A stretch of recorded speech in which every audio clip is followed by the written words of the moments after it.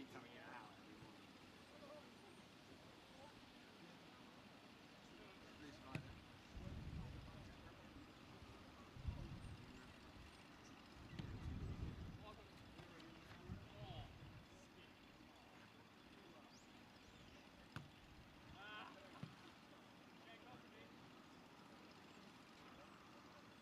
Good morning everyone and welcome to the Somerset.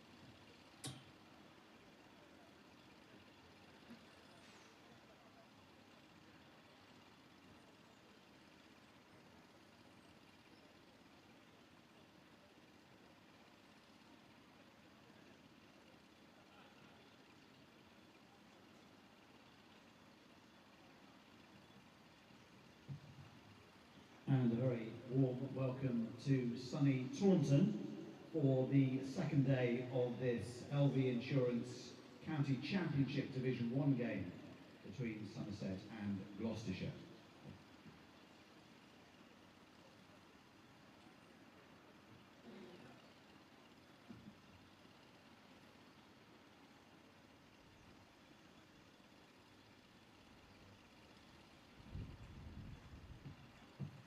We're obviously keeping our fingers crossed that we dodge the showers throughout the day and we see plenty of cricket. The early news to bring you, not a surprise, there is a delayed start. Our match umpires Nigel Long and Tom Nunley will be inspecting at 10:45. There'll be a pitch inspection at 10:45 from Nigel and Tom, and we'll bring you news, hopefully positive news from them as soon as possible after that at 10:45.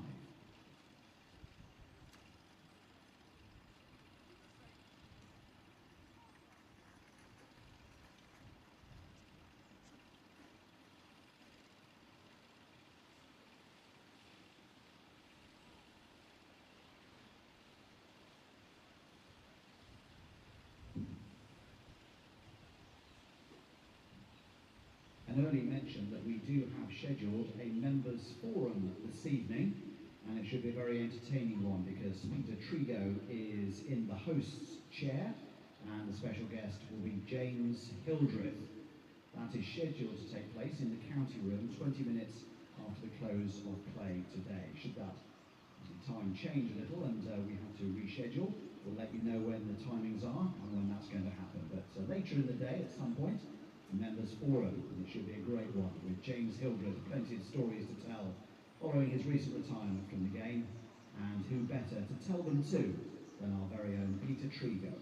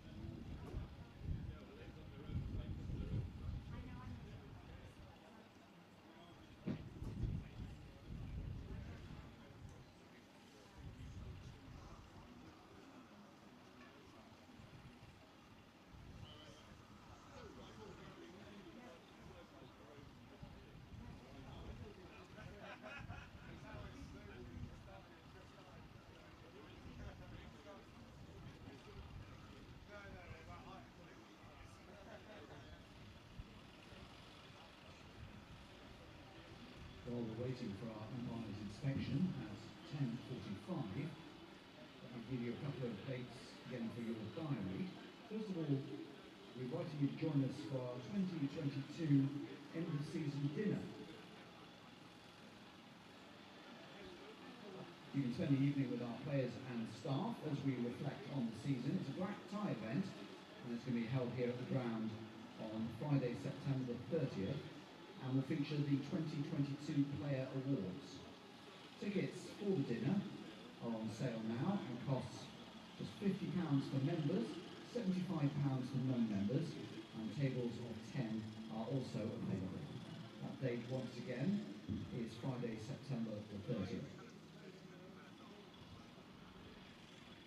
The other date I want to give you is Saturday, October the 22nd, where you can be a part of the unique Faulty Towers dining experience. Basil, Sybil and Manuel bring one of British television's most iconic sitcoms to life. Mayhem on a plate is guaranteed, alongside a 3-course meal and 2 hours of non-stop laughter here at the Cooper Associates County Ground. Expect nothing short of outstanding fun and a brilliant night out.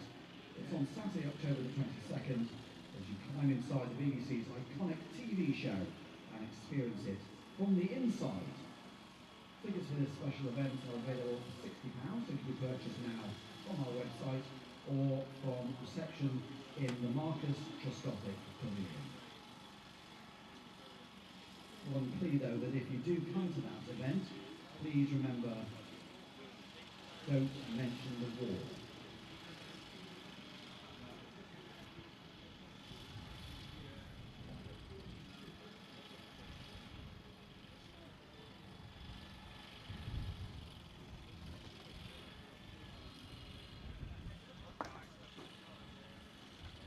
We're continuing to support efforts to raise awareness and funds for those affected by the devastating flooding in Pakistan recently. Clubs launched a special online auction via our website featuring donations of items from the Somerset playing squad, as well as raising awareness through the Somerset live stream and here on the ground. Items in the auction, it's now live and runs until 8 in the evening this coming Sunday, September the 11th. Those items include an England shirt signed by the entire team from the third test versus South Africa, signed match-worn Tom Abel shirt from this game, signed Jack Leach and Craig Overton shirts from England 2022 Test Series, a signed match-worn Imam ul-Haq Somerset shirt from this match, a canvas print signed by Lord Ian Botham, and a 1995 West Indies touring signed bat. All those items available for bids now via our online auction on our websites. And it stays live until 8 o'clock this coming Sunday evening, September the 11th.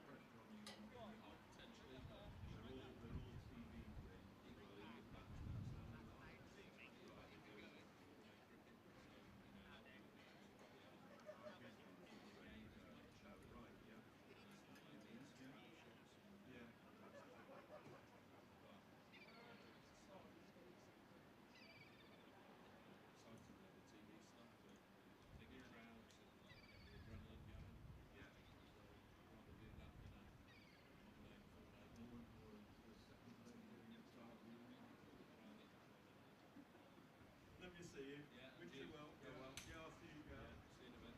Anyway, I might hopefully don't catch you at Headingley. With the only game I'm going to miss is I'm not the MC that drive up to Headingley on a Monday, virtually in October. No, it's finished on his side. But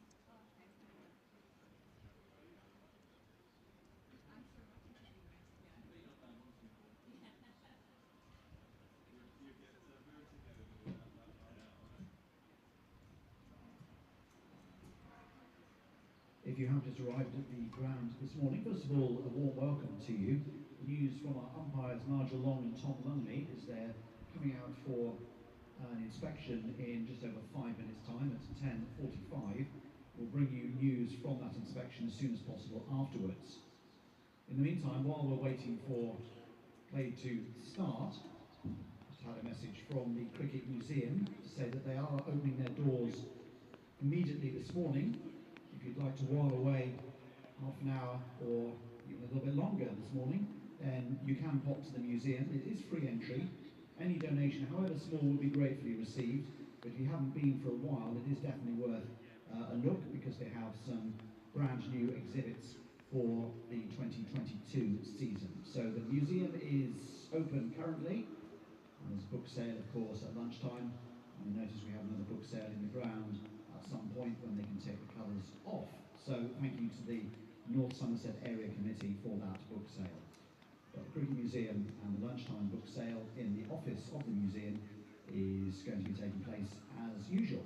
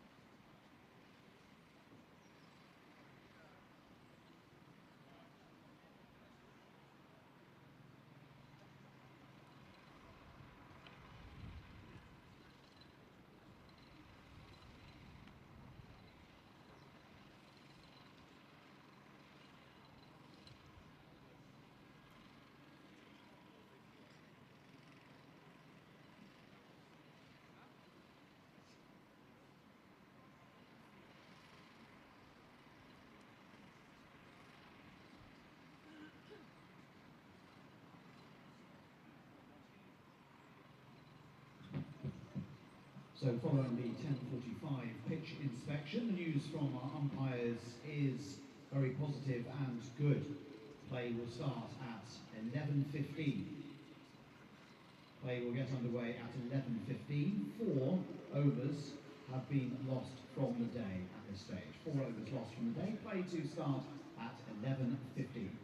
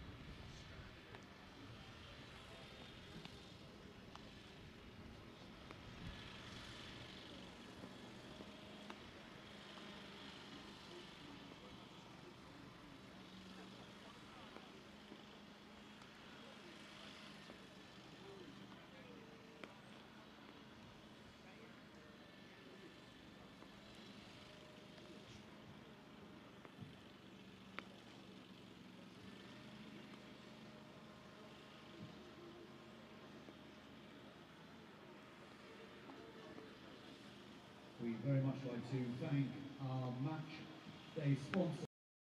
Good morning everyone and welcome to the Cooper Associates County Ground Day 2 of this County Championship clash between Somerset and Gloucestershire West Country Derby in a bit of a relegation battle. It was an even day yesterday. 320 for 6 Gloucestershire finished on, having been put on. For long parts of the day, Gloucestershire dominated. 159 for Marcus Harris, 50 for Charlesworth, 50 for Ollie Price. Somerset came back into it a little bit later on with some wickets with the second new ball. But H, let's start with Marcus Harris. He batted beautifully. It's exactly what you want from your overseas signing. Yeah, absolutely. He's the linchpin of this innings. He nearly batted the 96 overs. Very rare we see 96 overs in a day of County Championship cricket, especially with the rain around yesterday. A couple short rain delays. Good effort to get 96 overs in, and he batted superbly. Maybe got tired of the penultimate over of the day, but he made it easier. Ben Charlesworth actually outscored him. Reached 50 first, scored 8 fours in his 50 quite quickly, Ben Charlesworth. But it was easier when you got a man of Marcus Harris, an Aussie test opener with his experience at the other end. It makes it easier. And Ollie Price coming in at 3 again, young and inexperienced. When you got Harris there, he just made it so much better for the team, for Gloucestershire and for the other guys coming in. And he's crucially got them the bonus points, got them past 300. And even with the wickets late in the day, you've got to say Gloucestershire are on top and quite happy with day one. Yeah, Somerset I think were below par with the ball for at least the first couple of sessions, but once that second new ball came out, Josh Davey 2 wickets in over, Ollie Price went, and then James Bracey, big wicket, he fell without scoring. Then as you say, Jack Brooks picked up the wicket of Marcus Harris in the penultimate over of the day. So at one point Somerset were staring down the barrel of 450, 500, but just a glimmer, because both teams need to win. Somerset, if they can bowl them out early this morning, if we get a little bit of play, have they got a chance of winning the game? Yeah, Somerset salvaged what was a pretty bleak position with 4 quick wickets after tea. As you say, that really poor. All 4 seamers at the start of the day, really, really poor. 11 overs in, Tom Abel had used 4 bowlers. That sums up. No one had a consistency. They're bowling no balls. They weren't bowling the right line and length, and the ball wasn't moving very much. But suddenly the new ball at 80 overs, Josh Davey got it moving. Lewis Gregory started bowling a bit better. And Tom Lammonby, fair play to him, got a wicket, bowled well, got the ball to move. And yeah, I think Somerset will. It sounds daft to say they're happy when you've let your rival score 300 plus, but if they get these 4 quick wickets now, get them all out for what, 350 without Marcus Harris, that's plausible. Bit of a tail for Gloucestershire. Then Somerset will be quite happy, and this could be a pretty good game if they get enough play in. Yeah, we got lucky with the weather yesterday. The storm came literally as the players left the field at the end of the day. It's very wet here this morning. The ground staff have been doing a sterling job. We had a few showers again about 9 o'clock. I can hear the Gloucestershire players behind us kicking a rugby ball around. It's brightening up a little bit, as you can see, so we're hopeful of getting some play sooner rather than later. Harry and I will be on the live stream with Pete Trigo a little bit. Keep your eyes tuned on that for updates. Thank you very much as ever to WPA Health Insurance, our principal County Championship sponsor. Fingers crossed for a good day play and a good day for Somerset. Hello and welcome to the Cooper Associates County Ground, where the sun is out, it's stopped raining, and a bit biblical with the storms last night, but somehow the puddles have been mopped up, and at 11:15 we've only lost 45 minutes of play. We're going to be starting in 9 minutes time. My name's Harry Everett and I'm joined by Pete Trigo. Good morning everyone, again welcome. The storm clouds are around us. We'll see what amount of play we can get in. Half an hour overdue already, but due to start in the next 10 minutes or so. Yeah, only 4 overs lost. That's a good effort, really, isn't it? Have all the audience already seen these? Looks like Bert and Ernie on the screen here. You and Sam doing the pre-day routine. The Gloucester bowlers having a warm up on the edge of the square at the moment. Somerset bowlers doing the same. James Rew taking a few catches out there in the middle, and Scott and his team getting the pitch prepared. Hopefully, carry on that momentum from the last session. Somerset struggled all day until that final session where they got the rewards and finally strung a number of balls and overs together to get some rewards. In particular, I think, don't know if you watched, Harry, that magnificent delivery or set-up delivery from Lewis Gregory. Away in, leave, off-stump cartwheeling. It was probably the highlight of the day for me. On what, for a Somerset fan, was quite a hard watch for a lot of it. Yeah, it was a bit depressing, wasn't it? The 4 seamers at the start of the day were very poor. I think they'll be honest and admit that didn't get the balls in the right area, weren't consistent enough. No balls is fairly inexplicable, really. Extras plenty, and Tom Abel had to bowl. First 11 overs, he used 4 bowlers. Is not ideal, is it? Yeah, no one really settled. I thought Tom Lammonby came on and made a difference. He bowled 6 overs and took the wicket of Charlesworth, which was of high value. And then James Bracey, Miles Hammond, and Van Buren went pretty cheaply to some good bowling. That second new ball, Josh Davey doing what Josh Davey does, just pitching it on and around off stump, little bit of subtle seam movement. Caught a couple of edges, and like I said, that fantastic piece of bowling from Lewis Gregory, who you have to say, he's had a tough schedule. Playing the 100 final on Saturday night, straight back here for Monday morning. Looked a little bit like he was ailing from all that, and you have to say that evening spell, I thought he really dug deep and put in for the team, and credit to him for that. Like I said, it wasn't an easy sort of 48 hours for Lewis. Probably very sort of enjoyable winning the 100 as captain of the Trent Rockets, but to come here and have to bowl sort of 12, 15 overs, hard work. But I thought the way he came back in that last session was absolutely fantastic, and actually set up a pretty exciting day 2, providing we can get the game played with the weather. Yeah, we're going to be able to show you Lewis Gregory's wicket. Actually, that one of Graham Van Buren was an absolute beauty, as we said, the highlight of yesterday. And look at this, watch the way this comes in and centre stump cartwheel in. We were talking about Lewis Gregory's hair yesterday. I reckon he might have had a hair transplant. That's something you might know about, Pete? Well, I don't know. Surely if he'd had one, he'd actually put some on his forehead, wouldn't he? I would say a resounding no to that. I just think he's probably been travelling around with 100. He hasn't been to the barbers for a while. And, what he has got at the front, he's been sweeping over and making himself like he's got a nice full head. Never seen so thick on the back and the top. We can't all be blessed with a mane like mine, my friend. He's out there warming up, Davey and Lewis Gregory. James Rue's got the gloves, of course. Important day for all of the Somerset players, but we're talking to Imam ul Haq after play yesterday. He looked very excited. He's due to open the batting when these 4 wickets do fall, or you wouldn't have thought there'd be a declaration. You thought Gloucestershire would bat on as long as they possibly can. But yeah, the 4 seamers, and then Tom Abel didn't bowl himself yesterday, did he? Which I thought was a bit interesting. Yeah, I can't imagine he will, coming back from a hamstring injury. He obviously picked up that hamstring injury at the back end of the T20.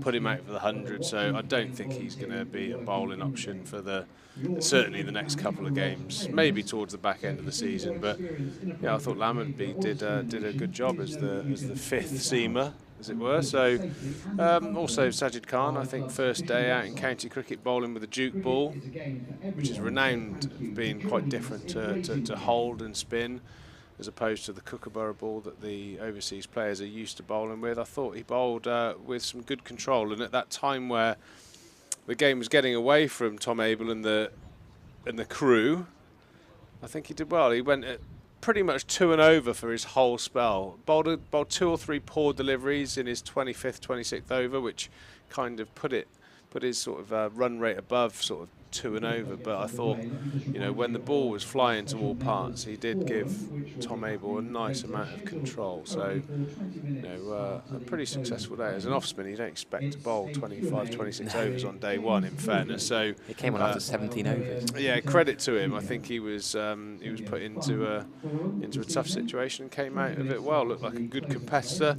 But the highlight of the day, apart from Lewis's wicket, you have to say was Marcus Harris's innings. I think he was absolutely flawless. I think Sajid Khan dropped quite a tough return catch off of him, but that was the only time he even looked like getting out yesterday. Played a flawless knock, and it was very watchful early on, and then it got to a stage where the Somerset bowlers couldn't really bowl a dot ball at him. I was a bit agitated at the lack of the point fielder for most of the day, which was just bleeding runs all day. But apart from that, I'm sure he would have found other areas to score.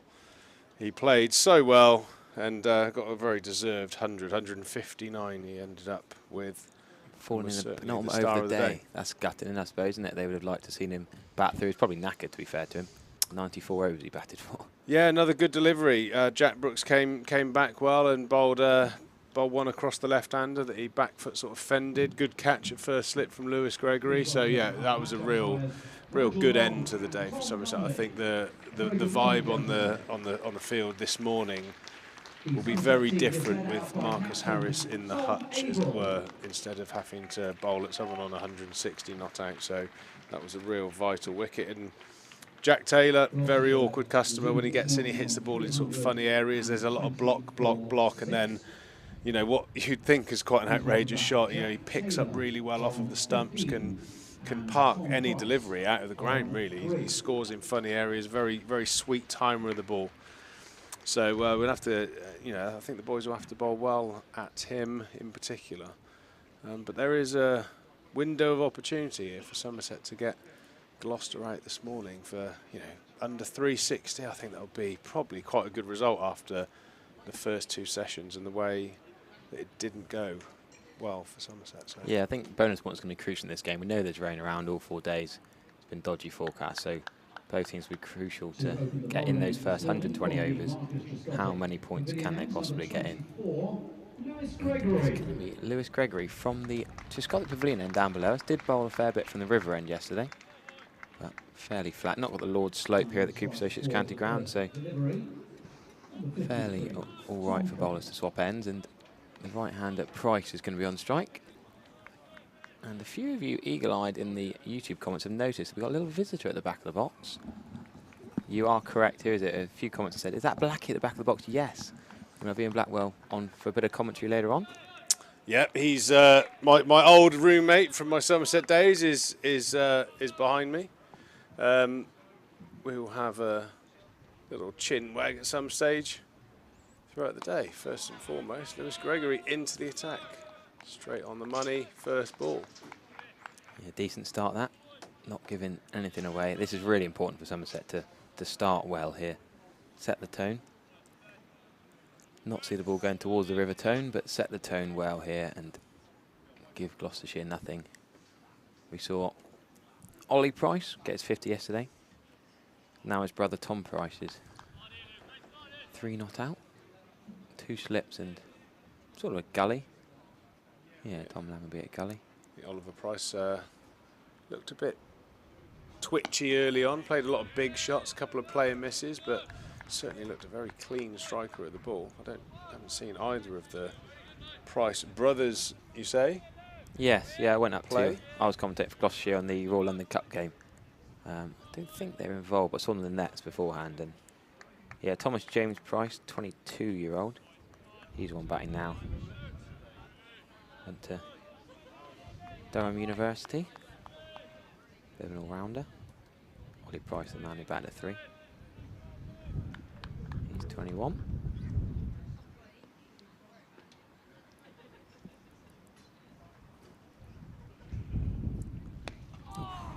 Nicely bowled, Lewis Gregory. One of those wobble seam deliveries, thick outside edge, saved young Price there.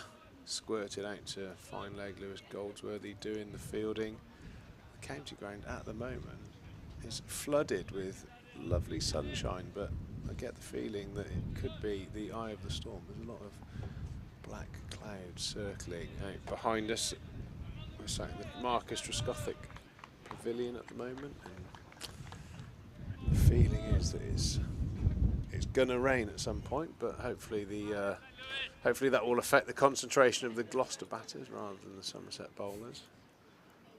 Lewis in again, back of a length, and fended off through a vacant gully region all the way to the boundary. Well, not quite. Imam Haq doing the fielding down there does a great job. Saves 1 run. Very good piece of fielding. Very committed piece of fielding by the new overseas star here at Somerset. Yeah, we also saw great fielding from Sajid Khan yesterday when he was at cover. Amazing diving stop, nearly got the run out. They have very few chances with the top 3 all scoring 50 plus for Gloucestershire. Sajid Khan fielded really well diving stop at cover, nearly ran Harris out the non-striker's end, but as you say, very few other chances. Imam Haq looking very stylish and cool with the glasses on. Lewis goes short, is pulled away miles in front of square. Looks like another 3 runs to the Gloucester total. That is one thing that you would say about this pitch. even Casey Aldridge, it wasn't really generating too much pace bounce off the pitch. It does look quite a docile wicket in terms of pace and bounce. Certainly don't get much value for halfway down. And I guess a subplot here we haven't mentioned yet is Gloucestershire will probably want to get to 400 by the 110th over mark, if possible. Definitely past 350, but they got 13 overs to try and get there. They want to get maximum bonus points because every point helps when they're rooted at the bottom of the table and struggling. Yeah, I think when you've got a West Country derby, there's subplot on top of subplot. Yeah. They will obviously want to do pretty well, but they'll obviously want to restrict Somerset from getting points as well. Here we go, the vanilla sky of Taunton over the beautiful church spire there. The Somerset flag waving around, those clouds at the bottom there look a little bit darker. There's that saying about the cock's feathers. If they're facing the Colin Atkinson Pavilion and the clouds are dark, you're going to get rain. That is the folklore here at Taunton. We used to change on the in the Colin Atkinson Pavilion, and some of the bowlers would always have an eye over there if they were a bit tired one morning, hoping and praying they'd see a little bit of dark cloud rolling across the horizon. Well, you can see the contacts. That's a positive this morning. Not too grey and dark. Sun's actually out. As Josh Davies can come in with 2 slips. Abel and Gregory. A bit leg side from Davey to start with. Tucked away to Brooks down at fine leg. Don't mind the attacking straight line here though. Make the batters play early before they get their eyes in. So you got your point, you're happy with that. Lewis Goldsworthy's at point, so there's no easy one to get Pete Trigger off his long run, fuming about the singles given away. Less said about that, the better. I think. Yeah, I think I beat that drum enough yesterday. I'm sure all the listeners will have their own opinions. Oh, that's a good nut. Good take from James Rew as well. Diving down to his left. Bit of movement for Davey early this morning.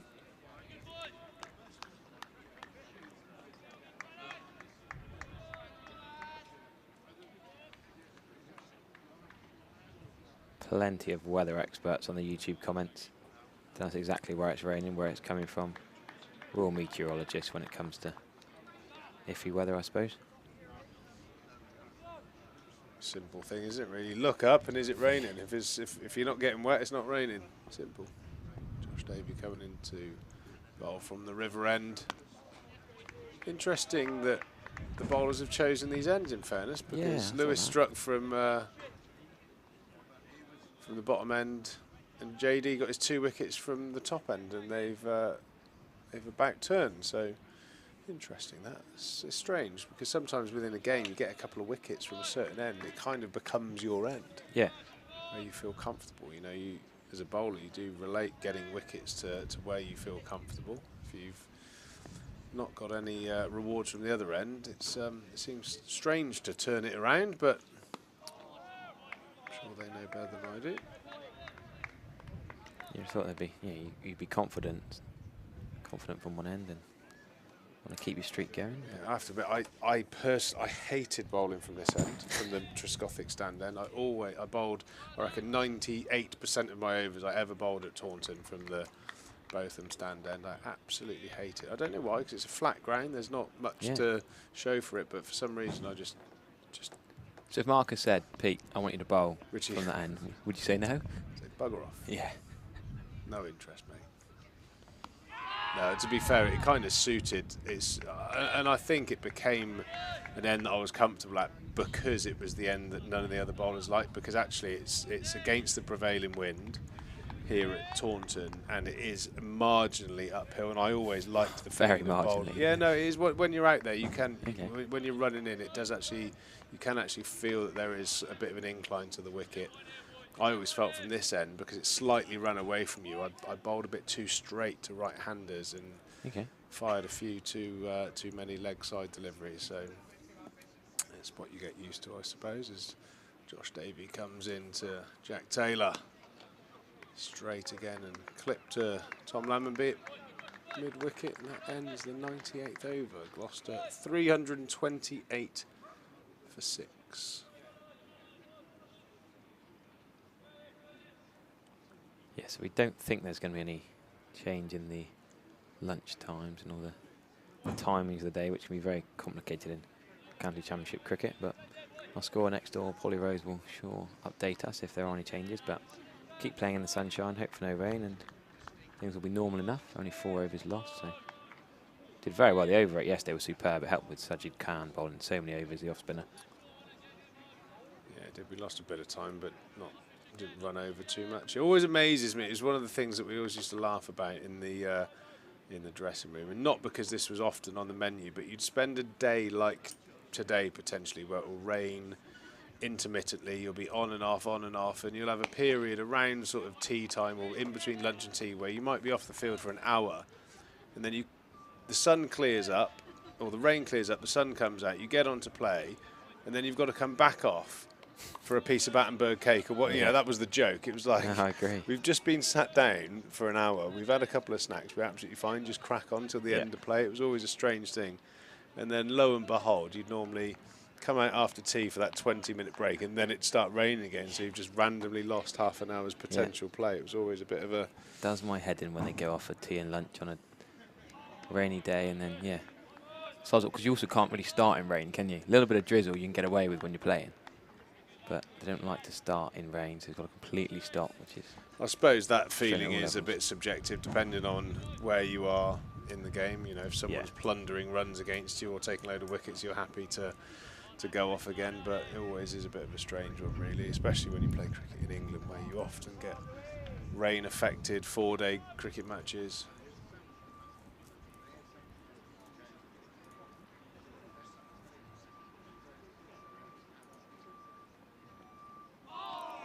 Bowling, absolute beauty there, just back of a length. So you happy with this? 2 slips in the gully, sort of sensible at this stage of the game? Yeah, I mean, it's the same field that irritated me yesterday. For me, I'd have a point, and if I was going to have protection on the offside, it would be in front of point. I just... Because ultimately, if you get a thick edge on a ball, you bowled a good ball, and and the batter gets one for it, it would drive me insane. It feels like he's kind of there for a short, wide, poor delivery. Yeah. There you go. But he's tempted the drive, and he's got the edge. Price on his way. Lewis Gregory strikes again, his 2nd wicket of the match. A long, swinging, away swinging, full delivery, and he's just nicked that through to the very assured hands of James Rue. Lewis has struck, and today is started with the same momentum of the evening session yesterday. Congratulations, Lewis, and Somerset are on the charge. Yeah, bit of a big swish at that. I don't think it needs to be quite such an expansive cover drive, but I say Gloucestershire slightly in the back of their minds are thinking about the bonus points. But bit of a tail for Gloucestershire. Payne, Ajit Dale, Josh Shaw. Josh Shaw can whack it, can't he? I think he's a pretty clean striker of the ball. Played a little bit of cricket against Josh Shaw, and he can fair give it a thump. That's I don't think he'll die wondering from what I've seen in the past, but yeah, certainly a great opportunity for Somerset to wrap up this innings as quick as possible and start the reply. So James Rue, another catch. He got both Price brothers have gone to James Rue catches behind the sticks. Yeah, but it's been impressive, James Rue. Not only his batting performances early on in his career, but he's an unnoticed wicketkeeper, which is a huge compliment. He gloves the ball very, very nicely. There's no airs and graces, no frill about it. Looks a very, very assured wicketkeeper. It's always a nice feeling as a bowler where you just know. It must give you confidence, doesn't it? Yeah, you get the nick, and you know that your man's going to do the work. Very nice piece of wicket keeping there. Low to his right. Better than having your brother at slip when you're playing club cricket, I suppose, isn't it? Yeah, Sam dropped another one on the weekend, but less said about that, the better. The result we ended up with was absolutely fine. At least he did end up with a bruised finger for his trouble, so at least I could take some sort of solace in the fact that at least it stung a little bit. Lewis Gregory in again. Extraordinary shot from David Payne. Out. First ball caught Jack Brooks. That is not really the shot you want to see from your tail ender, trying to get that tail to wag. Very, very poor dismissal there, but the Somerset boys will care little. That is a bizarre shot. Bizarre dismissal. Yeah. I mean, mid-on wasn't even in an orthodox position. He was quite close, Jack Brooks. I think he fancied himself from ball one as a kind of a Ricky Ponting-esque standard of player, and not quite, my friend. Off you go. No. Well, you talked about Shaw being able to whack it, and interesting to see Payne coming in ahead of Shaw. Is that a bit of a hangover though? Because David Payne's been doing brilliantly in one-day cricket. Just come back from the 100. That's probably, if he does get a batting opportunity in the last 6 weeks, that's probably what he's been doing, trying to whack it. So it's not only bowlers that suffer changing codes. David Payne is still in 100 mode. Maybe you'll just keep walking down to the indoor school and learn the old back foot defensive. I mean, or pull it full-bloodedly. It was almost a scoop as a straight back scoop. If he'd gone for the flat batted pull, he might have got it square and got it better, but it just almost looked like he spooned it up. I've seen Jack Brooks spoon those runs up in the air a few times, but yeah, I don't think we need to go into critiquing an opening bowler's batting technique, but that was a very strange choice of shot first ball. But is like your I mate said, sure? These Somerset bowlers will care not, especially Lewis Gregory now has very tidy looking figures of 3 for 58. Yeah, he was looking quite expensive after 7 or 8 overs yesterday, and now he's brought it back. Lovely spell, the new ball yesterday evening. As it got a bit gloomy, the lights did come on. Can't have the lights in complete control, but they can add to the natural light, as they did. Hat-trick ball here. Lewis Gregory to Josh Shaw, well left alone. A beautiful delivery and a great over for Somerset. 328 for 8. That was a bit quicker from Lewis Gregory.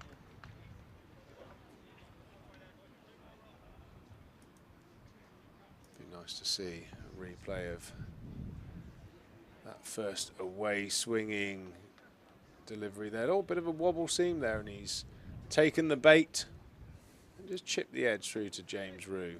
Tom Abel, captain there, looks delighted with his senior bowler charging at him. Yeah, very little foot movement for Price there, sort of throwing his hands at it, but they say a bit of movement and good catch. And Somerset suddenly have 8 wickets, and Josh Davies going to, a bit short and well played actually. Lovely steered shot from Taylor. Good running as well. Tom Abel's a quick fielder, but they're going to come back for 2. Good running.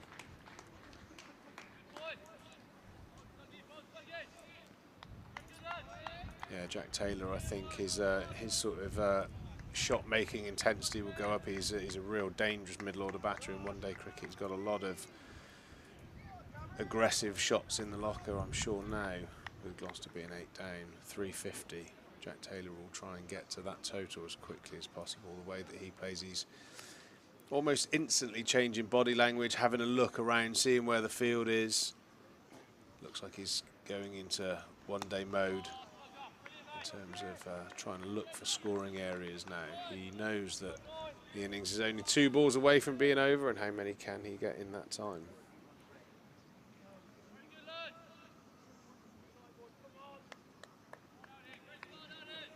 .330 for 8, and yeah, Gloucestershire having been 251 for 2. You think they'd be looking at well past 400. Top 3 all getting 50s, and not a lot since. Jack Taylor's 20 not out, the only double figures since the top 3. Yeah, it's a very top-heavy scorecard this now, isn't it? It's a brilliant response from Somerset. In fairness, like I said, it did look a little bit gloomy at tea time yesterday, and now all of a sudden Somerset are in a really, really strong position. Like you say, 3 down for nearly 300. 30, was it 50 runs later, 5 wickets, massive change.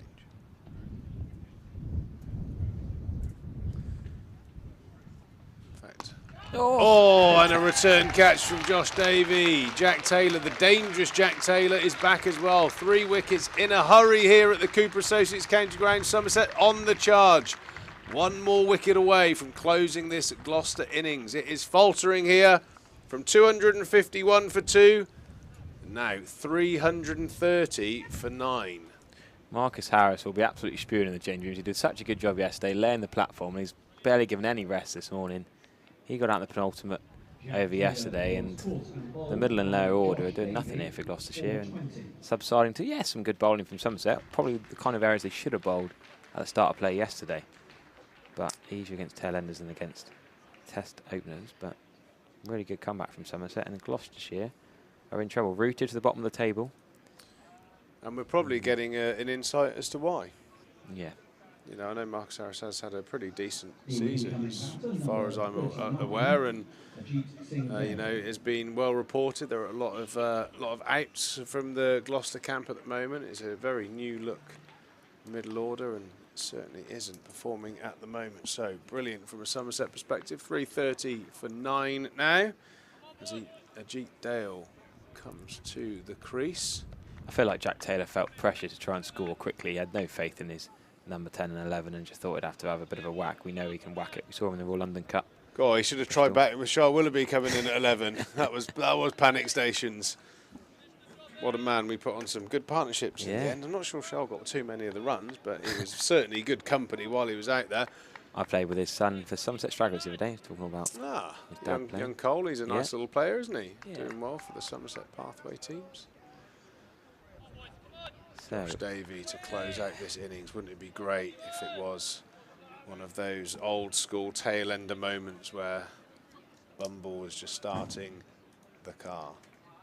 He was on comms yesterday at Old Trafford for the Roses game. A bit wet up there currently. Always a bit grey up north. Yep. Ooh, I like that catchy mid-wicket, Tom Lammerby. He can't quite stop the single, but I like the thinking there, attacking. 20, 25 years ago, full and straight first ball would have been enough for most number 11s, but not nowadays. Everyone's an expert. Josh Davey would much love to close this innings out. Both bowlers at the moment got nice little 3-fers. 4-wicket haul for one of these two, hopefully in the next few minutes. Would be an amazing turnaround of fortunes in the context of this game. Last ball of the over. And a near miss. Josh Shaw trying to play quite an expansive back foot drive. Harry, you're going to take a little bit of a break for a moment. Ian Blackwell in. The old mate Ian Blackwell's going to come in to hopefully close out this innings. He can put his finger up from the commentary box. Yeah, he's sort the innings out, can he? I've never actually spoken to an injured umpire before. Unfortunately, my old mate has had a bit of a surgery on his foot. I did actually make the suggestion that his trigger finger maybe needed a bit of a splint from time to time, but you know, less is said about that. Here he comes. Ian Blackwell had a fantastic Somerset career, played a number of games for England, 1 test match I think, and 37 ODIs for England. Welcome to the comms box, Ian Blackwell. Yeah, good morning, Peter. How are we? I'm very well. All the better for seeing you, my friend. Lewis Gregory into the attack, or staying in the attack. 100 overs have been bowled. 330 for 9. And Ian, I know you are an avid follower of Somerset cricket. 251 for 2. And now, all of a sudden, looking likely that Somerset will be dismissing Gloucester for under 350. Quite an amazing turnaround. Yeah, obviously I think the key wicket was Marcus Harris last night with an over or so to go, and as Lewis comes in, it's sort of steered down to 3rd man. And yeah, I think just gave Somerset a bit of momentum, certainly after the big partnerships at the top of the innings with Harris and Charlesworth and Oliver Price, and just give Somerset a bit of an opportunity here. I mean, 340 would you'd have dreamed of that probably mid-afternoon yesterday. So opening partnerships of 126 and then followed by another 125, and then nothing of substance since. Somerset have completely outperformed their first couple of sessions bowling.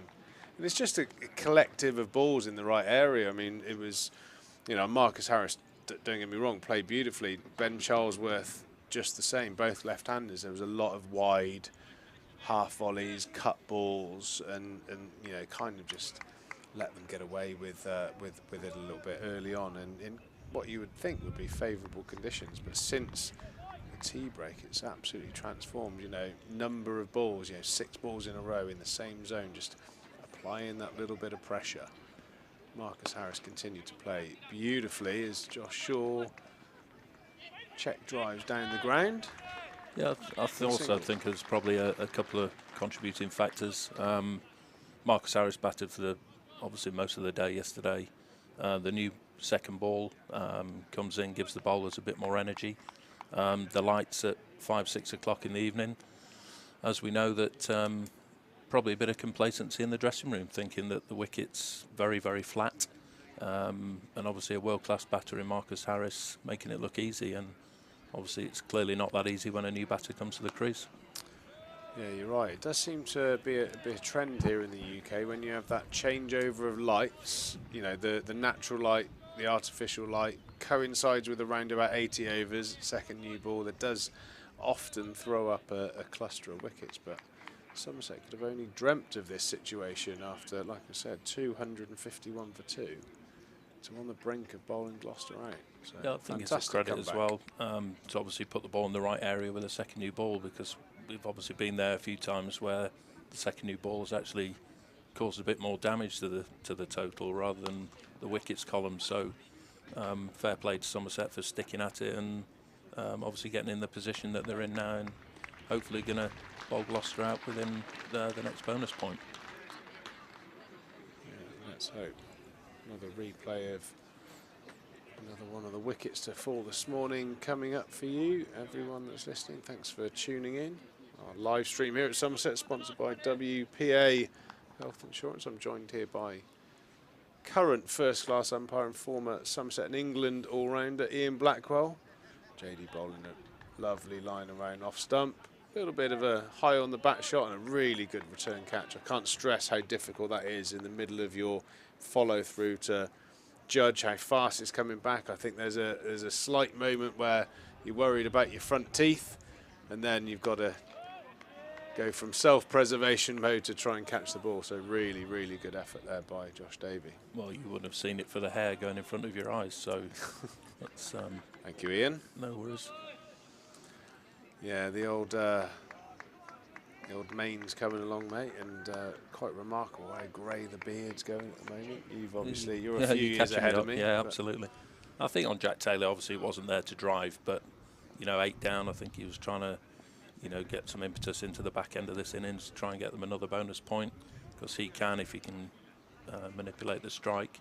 Did you notice how almost instantly, as soon as Price got out, every time Jack Taylor was on strike, he turned into like Graham Thorpe. He started really quite animated, looking at the areas and the gaps, and you could tell he kind of went into that one day, find a boundary sort of mentality. And yeah, you're right, the ball wasn't quite there to drive, and it's normally mid wicket to Cow where he's very strong, picking up that length as well. So it surprised me the way Payne came in and tried to hit one through mid wicket first ball. I thought he might have been sent in just to bat with Jack and to give him as much strike as possible, but clearly Payne thought the wicket was just... I'm sure that was the plan. As we all know, things can scramble the brain when we get to the wicket. Can happen, son, can happen. Yeah, mistakes are part of the game as well. I'm sure it wasn't the old walnut whip through mid-wicket wasn't the plan, but sometimes as a lower order batter, especially as I mentioned, David Payne coming back from the 100, playing a lot of white ball cricket this summer, played a bit for England as well. He's probably in that hit mode mentality. And he's probably one of the only lower order batters in the 100 that's had plenty of innings playing for the Welsh Fire. Yeah, he would have been great this year. Yeah, I think they could have reversed the batting order at one stage at the Welsh Fire, and it wouldn't have made too much of a difference. But no, it's good from a Somerset perspective. Like I said, 3:35 for 9 here in the 102nd over. Josh Davey 3 for 72. Lewis Gregory 3 for 62. Really turned around their fortunes in the last probably 30 overs of this match. Lewis Gregory in particular, Ian, you know, to be fair to him, started the day, looked a little bit flat, looked a little bit tired, and then since the tea break, really, you know, when the bowler, you could see he was picking his heels up, really making a conscious effort to run in hard and put in a shift for the team, and he's got his rewards last night and this morning. Jack Brooks obviously as well, getting the crucial wicket of we all know Marcus the fast Harris. bowlers as well that, you know, come into the game probably this morning a little bit more refreshed because Gloucester were 6 wickets down. I think if Harris was not out at the start of today, mentally, you know, the bowlers might be thinking, let's just ease into today and try and bowl some dots. But with those wickets late last night, it's probably put a bit of, it's a nice glance, going to go for 4 as well. So back-to-back boundaries for Shaw, who's a good striker of a cricket ball, as you said. Hits the ball in funny areas, being a tail ender. Yeah, he gives it a good nudge. He's Josh Shaw in particular. He sort of looks to. I think he's a hitter. I think, you know, those last couple of shots, I think, is very indicative of how we play. That was a thick edge, obviously not a great delivery, but the previous one, you know, the strong pull in front of square, sort of that cow corner area. You know, I would say he's very dangerous from the sight screen down past the bowler to square leg. He's a strong lad. Yeah, I think it should be the emphasis of bowling full stump and just keep bashing away as if he's That close. is salmon and trout. Absolutely stone dead LBW. Lewis Gregory has been an absolute superstar since the tea break yesterday. 4 for 62. Gloucester all out for 343. The last 8 wickets for falling now for under 100. So a fantastic comeback spell of bowling by this Somerset group. Josh Davey, Jack Brooks, Casey Aldridge, in particular Lewis Gregory, who's led this attack for many, many years, has the knack of getting crucial wickets, and he's got 4 of them this innings. Brilliant start to the second morning here at the Cooper Associates County Ground. I'm joined here by former Somerset England all-rounder, now first-class umpire Ian Blackwell. What a great morning, Ian. That looked a good decision as well by Nigel Long there at the end. I've tended to watch a lot of the umpiring as opposed to the players at the moment. Which, yeah, you're looking after your own, I get that, mate. But I think if we can get a replay of that LBW, I think, you know, just no doubt even there, on the appeal, I think Yeah. you'd give that out. That was one of those, almost like a broad laughing appeal. It's almost back leg as well, I think, looking from here, although my eyes aren't the best. The old back shin, the old back shinner. Off you go. Yeah, you're right with Lewis Gregory. I think he's a class performer, and you know, more often than not, he put the ball in the right area of that wobble seam. Tends to get more out of the pitch than most. I think seeing Lewis bowl, you know, I think sometimes if there's not much going on, he can sort of go through the motions at times. But if there's a hint of movement, you can see his heckles come up, and he turns into a totally different bowler for me. If he gets the ball shaping away and the wobble seamer is just pinching back, he just goes to a totally different level. And as we have a look at this, sorry card from this card, very top heavy here. Marcus Harris, the standout performer, 159, half centuries for Charlesworth and Price, and 20 runs from Jack Taylor. But apart from that, not much to be cheerful about as a Gloucester supporter. 343 all out here, and the bowling figures have certainly gone about turn. Josh Davey 3 for 80, Jack Brooks 1 for 56, but in particular a crucial wicket of Marcus Harris last couple of overs last night. And then Lewis Gregory 4 for 62, came back absolutely magnificently, and a real good first wicket of the day from Casey Aldridge. Tom Lammonby also picked up a crucial wicket, his 6 overs, only conceding 13 runs. So all in all, after what looked like a really poor start to this 4-day county championship match, Somerset, I think, just got their noses in front. Yeah, they'd be happy, I think. clearly after the innings of Marcus Harris, and they were staring down the barrel of 400-500, I think, to claw it back and, like you say, to get the last 7 wickets for under 100 just shows the commitment that the Somerset bowlers have to the cause, and you know, the fight that they're still willing to put up, even at this sort of stage of the season where it does look a bit gloomy for both sides. And also looking to see they put the heavy roller on, which might bring a bit of moisture up, but equally may just deaden down anything that may be happening on the pitch. We're going to have a little look at that final wicket here. Ultra slow camera here at the Cooper Associates County Ground. The technology is fantastic from the live stream team. Look at that. On the knee roll, front pad by the looks of it. They landed on the crease. They look like some small pads as well. He hasn't got a stride in. That looks like it's clipping the top of middle stump.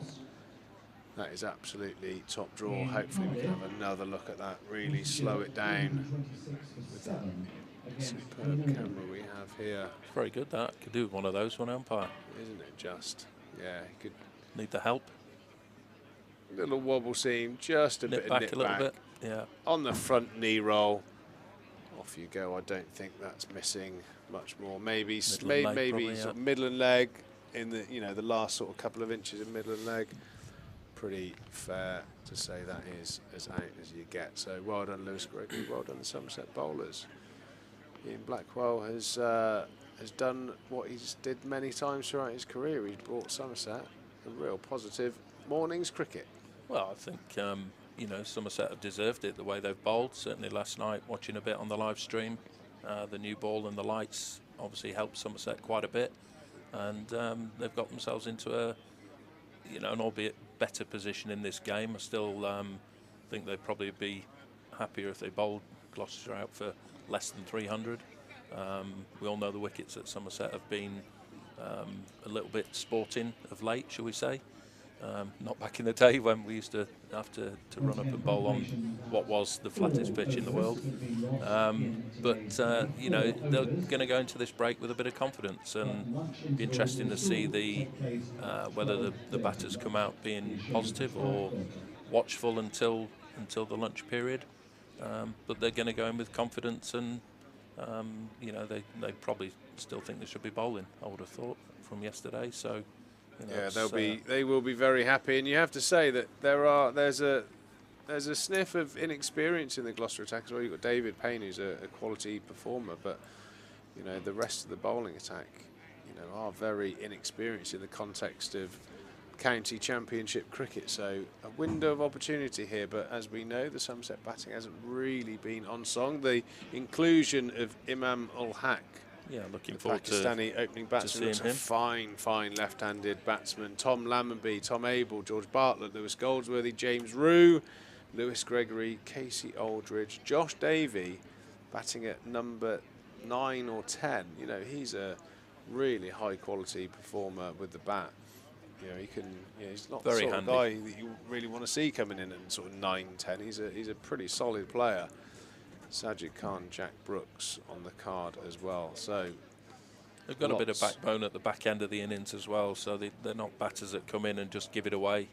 And obviously Josh can properly bat as well. So, you know, they'll be looking at their lineup and, you know, thinking that if they can just see off this new ball, try and get 25 overs in without much damage, then they can sort of really capitalise on any errors from the Gloucester bowling lineup, which is pretty raw in itself. So yeah, should be an interesting prospect.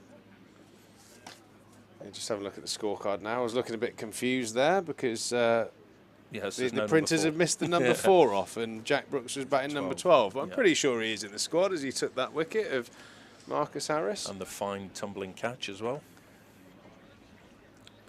But yeah, it'd be good to see obviously how Imam ul Haq goes about his business, and whether or not the young lads in the Somerset batting lineup can, you know, glean any attributes from him and take that into their game, because, you know, that's why we have these overseas stars, to try and improve the side and also improve the players that are playing. So Much like Marcus Harris did for Gloucester, it's, bat around your overseas superstars. If Imam gets in, just make sure you stick around with him. I'm going to disappear for a bit. Hopefully, I'm going to come back with you, Ian, when Imam Al-Haq is cruising in on around about 30. Harry's going to jump in to replace me, and Ian Blackwell is going to stick around for a little bit more, given his insights, valuable experience here playing at the Cooper Associates County Ground. Different now though, isn't it, Peter, I think, from when we used to play.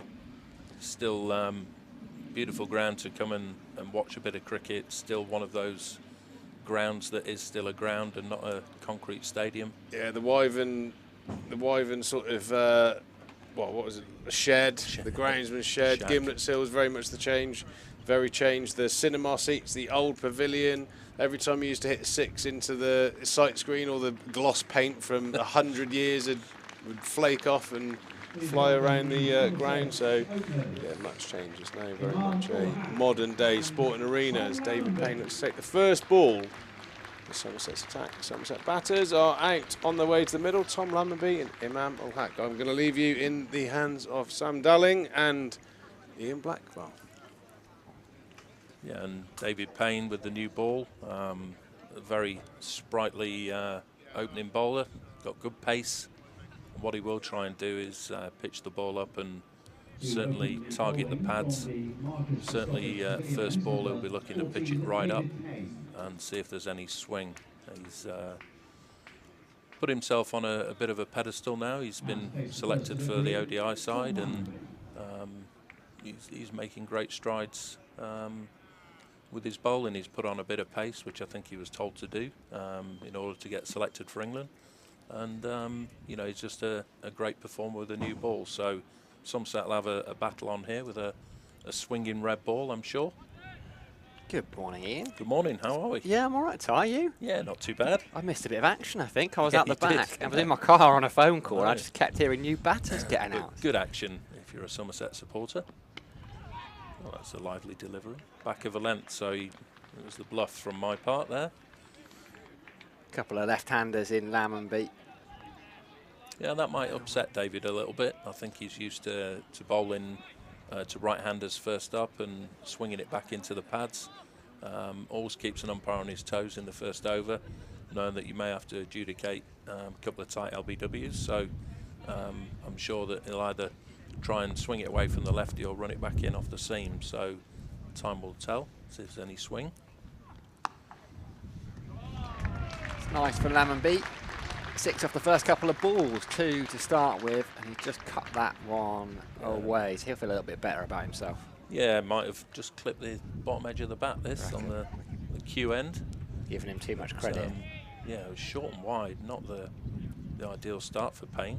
Maybe I've put the mockers on him a little bit. You're right, though. It's great to see him get that ODI. He was in the squad a couple of times without playing. He played over in the Netherlands, I think, didn't he? He made his debut. And all 4 left arm over bowlers went over, I think. They're in vogue. Need a left arm spinner in there, know, Blackie. yeah. Well, Sammit's still playing, still doing well for the Trent Rockets. Quite some cricketer, isn't he, Sammit? Keeps going, knows his game. Yeah, just seems to love the big occasion, as we all see. Any more difficult to umpire? The left armers swinging it around because of the angle. What are you looking for? Yeah, you are. I mean, I wouldn't say it's difficult. It's just the change of angle. If you're not used to it, it just looks a bit strange. But the ball tends to get released right in front of your eye line a little more, which, that's what the umpire wants. He wants to see the trajectory of the ball and hopefully see a bit of movement. Yeah, he's lively pace as well, so he keeps you on your toes.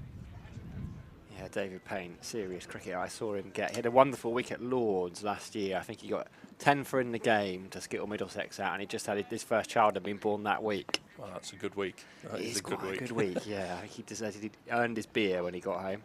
Oh, dropped him. Second slip. So, yeah, very good delivery. Looks like it may have shaped away from Tom Lammonby. Marcus Harris, that is. Yeah, unlike him, he's a very solid slip catcher. And, yeah, just grasses it. hit him hard there. They look like they stood quite close. In and out, a gully there from Harris. Well, he's third slip, isn't he, rather Third than slip, gully, yeah. I think. Yeah. Batted beautifully, but gives Lammonby a lifeline on 6. There it is, though. He's got him. Just cost the 1 ball, no runs at all. Marcus Harris will be the most relieved man in the Cooper Associates County ground.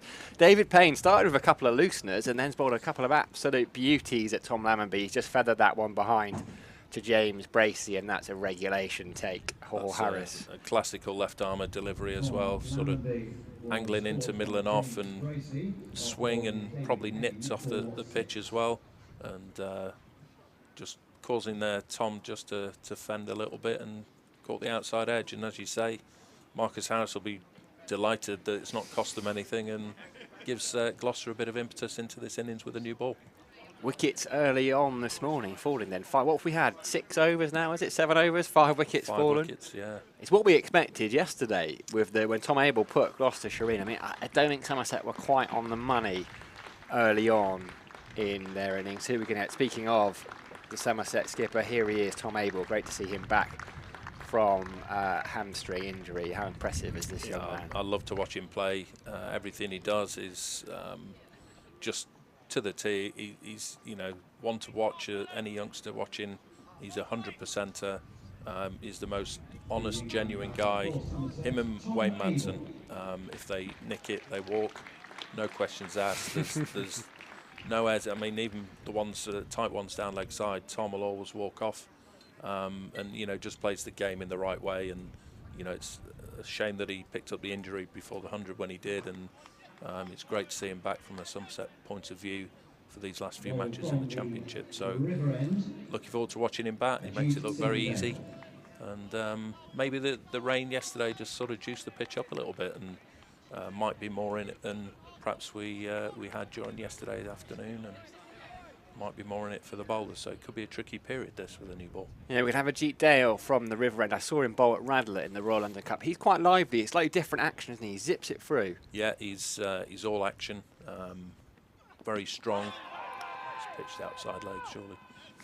There's the umpire's call. Said me from up here, yeah. But yes. Yeah, like you say, he's got a bit of pace about him, and they've given him the new ball rather than Shaw. So let's. I've seen him bowl a couple of times, and he's got a handy knack of taking wickets. So again, just Somerset need to be mindful and have a look at him.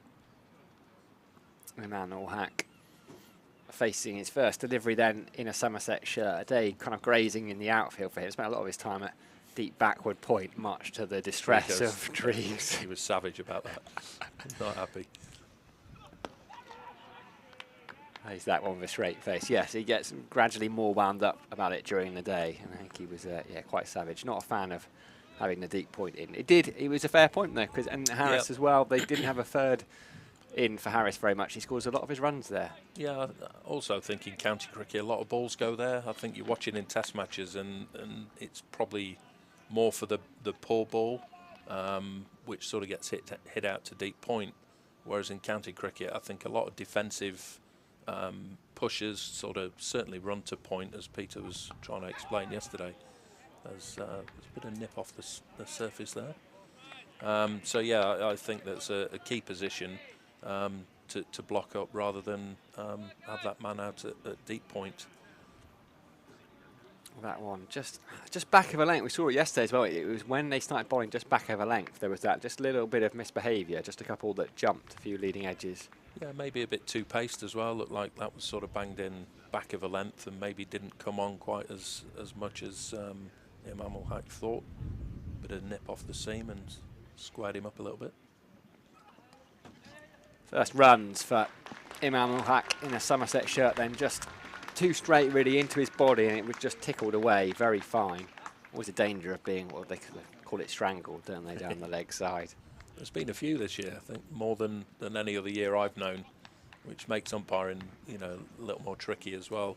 Tom Abel is a candidate for it, isn't he? He's been done 2 or 3 times this year. But yeah, it's whether or not it's batters sort of walking across in their stance a little bit to cover off stump, and then they just tend to get the ball a little more fine than perhaps if they stood still or on leg stump. So it's an interesting one. I'm looking forward to watching Imam Ul-Haq come out to bat. Gloucestershire's overseas has done it, and now it's Somerset's turn. Big pressure, isn't there? As an overseas, you come in and 4 games, it's like you're expected to get probably a couple of hundreds, really, otherwise it's a failure. Absolutely. It's like Trigo going to play for Western. If he gets runs, then he should do, and if he doesn't, he's the worst player in the world. But yeah, it's good to see him still wheeling out the overs, and Rob Turner behind the stumps as well. I can't believe that. It's amazing. I mean, he's such a good keeper, though. Very good, very good. He brilliantly made all of our poor throws look some of the best throws that we've ever made, because he was 6'3", and you know, some of these keepers now, they're really short and of stature, and you know, you've got to be pinpoint with your throws. But you threw it to Noddy, and he just made some of the worst throws look brilliant, and the half volleys he just took without, you know, missing a beat really. And that's something that any team, just, you know, to have a performer like Rob Turner in the side, just made everything for a fielding side, trying to put pressure on the opposition. He played a bit of England, didn't he? It must have got quite close, because he was one of the best. I mean, he just had people like Alex Stewart in front of him. Yeah, I think he went on an A tour, because I remember he had one of those bright red coffins that you used to get when you represented England, and it was in the changing room for a long time, just to protect his bats. Not that keepers are particularly tidy. Just, you know, we could lock all his stinky gloves in there, more to the point. Now, look at this. Is interesting. See how face-on Tom Abel was there to David Payne. I mean, I did notice earlier in the season he looked to have changed and opened up a little bit, but that seemed to be quite extravagant in terms. I think this may be a conscious effort to counteract the in-swinging delivery. If you stay side-on, you can get your head the wrong side of it a little bit, and also block yourself off, and you know, makes it hitting through mid-wicket and mid-on very difficult, because you end up trying to play it square. So yeah, I think he's slightly opened himself up just so that he can perhaps hit mid-on and counteract the swinging ball. So the only difficult thing now, he's just got to watch that one that is straight, that runs across him, because he's obviously set for a different angle of delivery. In good nick this season, Tom Abel in the County Championship. Got a single now, so 714 runs, 300s. Would have been 4, you'd imagine, at Chelmsford. He was going well, and that's when his hamstring went. I think he was on 94, 95. Needless second, I think, wasn't it? But yeah, he'll be disappointed in a way, I think. Nice little tickle off the hips there from Imam for a couple. Oh, very nearly 4. Looks like his feet may have been over the boundary there. Indeed, there were. So poor field in there. Yes, he probably shouldn't have been 4 there, really. He'd made the ground. Yeah, just didn't claw it first time, and then had to go again when his feet were over the rope. So you'd have enjoyed sliding around in the outfield, though, chasing them down. I'd have been at mid-on. Did you enjoy the slide much in your career? Yes and no. I think I was more turn around and fetch it kind of fielder. But no, I was chief shiner, so I'd have been at mid-on or mid-off. Doing the business for the bowler. Ooh, leading edge there, I think. Goes into gully on the bounce. It's a good start from David Payne this. Tom Price in there fielding at the gully. Did you end up with a red coffin then in your England days? What did you get? No, red bag. Red bag. It was bag by then, was it? But yeah, the coffins sort of, whether there was a weight problem going on tour with 30 coffins, it might have been excess luggage galore, so we went down to the normal bag after that. Left alone there, exaggerated lead from Ul-Haq. Yeah, I remember watching, was it 80 against India in an ODI? I think I watched it in the members bar down there. Yeah, Somerset had a home game. Appearance, yeah, I think it was. In the ICC Champions Trophy. That's many moons ago. Yeah. The glory days. And then nothing after that. Apart from the boot. Well, you certainly entertained us down here for many, many years, though.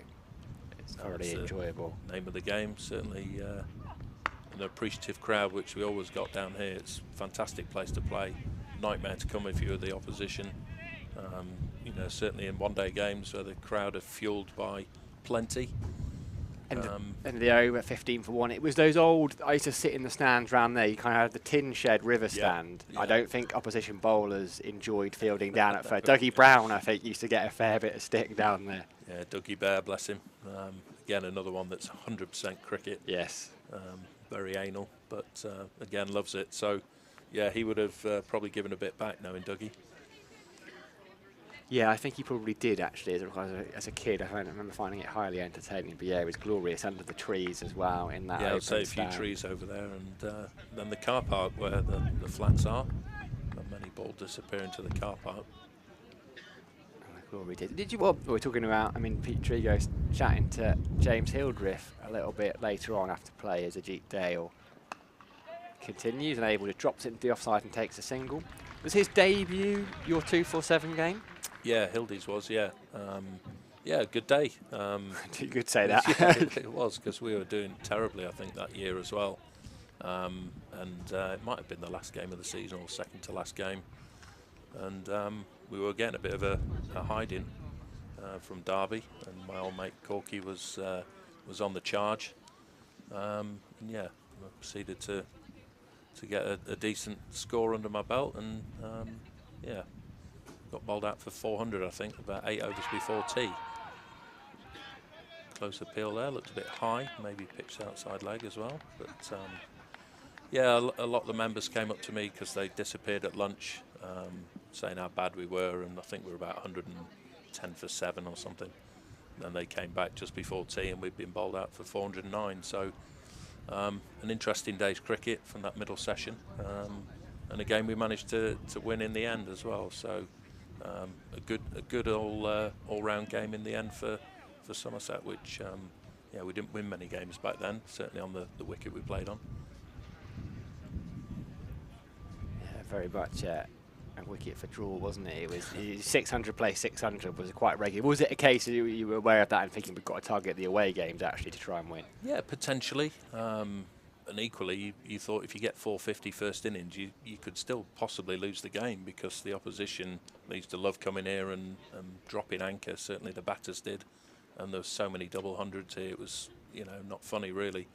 So they've interestingly brought a short leg into the equation. I'm not sure this pitch is quite suitable with the pace that's in it, but they're going to try something. And yeah, Singh Dale, he's an aggressive character, and he'll certainly try and execute any bounce out of this pitch. Yeah, if someone's going to get it, it's probably him. He's probably got the most pace of all the Gloucestershire bowlers, I'd say. Yeah, and it's a pace that, you know, from other bowlers becomes a long hop, whereas someone like Singh can possibly get it through a bit quicker than that. But he's got to make sure it's at the right height, because if it's not high enough, then it nullifies, and that's edged, and that's been caught behind second slip, I think. Tom Abel has gone for 2. And that's aggressive bowling, sort of back of a length, and Tom's gone for a bit of a back foot punch, and yeah, he's really open in that stance as well, you can see. Yeah, he was short of a length. It was a good catch from Ollie Price in the end. One you'd expect him to take at second slip there, up by his throat really, just had to Nice move height, wasn't it? half a yard to his left. Yeah, it's ideal, isn't it? Somerset in a bit of trouble here, 16 for 2. Skipper's gone. Tom Abel trudges off. Been in good form this season, but not able to carry it on today. And you say aggressive approach from Gloucestershire has paid off. Definitely. You know, they've got nothing to lose really. They've probably been told that, you know, every game is a final, and they've got to win all 3, really. Yeah, of course, and you know they've got to be aggressive. Otherwise, you know, what's the point? You're not going to compete. So I know Dale Benkenstein, the coach, very well. I know he's been frustrated at times with the personnel that he's been working with, and you know, just not having any backbone and steel. And that's one thing that playing with him at Durham, he. I was going to ask you, your teammates, presumably, Yeah, weren't you? such a competitive guy. Never backed away from any challenge, and you know he'll be expecting the same from his players. And you know, to see him come in and just sort of, you know, the last 8 wickets of their innings, he'll just melted away, didn't they? And I know he'll probably have some tough conversations with some players there as well. But equally, now that they've taken a couple of quick wickets, you know, he's sort of being repaid, I guess, with the way they batted at the end of their innings. Going to see George Bartlett then out a little bit earlier than he and Somerset would have liked inside the 4th over. Somerset 17 for 2 now, so right-handed Bartlett is on strike, only his 4th game so far this summer. Was a bit unlucky. I think he was lined up to play that first game down at Hampshire and rolled his ankle playing football. The dreaded football injury. Yes. You used to play a bit of football in the off-season, didn't you? Not so. But indoor? More Trigo, yeah. We Well. played a bit of 6-side outside, but yeah, it's hard work. So tend to play more golf now, which is more my speed. Dale then, good zip through. You intrigued to play a bit of golf? Yeah, he's Decent not player. bad, Is he as good as he says he is? Is he all right? I'm going to have to say he probably is, Yeah. annoyingly so. You can see the pain on your face there, having to admit that. No, he's a class performer. He's whatever he tries to do. He's done semi-pro football, very good cricketer in his day, and now he's playing golf. He's actually living the dream of any young kid wanting to aspire to do anything in life. He's done 3 of them, so all credit to him doing it at the age of 40, still fit as a butcher's dog. As Singh comes in, and that's hit away nicely on the offside from Bartlett, just in front of square. They'll pick up a couple of runs. Somerset go to 19 for 2. It's interesting what you go back to what you say about Dale. It feels like it's a bit from an outsider, and you're probably a bit closer to it than I am. You certainly are. Feels like a bit of a period of transition for them. There's maybe a bit of book balancing having to go on, which is kind of a theme in county cricket, not keeping on some of their white ball stars. But he'll be delighted with people like Charlesworth and Price making 50s, because those are the kind of lads they're going to have to build a side around in the future. Yeah, very much so. I think both the Price brothers have been around for a while now. I've umpired them quite a bit in the second team, and they're both very good cricketers, and it's good to see them getting the exposure at first team level. And yeah, they're the future of the squad, so shall we say. And obviously Charlesworth has been around a long time now. 6 seasons, yeah. Yeah, and it's good to see them scoring runs, these youngsters. As Payne comes in again, and solid defence from Imam Ul-Haq. But yeah, it's a tough balancing act, especially as it may be difficult for Gloucester to attract players to play. Their wicket's pretty docile as well, but I think it's a tough job for any coach to try and get the best out of what they've got, especially if a tournament comes around like the 100. Payne comes in and squares Imam Ul-Haq up a little bit. He's hitting a good line of length now. He's Payne at lively pace. But yeah, I'm sure it's not easy, especially when you've got guys that are quite willing to come in for a few years and then go back to a previous club, or come in and do a very good job and just sort of up there, stake a little bit and seem to be more valued, and then they leave. I think that's a tough thing to swallow as a county.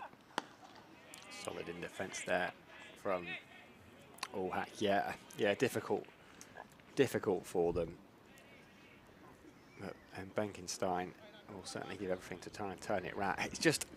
It's a bit sad in the way that they waited so long for their chance in Division 1 because of COVID and the regional structure. And to be honest, it couldn't have gone much worse for them this year. I thought they'd be all right. I did think they'd do quite well. They came here and won last year, and you thought this is a good side. Yeah, looking at they've got competitors, and it's a cracking delivery from Payne there. Beautiful line and length, possible bit of movement off the seam. But yeah, I mean the first division's a tough league. Having players missing, it's difficult trying to get the consistent team environment, and then if you're missing a couple of guys with injury, it makes it doubly hard. So squads aren't the biggest, and yeah, they really miss a couple of key players. I know Dent's been in and out quite a bit this year. Been a massive miss at times. No single there as the ball squirts out to Point, who is up in the rig. Trigger will be delighted somewhere in the ground.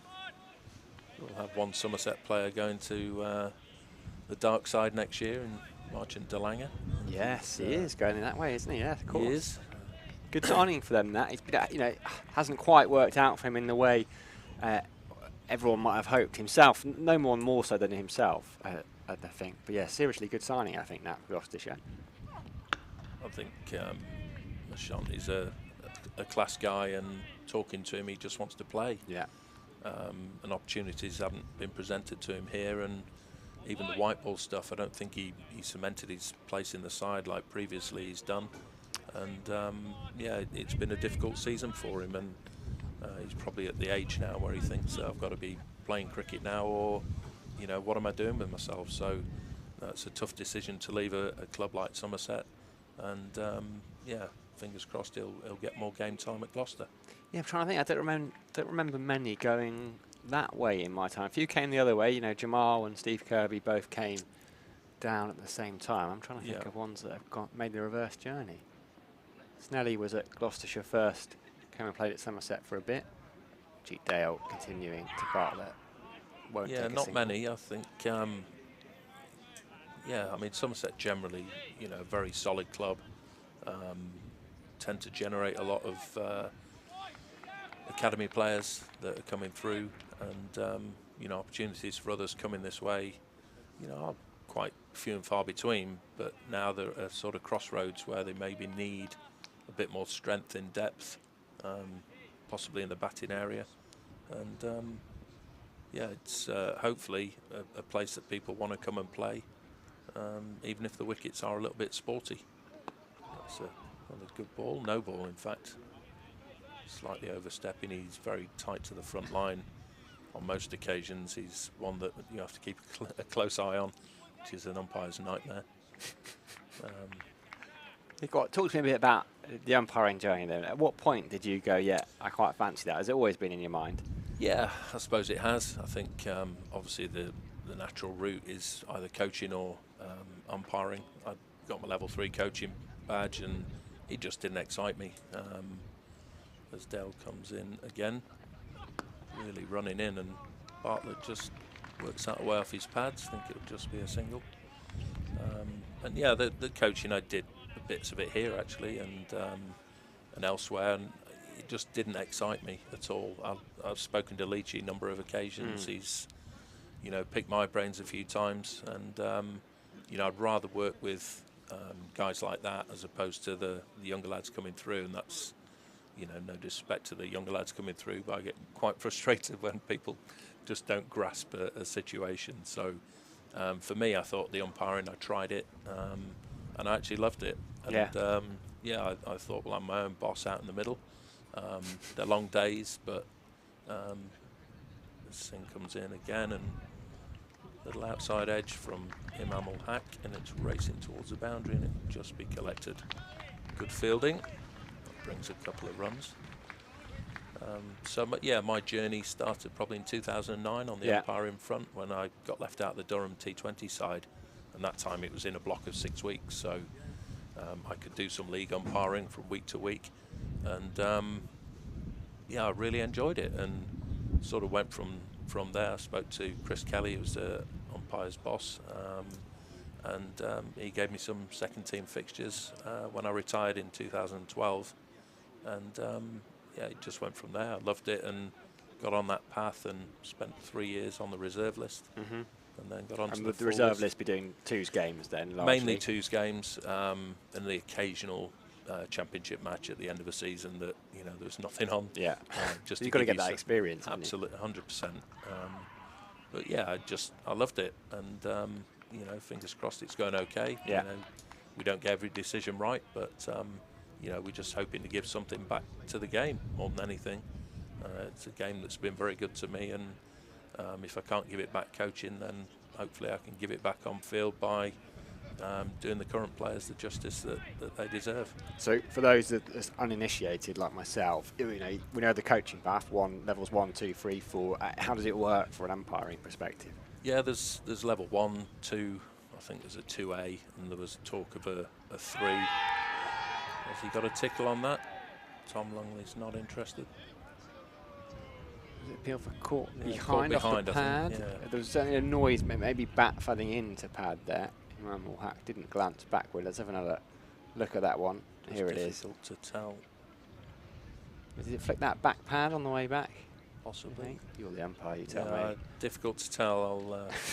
Looks like it's missing off stump anyway if it's clipped the pad, so it's a good decision from Tom Lungley, unless he's nicked it, which we can't corroborate. So we'll assume not. Yeah, for Tom Lungley's sake.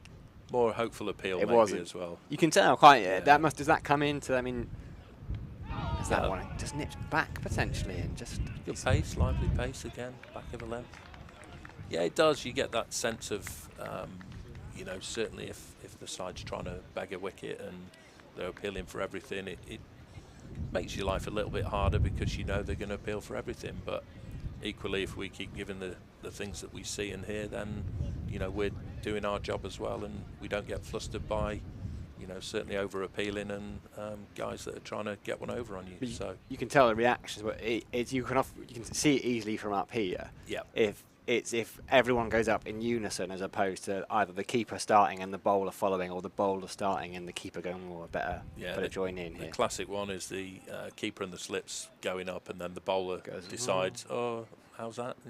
So yeah, it's Payne comes in again, back of a length, and it's punched away. A bit of authority there from George Bartlett. It's a good shot through backward point. It was a nice shot, all on the ground, 4 slips in there for company. Let's have another look at that one from Bartlett, who started nicely, moves on to 7 now, just rides the bounce, which Tom Abel wasn't able to do. That was off Dale at the other end, but Bartlett just got on top of that one. Yeah, he did, and didn't see whether it was the one that was supposed to run across him. I think he got his length slightly wrong, and possibly didn't get the angle that he wanted on the delivery. So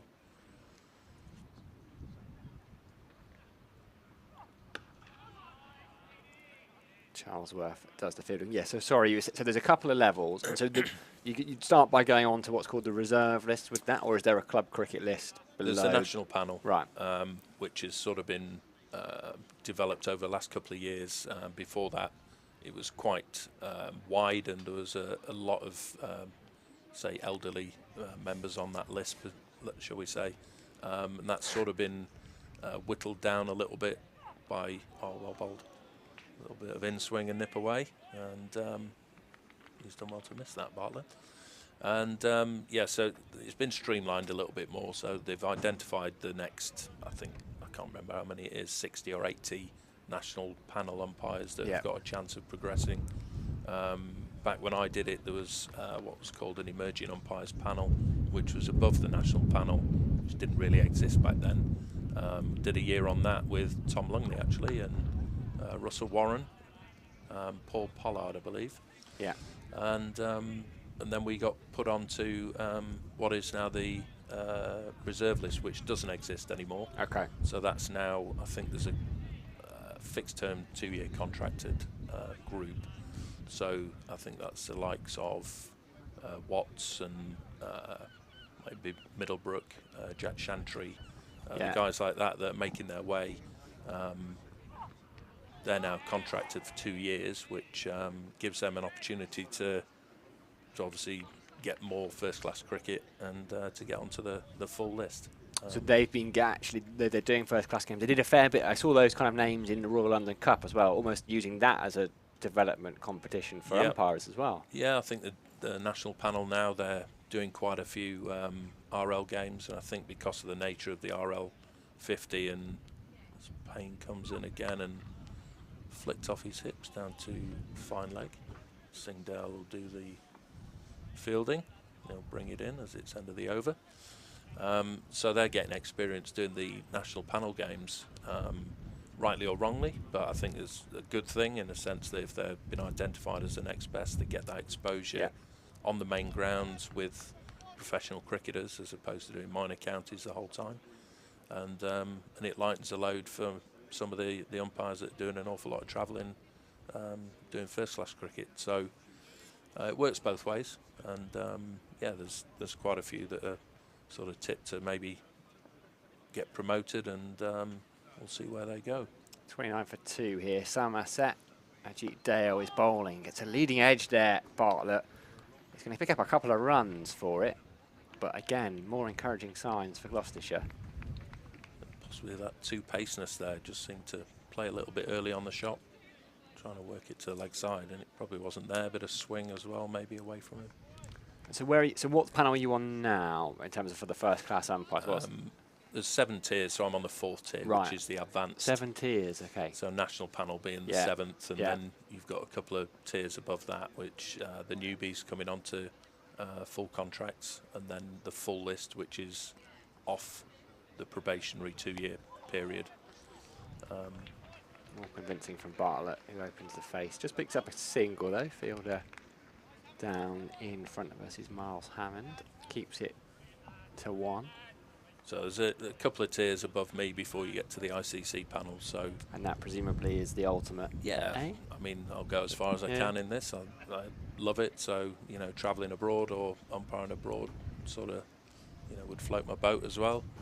Not just doing domestic stuff. So, is there the opportunity to do that? For example, you know, to go to, if you email, I don't know who you'd eat, but to go to Australia and do Sheffield Shield style stuff, does that work overseas in a way? Yes and no. I think obviously they've got their own panel of umpires, so if we went over, I think it's more the district cricket and the. So I think Steve O'Shaughnessy actually, his daughter lives in, I want to say Melbourne or Sydney, so he goes over every winter and he goes out and umpires a few games. So yeah, I think he just does it for a bit of a holiday and just to earn a few extra quid. But there are opportunities with all these T10 and T20 franchise things popping up all over. So a bit of luck. Obviously, COVID's hopefully sort of settled down a little bit, and it's another decent delivery there. Just dangled down to third man, and they'll come back for a second. Tight second, but makes it. So yeah, hopefully the opportunities are there over the next few years to do a bit of travelling and umpire and see different climates. So yeah, it's hopefully exciting stuff. Yeah, it sounds like a decent. Bored the listeners to death with no, I don't think, no, because it's stuff that we wouldn't, you know, we hear about it. I was going to ask you one more question about it, if that's all right. Yeah, certainly. In terms of ongoing trends, you get together as a group. We, you know, sometimes see Sky go in with the Premier League referees and sit down. Do you have days where you all go sit and watch videos and look at decisions? And not during the summer. We have our own online platforms which we can review. Sing in again, aggressive delivery. Little play and miss or a half prod forward there. And yeah, so obviously all the games now are recorded and well, on what's called MV Play, which we can actually go on and review all our decisions. I think the frustrating thing for us sometimes is the cameras aren't behind the stumps. They can be behind the bowler. They're all at different heights. The frame rates aren't brilliant. So trying to critique your own performance is actually quite difficult. Do you look at the end of the day? You're one of those that's always on. Possibly at lunch. I mean, I'm one for instant feedback. So with the match referee here, if I've given a tight decision, which I think is a good decision, I'll be looking for feedback just to make sure I'm giving it as I've seen it. That's lunch. Yeah, speaking of lunch, that will be lunch here at the Cooper Associates County Ground. We've had Ian Blackwell alongside us all morning. I believe you're going to be here for the rest of the day as well. Somerset 34 for 2 at lunch. Remember, Gloucestershire resumed on 320 for 6. A flurry of quick wickets in the morning, though. Lewis Gregory doing the majority of the damage. He finished with 4 for 62. So Gloucestershire 343 all out from 102.1 overs. Somerset in response 34 for 2. Tom Lammonby and Tom Abel, the men to fall, wicket each for David Payne and Ajit Dale, who both bowled pretty well this morning. It's difficult. I mean, plenty of wickets in this early morning session. Blackie, does it change how we think about the game in terms of where it was 2 hours ago? I think Somerset they'll be happy. Obviously, bowling them out for 343, which you know, they probably didn't expect to do midway through yesterday. But the loss of the 2 wickets has probably just put them on the back foot a little bit. They'll want to get through this new ball after lunch. It's quite an important period that I think that's just happened, and Gloucester will probably go off the field being the happier of the 2 sides. But equally, Somerset with Imam ul Haq still at the crease with George Bartlett, they can create a platform and see off this new ball, then Somerset can really sort of try and get a meaningful total. Yeah, it's going to be intriguing. An afternoon session, provided the rain stays away. We've got our fingers crossed. We got away with it yesterday. We lost 4 overs this morning, so in theory there's 75 overs remaining. Somerset fans will be hoping they can bat throughout. Imam ul Haq is 13 unbeaten, George Bartlett is 11. We're going to nip off for some lunch for 40 minutes or so. myself, Sam Dowling, Harry Everett, Pete Trigo and Ian Blackwell will be back on the live stream after lunch. To the right of the Somerset Cricket Shop, courtesy of the North Somerset Area Committee. Lots of great books, all at bargain prices and in very good condition.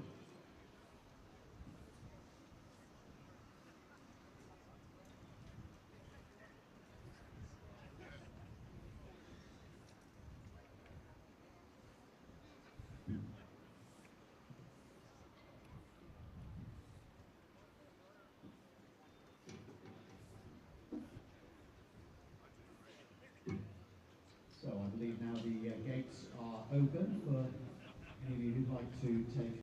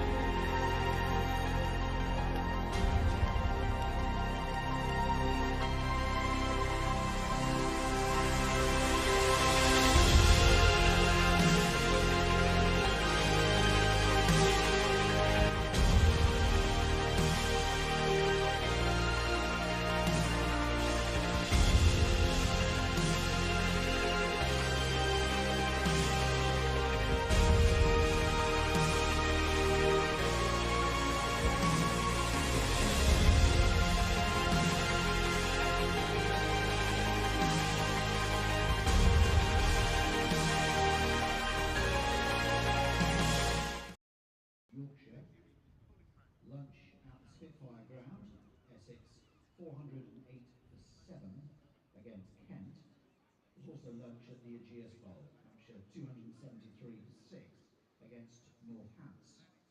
In Division 2, Nottinghamshire building a good lead against Leicestershire.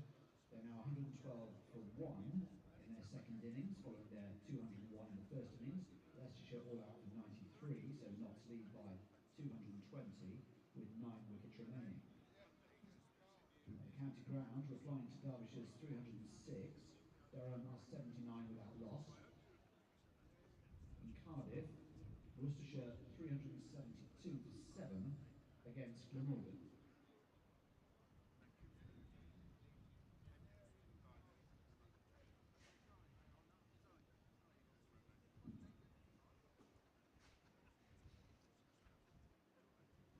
We have a wide selection of hot and cold food and drinks available from our usual outlets at Stragglers, the concessions in the Truscothic stand, the Somerset bar in Somerset stand block 1, and we have the fish and chip bar and the Botham bar available to you in the Lord Botham stand.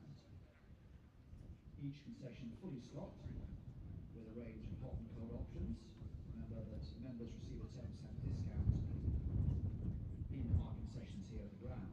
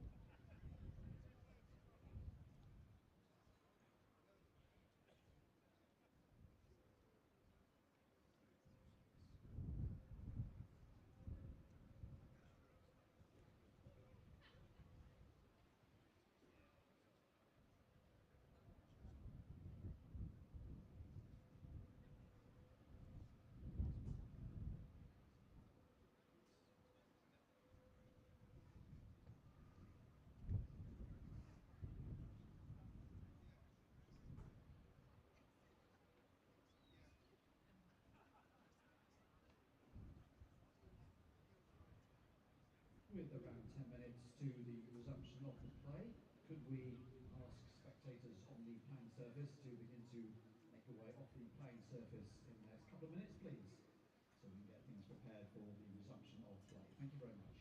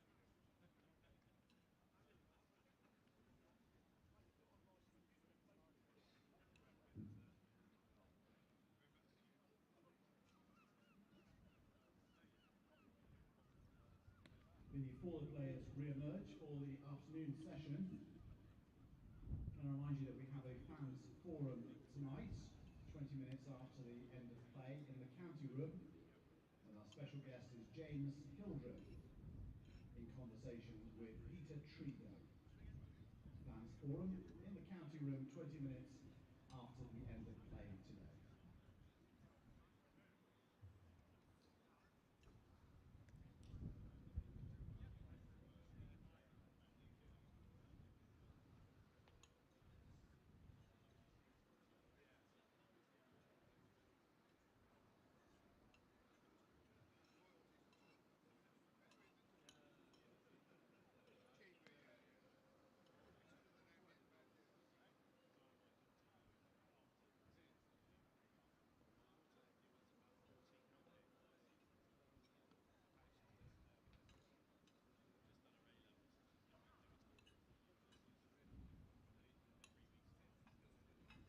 Please welcome back our match umpires Nigel Ron and Tom Lungley.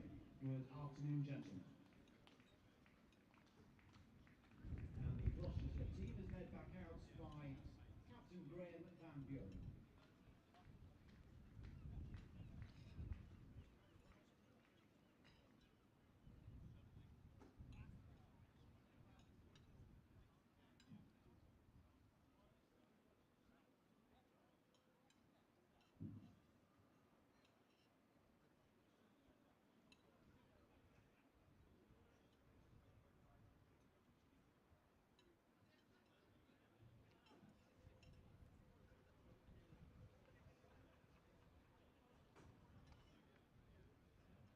Somerset resume after lunch on 34-2.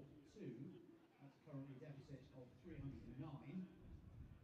Please welcome back George Bartlett on 11 and Imam ul Haq on 13. Good afternoon and welcome back to the Cooper Associates County Ground Day 2 Session 2 West Country Derby. Somerset versus Gloucestershire. Players, umpires back out in the middle. Fairly bright as well here, so we're going to get underway 2 minutes early by the looks of things. Somerset are batting George Bartlett and Imam ul Haq on their way out to the middle. Imam has 13, George Bartlett has 11, 34 for 2. Somerset in response to Gloucestershire's 3-4-3 all out. Remember, the visitors were 320 for 6 overnight. Marcus Harris making 159. Yesterday, 52 for Ollie Price and Ben Charlesworth at the top of the order. Somerset took 4 quick wickets this morning. Lewis Gregory with 3 of them to end up with 4 for. Somerset, though, with work to do, and David Payne, who caused a few problems before lunch, picked up the early wicket of Tom Lemonby, who's going to start off the afternoon session. Bowling at George Bartlett. Myself, Sam Dalling, here at Harry Everett, has just finished his second helping of curry and is coming in Very next spicy, to Sam. me. It was. Are you still struggling? Sorry a if little I'm a bit sweaty. Yeah, we won't put Comcam on because I've red sweat with the curry, but You're perspiring a little bit. You Yeah. got a bit of water in front of you. Milk. and milk. Lovely looking shot there from George Bartlett. Just lent into that one, over pitched from David Payne, who's been getting the ball to move around a little bit, but that was a nice shot from George Bartlett. Harry. Yeah, see, I was chatting with Shep, we've had on the friend of the podcast, well, friend of the commentary stream, and I was on the podcast with him and Ben and Anthony the other night, The Bright Side of Life, and we were talking about how George Bartlett can flatter to deceive. And he can look beautiful, play some gorgeous, sumptuous strokes, and just finds ways to get himself out. So I hope that he's going to defy that statement. Show some true grit and bat through here, but Someone needs to score. That one just keeps a little bit low there, actually, from Payne through to the wicket-keeper. Imam ul Haq has started brightly enough as well. What do we reckon, Harry, here? Where is this game? Is it evenly poised? Has one team got their nose in front? it's hard to judge, actually, Sam. I would say Gloucestershire will be happy they got past 300. I'd say they're probably just on top currently with the 2 early wickets as well. It's interesting, isn't it? Because it looked flat for much of yesterday. For the first 80 overs, basically. It was that second new ball. There wasn't a lot happening. I did a pitch at all. inspection today at lunch and yesterday at lunch, and it does look flat. The thing I did notice at lunch today, interesting observation, is what did Tom Lammonby bowl? Let me check my scorecard. He bowled 6 overs. David Payne's pretty early into his spell, only in his 5th, well, 4 before lunch, and there's big marks from the left arm over the wicket. Big footholes, which... Outside edge on the ground to Ollie Price. Yeah, but the right arm seamers were bowling around the wicket at left-handers early doors when he had Charlesworth and Harris at the top of that order, and all of certainly from this end everyone started around the wicket. And Josh Davey bowled a fair bit around the wicket, so did Casey. And actually Casey was bowling around the wicket at Ollie Price, wasn't he? We had that slightly odd field with a fly slip almost. He was trying to bowl short. But it's interesting because it's actually quite wide at the crease. I don't think it's actually going to affect the spinners. I don't think Sajid Khan's really going to get much turn out of the rough because it's so wide. He needs to want to be a little bit closer It's also a little bit too full as well, but it will be interesting to see Sajid Khan, the key spinner in this game. Gloucestershire, yeah, they got Jack Taylor, but Yeah, Graham Van Buren might bowl a bit. Yeah. You'd think they're I not mean, on the Sajid level Khan, of a test spinner. yeah, should be a level above. Continue from the river end, Jeet Singh Dale. So we talked about how well he bowled before lunch. Jeet Singh Dale is going to continue. Right armour. He's bowled 4 overs, 1 for 18 so far. Yeah, I like him. Lively, saw him up at Radler a couple of weeks ago, and he got a fair bit out of an interesting pitch.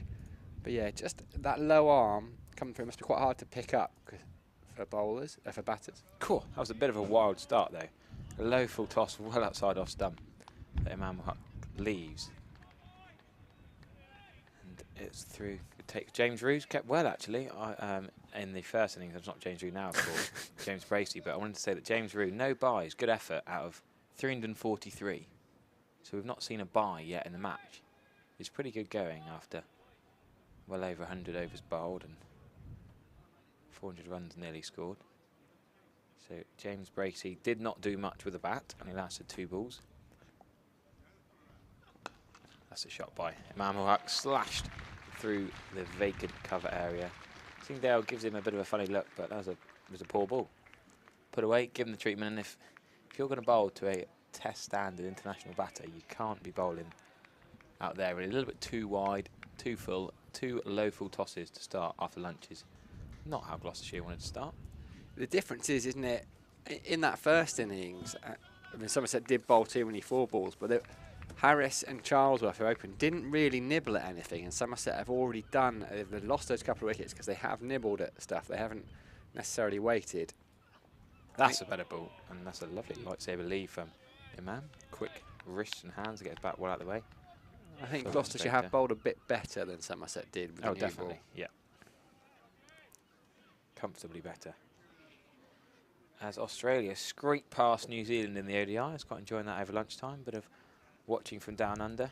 Fairly low scoring ODI. And Did they come back out, or was it done? Yes, Because they went for the off, rain. what did you say, 4? 4 runs to win. They went off for rain with Adam Zampa and Green at the crease. But yeah, Carey and Green have bailed Australia out a bit of trouble in that. Interesting to see Matt Henry, of course, playing the Cat Championship this year. He's involved in that ODI. As Dale's left again by Imam. Looking forward to the T20 World Cup, just a couple of months away. There's going to be a lot of T20 cricket played over the next couple of months, but nice to also see the odd 50-over game. Of course, England will be going off to Pakistan. That's in a couple of weeks, isn't it? Yeah, That's it's during odd to the see end them of in the season. September. Yeah, Imam Haq will not be involved. Sajid Khan will not be involved. They're not really white ball players. Imam has opened in the 50-over. Didn't games, Iman get? Yeah, he got runs in the recent ODI series. Yeah, not T20. No, very good 50-over player actually. He played really nicely, back for punching cover. I watched one of his hundreds he scored. I do like a good ODI. Dale's got 2 balls remaining, and what a ball that is. Not an appeal, just a celebration of a corker. Yeah, he's bowling well, Dale. He's got a bit of pace, man. Just a little bit of extra pace. Nice to see all of you joining us on the YouTube comments. Nice to have Matt Renshaw on earlier. Oh, was he Giving in, was he? Trigo a bit of stick. Yeah, well, not here. He's No, the but on the comment. YouTube, yeah. He's tuning in from down under. Probably double screening with the ODI he ODI, wasn't yeah, involved with. Watching the Somerset boys, giving Pete Trigo some stick for his gear. Well, he's dressed quite smartly today, Pete. He's toned it down a bit, hasn't he, in the last couple of weeks? Well, he's got a He's got Q&A the thing on tonight. tonight, isn't he? Yeah. I think I should probably stay for that, to enjoy that. Him and James Hildreth. Might try and make an effort to enjoy that. He's staying for that. Well, it's straight after play, yeah, it might do. Depends actually. on. I think it depends on the timings of. There's going to be 20 minutes after play, but I'm not sure as Dale completes a decent last 4 balls. After the first 2 balls are pretty poor. Well, the thing is, we've all got different. Ian Blackwell's the most definitive, being an umpire. He'll be back later on. He's got a couple of weather apps, and they all say something completely different. So really, you can only take it as it comes. I mean, there was various forecasts some suggest it's going to be fine all afternoon. Others, it's not going to stop raining. So, who knows? Who knows? They're out there at the middle. The sun is shining. George Bartlett is facing David Payne. Tries to turn him around the corner. I think it maybe got a bit of bat on it, but also cannoned into his pad because it didn't go with any great speed. Payne just pitching it up for most of his spell so far. He was this morning, and just getting it to nibble around a bit. Left arm seamless has got that slight point of difference. The angle we saw Tom Abel actually, and it was a very relatively brief innings, but he opened himself right up that front foot. He was almost face on to Payne to try and negate the in-swinger. Left-handed Imam ul Haq on strike now. Very loud shout of no, I like that. Hearing that right up here in the Thatcher's box, right above the Chiscothic Pavilion, up in the gods up here, and we could hear Imam's shriek no.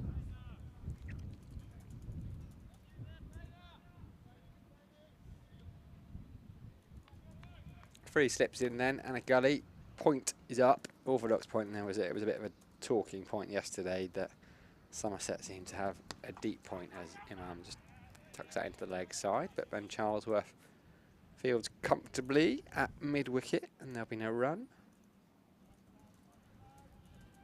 Sun's still out here at the Cooper Associates County. Yeah, we have been lucky actually. I cannot get over how heavy the rain was. Literally, what, 5:45 we were playing? It was almost just as they came off, it started raining. You were down waiting for the interviews, weren't they? And it was absolutely soaking. Yeah. Imam ul Haq came out in his Crocs and was shouting in the gazebo. Thinking, what has he come to England for? Wet weather, but it's no nice dry conditions for them now. No run to Van Buren there. Rose's game lengths all out for 276. So a good bit of recovery there from Yorkshire, given the opening partnership was worth 180. A crumble, George Hill 6 for 26. What an effort from George Hill. Only 26 balls it took Yorkshire to wrap up the last two wickets. A bit like here this morning, really. Yorkshire wrapping it up quickly, and Somerset wrapping it up quickly this morning. But yeah, 180 for none, Lancashire were. Jennings back well again. No run into the offside again. Mr. Cushy for Essex is on 88. Unbeaten, 414 for 7. They are down at the St Lawrence ground in Canterbury. And where's the one other Division 1 game? It's down at the Aegeus Bowl. Not playing at the moment. Bit wet down there, yeah. It's just had an inspection, so we'll find out soon if/when they're going to get back out for the day. Bathed in sunshine here. Fuller one from Payne there. Oh, Hack, you can see his frustration there. He just wanted to turn that one round the corner. It would have been 4. Doesn't get anything on it. End of the over. 11 gone, 43 for 2H. Further County Championship and Australian cricket news. Big news for Glamorgan again. Labuschagne, 2 more years. Another deal for. He loves it, doesn't he? It's brilliant, and I love seeing him play. I mean, it will be affected by the Ashes. 2023 sees England playing Australia in the Ashes in June and July, so he won't play masses of games. But to warm up for the Ashes, perfect, isn't it? Go to Sophia Gardens, and he's been such a crucial man. He's bought into everything about the club, hasn't he? He talks to Matt Maynard quite regularly about batting, even in the off season. Oh, leg side. George Bartlett tries to have a whip at that. But yeah, he did so well. He scored 377 championship runs in 5 games this year, early in the year. But he did get 10 wickets as well. But he would have enjoyed those as much as, if not more. Wickets, yeah. But he was bowling quite a lot, wasn't he? Was it 2019 when he got 1,114 runs, and that was when he came in and thought, wow, this is a player. This is the guy. Yeah, he's turned in because for 3 or 4 years he played a bit of Sheffield Shield and didn't really have a brilliant record for his first couple of years. You weren't really sure when he came into the Test side, was he a leg spinner who bats a bit, or a batter who bowls a bit of leg spin? A bit like Steve Smith. Exactly like Steve Smith was. Something at 8 in his first Test. Well, he played in Ashes as a leg spinner, didn't he, over here? He's done all right, Steve Smith. Not amazing in the last couple of years, though. Did watch that, played an anchoring knock in the ODI against Zimbabwe the other day. Enjoy that little brief series. Not very often Zimbabwe get to play against the top team. They beat them, didn't they? Yeah. Burl with his leg spinning wickets was crucial. That looks quick at the hip of George Bartlett, the left hip, but worked away for 1. You say he's not done much. Did he get 150 against Sri Lanka in the last Test series? 140 odd, I think. Yeah, I just mean the last couple of years partly since Jofra Archer come in and whacked him. put him in the head. I think that's probably affected his confidence a little bit. It's not as simple as being one thing making all the difference, but he's not quite been the colossus of runs, and his average isn't quite as good as it was a few years ago. And part of it is also that Labuschagne could have done so well. He scored some of the runs that Steve Smith would previously scored. But I do enjoy watching them back together. Almost like the Master and the Apprentice, a bit like Obi-Wan Kenobi and Anakin Skywalker. I think of when Steve Smith and Monica Labuschagne are back together. You don't know quite who follows who around now. Yeah, it's slightly changed, isn't it? It was certainly it was a very one-way initially, but I think now, I mean, for Australia it's brilliant, isn't it, to have those two in the middle order. World-class players. Steve Smith ever played any county cricket? Probably not. Good question, actually. I can't remember him. I don't recall him having a spell. If it was, it wouldn't have been it, a sustained. It would have been a couple of games, but I don't think he has. Oh, Worcestershire. Oh, there we go. Cheeky little single there. Good running from Mammal Huck. Yeah, brief spell in 2011. How many games are we talking? Do you reckon? Fanny, I'm gonna go something like 3 or 4. Yeah, I was going to say we'd remembered if it was a whole season. He played first class. In 2013, he played a tour match in Worcester, but playing for Worcestershire. No, he didn't play a first-class game for Worcestershire. Didn't play a List A game, so he must have played a T20 series. Played 5 T20s. Hardly worth mentioning then. 5 T20s, and I just every time I look up his stats, it just makes me chuckle. His full name, Stephen Peter Devereux Smith. I don't even know if like that name. I just Devereux. Is it Devereux? I've got a good friend with the surname Devereux. Have Yeah. you? No, I've never seen that name before. Every time I look up his stats, it makes me chuckle. There's the scorecard on screen. 45 for 2, 12 overs gone. Somerset. Imam has got 18. George Bartlett has got 17. We're in a bit of a Steve Smith hole here, aren't we? We are, We're just going down it. Look, come on. Test average of 60 from 87 it was about tests. 80. Was it a that couple of high? years ago when he was scoring all those runs? So you saying Steve Smith is not very good anymore? No, Is that I what you're saying? I said he's gone slightly downhill. All right, so you've written him off. Past his best? No. Probably not quite as good as Labuschagne is these days. David Payne gets one to lift to all hack. 3 slips in waiting. If I'd wanted them to bat for my life now, I'd go for Marnus over Steve Smith. Whereas 3 years ago, but the other way around. Yeah, fair comment. We're probably still saying 2 of the best batters in the world. But Let's have another look at that. David Payne.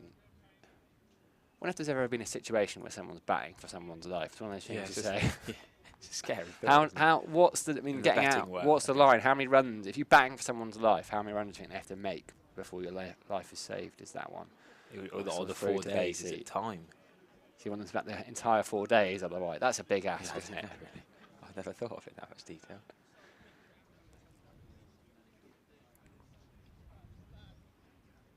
I like the attacking fields from Gloucestershire. 3 slips and a gully.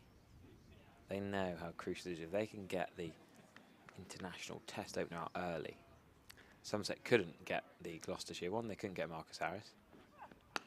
Whack. Solid there. It's interesting, isn't it? Because I don't think Somerset didn't take the edge at any point in the first hour or 2 of playing. In Gloucestershire have already found it 3 times because Marcus Harris put that catch down off Lammonby, and the next ball he nicked behind to Bracey. Tom Abel also fell.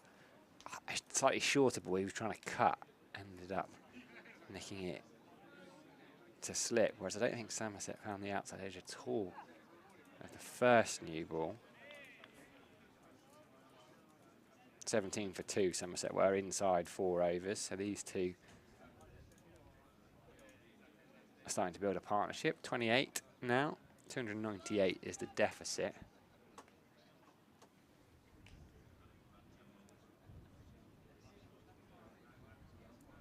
Yeah, we talked about the New Zealand-Australia ODI series, just a little 3-match series in September before a few weeks off for the New Zealand team, but punched into the offside, not quite timed, but they will pick up just a couple of runs. I think they'll settle for. Busy old time in New Zealand, haven't they? They seem to be on this never-ending tour. I know they're back at home, but well, poor Matt Henry's clocked up some miles. He was going to come back to Kent just for their 2 matches and then go back, of course. The T20 World Cup's coming up. He'll be pushing to play in that, but he was going to play. Him and Navdeep Saini were going to play with Kent and Warwickshire respectively, and now not managing injury is the latest news. Rib injury for Henry. So that's a big loss for Kent, who are still in the bottom 4 of the Championship Division 1. Could get drawn into the relegation battle.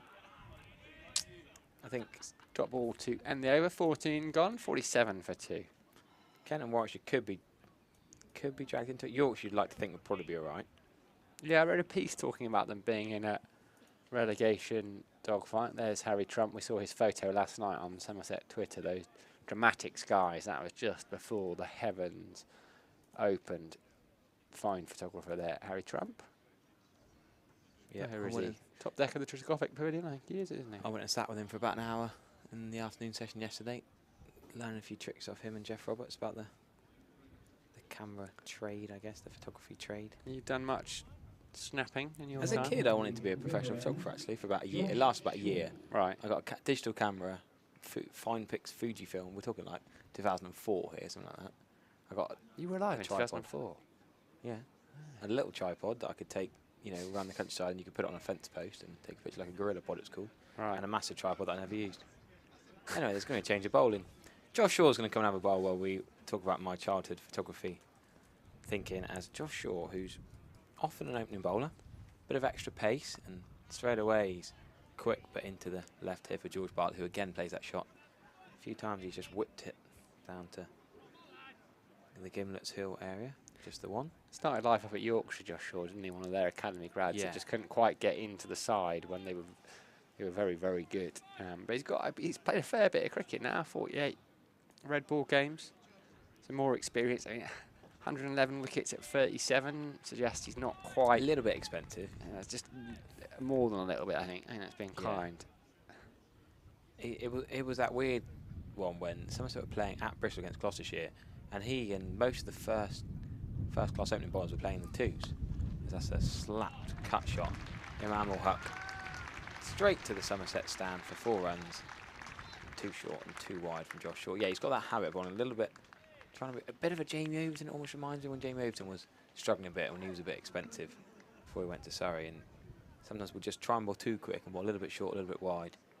And batters can cash in on flat decks. But yeah, there's that. When Somerset were at Gloucestershire. This is when Lewis Gregory ran himself out for 89. So 2 low knees. Yeah, no, yes, there were 3 low knees. Yeah, Zach Chappell, Lace, Jacob Chappell, Baffle. and Baffle. No, not Lace. Sorry, Lace is Gloucestershire. Who was the first? The other seamer, Brad Wheel from Hampshire. But they were coming back from injury, weren't they? Payne and Yes. Payne had COVID. That's a better length in line from Shaw. And yes, so Shaw was playing at Taunton Vale in the twos, as was Nassim Shah, I believe. And it was, you looked at the scorecards, and the Gloucestershire twos bowling attack was much better than the Gloucestershire one's bowling attack, because they weren't fit enough to bowl in 4 days, but they were, coming back from injury, they could get away bowling 4 in the T20, but rather different. It was Spin that did the job for Somerset, though, wasn't it? Jack Leach, did you have 8 for in the game in that one? 7 or 8, maybe. Yeah, 8. Tom Abel set up the game 1-1 innings in the end. Really emphatic. Good run from Imam Haq, just rotating the strike. Good cricket from these two. Taking the ones when they can, putting the bad balls away. Useful partnership, this. From Somerset. 36 so far these two have put on. There's no rush either. No. Lots of time left, weather allowing, but you can't take that into account. You look at the forecast I'm looking at now suggests it should be raining heavily. Well, I think we should ban the word forecast for the rest of the next 3 days. Is that allowed? I agree, I think. Spend so much time chatting about it, and bless him, it's often wrong. Bless him. It's a hard art. Bit of chat around the field, you can hear coming through our effects mic. It felt, you were outside a bit more than we were yesterday, H. It felt like it was just a bit flat out there for Somerset for long periods.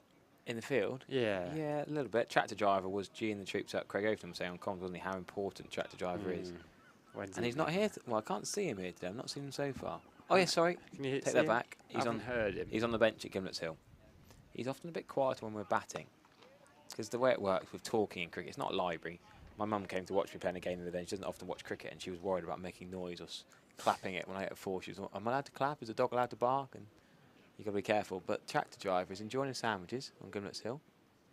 He is way more vocal when Somerset seamers are bowling, because a bit of time when the bowler's running back to his mark and go, come on Louis G.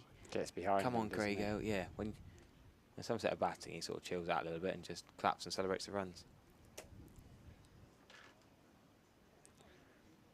Double change, is it, for Gloucestershire? By the looks of things, I think David Payne is coming out of the attack. Is that Ollie Price, I think? He's going to turn around and have Yeah, no, Tom Price. Tom Price, sorry.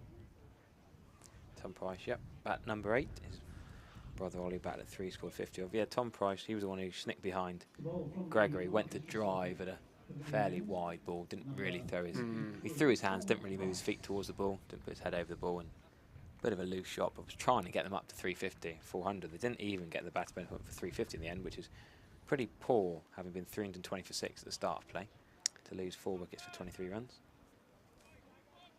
Yeah, one of 3 sets of brothers is the Charlesworths, the Taylors, and the Prices at Gloucestershire. That can't happen very much. No. Over the wicket to Imam, 3 slips and a gully, and Imam right in behind it.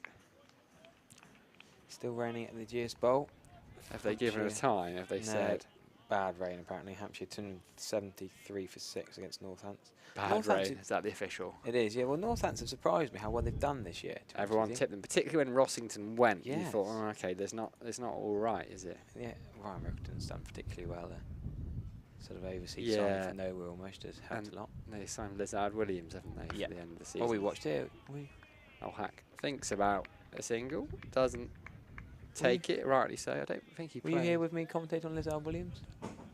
The Did you South miss that Africa, one? the England Lions game? Yeah, I was Of here. course you were. Yeah, we was. Do you not remember him bowling? Yes, I Come do to bowl from actually. this end, I think. Yeah, I do. Just got Pavilion end. I do. 28-year-old Lizard Williams. He didn't bowl particularly well that day, but Smeed They didn't really. and Bantam were pretty good. You thought South Africa were going to struggle here. Yeah. They were taken apart by the England Lions. And then did all right against England full team. Driven, it's not gone where he wanted it to go. He was looking to push it into the offside, Imam. It's gone into the leg side, but he's all right. Big test for someone like Price here to bowl at an international caliber batter like Imam or Hack. Big weight of expectation on his shoulders. Yeah, Rickleton came in and just had... I've almost been surprised he hasn't had a test match just because of how well he did in English conditions. He won the dominant batters in the county championship first division. And you think, well, okay, looking at someone who's used to batting in England, it was a glorious ball that from Price.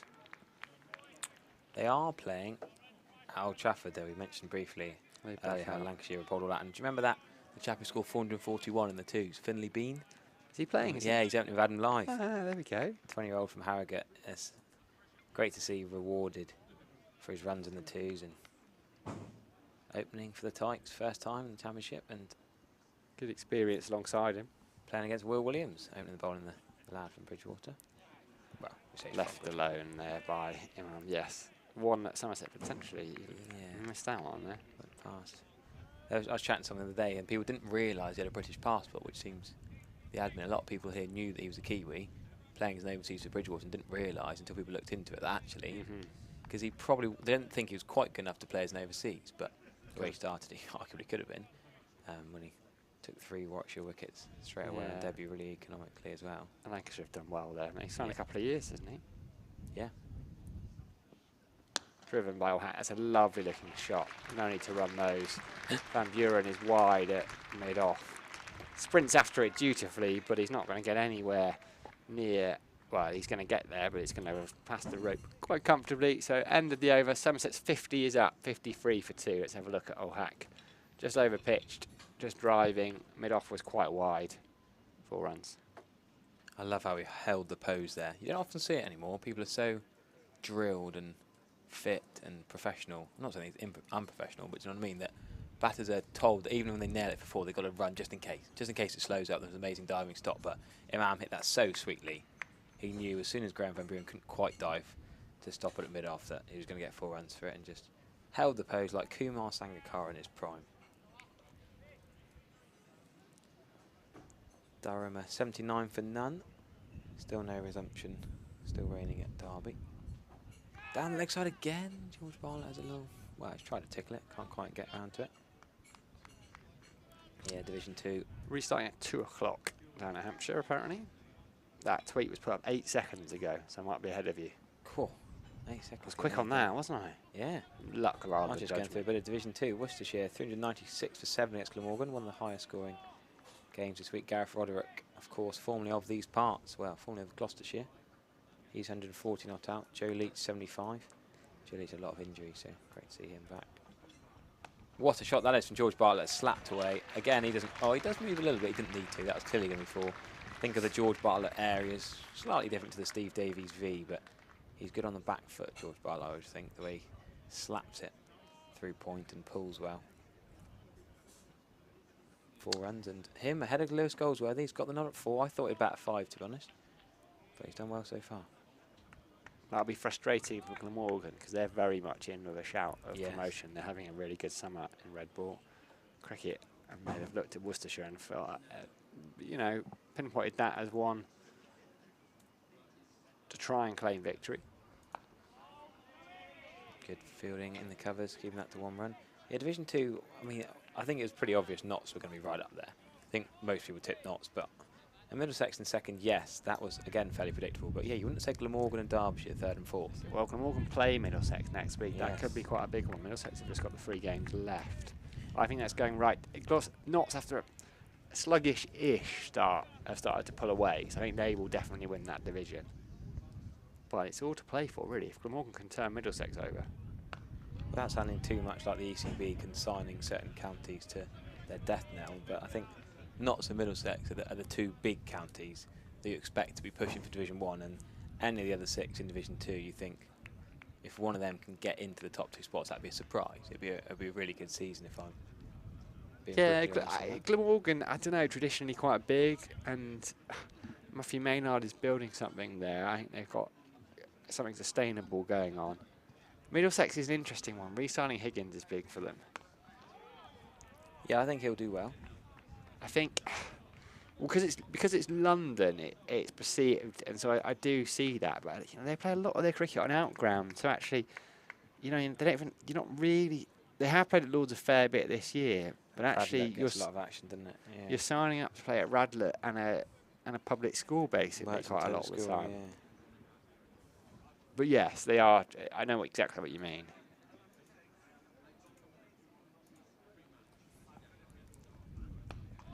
Yeah, George Bartlett he's been sensible here, just waiting for the bad balls. He doesn't need to go looking. There's no real rush for Somerset here. We think rain will affect the match, so first innings bonus points are crucial first and foremost. A lot of talk about it being a draw written all over, but I don't think it's quite that simple. I still think we could see a positive result here depending on the next couple of days, because it's not running anything like as much as people expected. But 61 for 2 Somerset, they just got to keep going and try and get to 400 with 410 overs after if possible. But there's so many aggressive players in the middle order that these 2 can just see off the new ball for a few more overs and then tuck into the change bowlers. Well, even with rain, there's still probably 130, 150 Exactly, overs yeah. left in this game, which is a lot of time. Particularly as we saw how quickly it developed this morning. As Price comes in to Imam, who opens up the face, fielded at backward point. Just a lovely text from Annie Chave, who's loving listening to us too. Enjoying watching Imam and coming up here on Thursday. Still going here.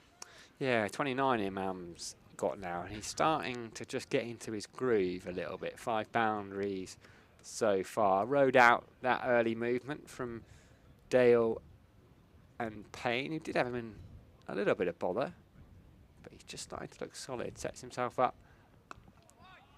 He gets down.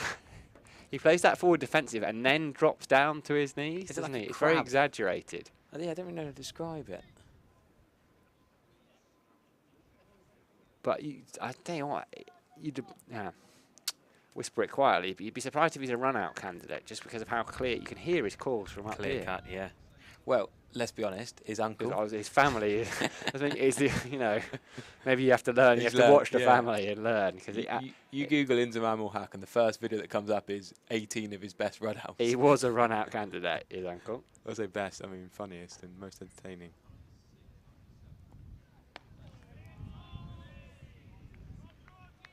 Gets in behind that one. We'll have a look at the slow-mo of that. Straight drive he played off Tom Price at the end of the over. Just had Graham Van Buren scrambling to his left. Only a little man, Van Buren. Couldn't quite head off. Good to see him back. Missed a decent chunk of the season. Well, it was dislocated shoulder, It was was up it? there, yeah. Yeah. I was there watching. It was Your really fault? It looked really bad. It did look awful. I put He's had a tough couple of Upper years, Bristol, really. He yeah. couldn't play initially. He missed a big chunk of last paperwork season. stuff. Yeah. I like Van Buren, but you got to feel for him. Single there from Imam. One ball remaining in the over. Is it 1 or 2? Ooh, should be. I think there's a scoreboard ticked over. I think it's 1, but it could be ball beyond. Chris Payne, I don't think related to David Payne, is agreeing with me, echoing the same sentiments as me that yeah, tractor driver doesn't like to distract the batters, so he keeps a bit quieter when Somerset are batting. Gives his vocal cords a break. I think it's impressive how his vocal cords keep going. Overs and overs. Right, keeps them soothed, doesn't he? I'm not sure if Thatcher's got soothing qualities to the vocal Oh, I cords. don't know. Bit of magic. Bartlett just using his feet. He was a good couple of steps outside his crease by the time he played that one. Mike from Ilminster on the stream. So he's got the BBC on, Mike. We've just seen that exact same time. I'm going to text him straight away. I can't. Obviously, I was going to say something to him, but I can't because he's not listening He's to not us. listening. Yeah, it's the last time we advertised for you, Mike, on there. Yeah, we are outraged. No more chat at the museum, we'll say. You let him know we've clocked it, Harry. It's funny that we both saw exactly the same time as well. The outrage. End of the over then. Bartlett pushes that into the offside. Let's have a look at that Imam Ul Haq drive through mid-off in slow motion. Wide stance. Opens the face. This is off Tom Price an over or so ago.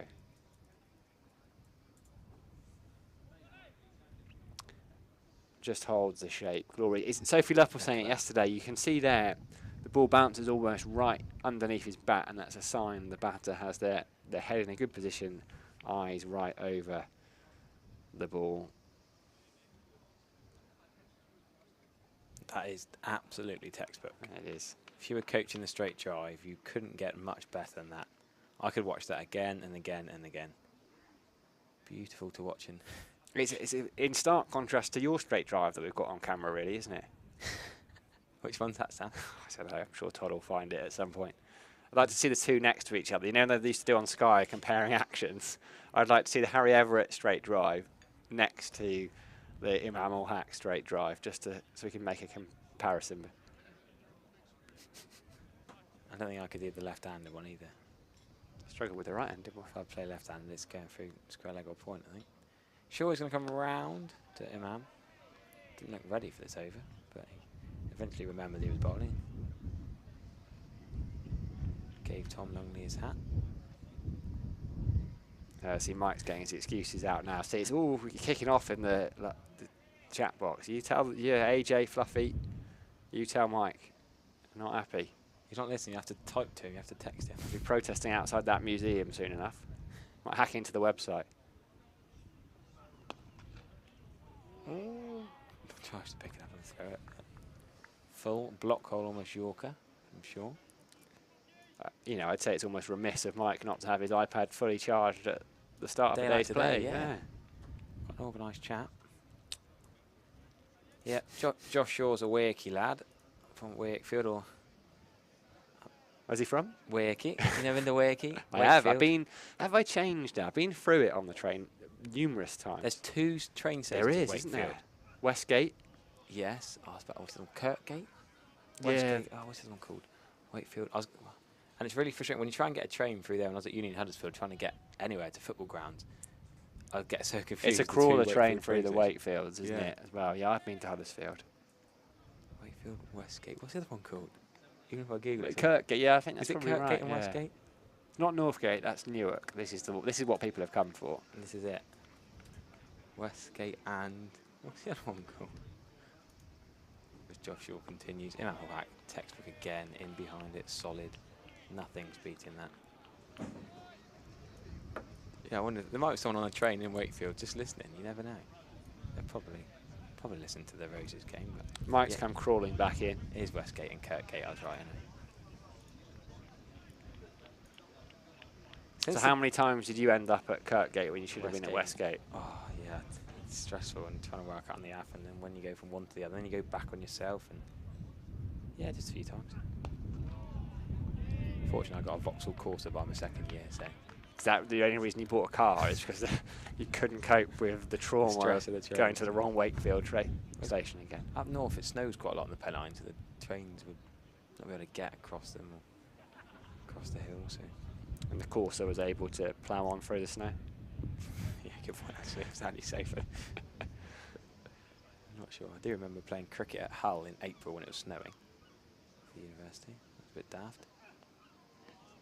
There's photos at the start of this summer, wasn't it? We did Sean Masood Yeah. down at the parks at Oxford. Was it Oxford? Yeah. Parks at Oxford. wasn't I it? think Hugo Whitlock, who played Somerset 2's games a few times. Definitely think he was playing in that game. Against him. We should have given 2's update, actually. I didn't deliberately segue into that. Somerset 2's are at... Despite having the scorecard right up in front of you. Well, no, I've only just loaded it. It's just been one of my 16 tabs. I've How's T-Rex not doing? loaded all day. T-Rex is a bowler. We're not taking the mick here. Somerset have a bowler who's played a bit for Warwickshire. T-Rex, he took 2 for 49 or 14 overs in the first innings, but Somerset are now batting. And Ben Green, great to see him back and fit. He's 35 not out off 35 balls with 2 sixes, so he's not messing about, is he? This is a multiple day game. Well bowled that from Tom Price, just squirted out towards Charlesworth at backward point. To a text from Dan Whiting, Gloucestershire live stream commentator. He's pointing out that left-handed openers are dominating this game so far. Marcus Harris, Yep. 59. You know, old Hack going along nicely on 30 now. Sadly, Tom Lammerby, the only other 4 left-handed openers to miss out.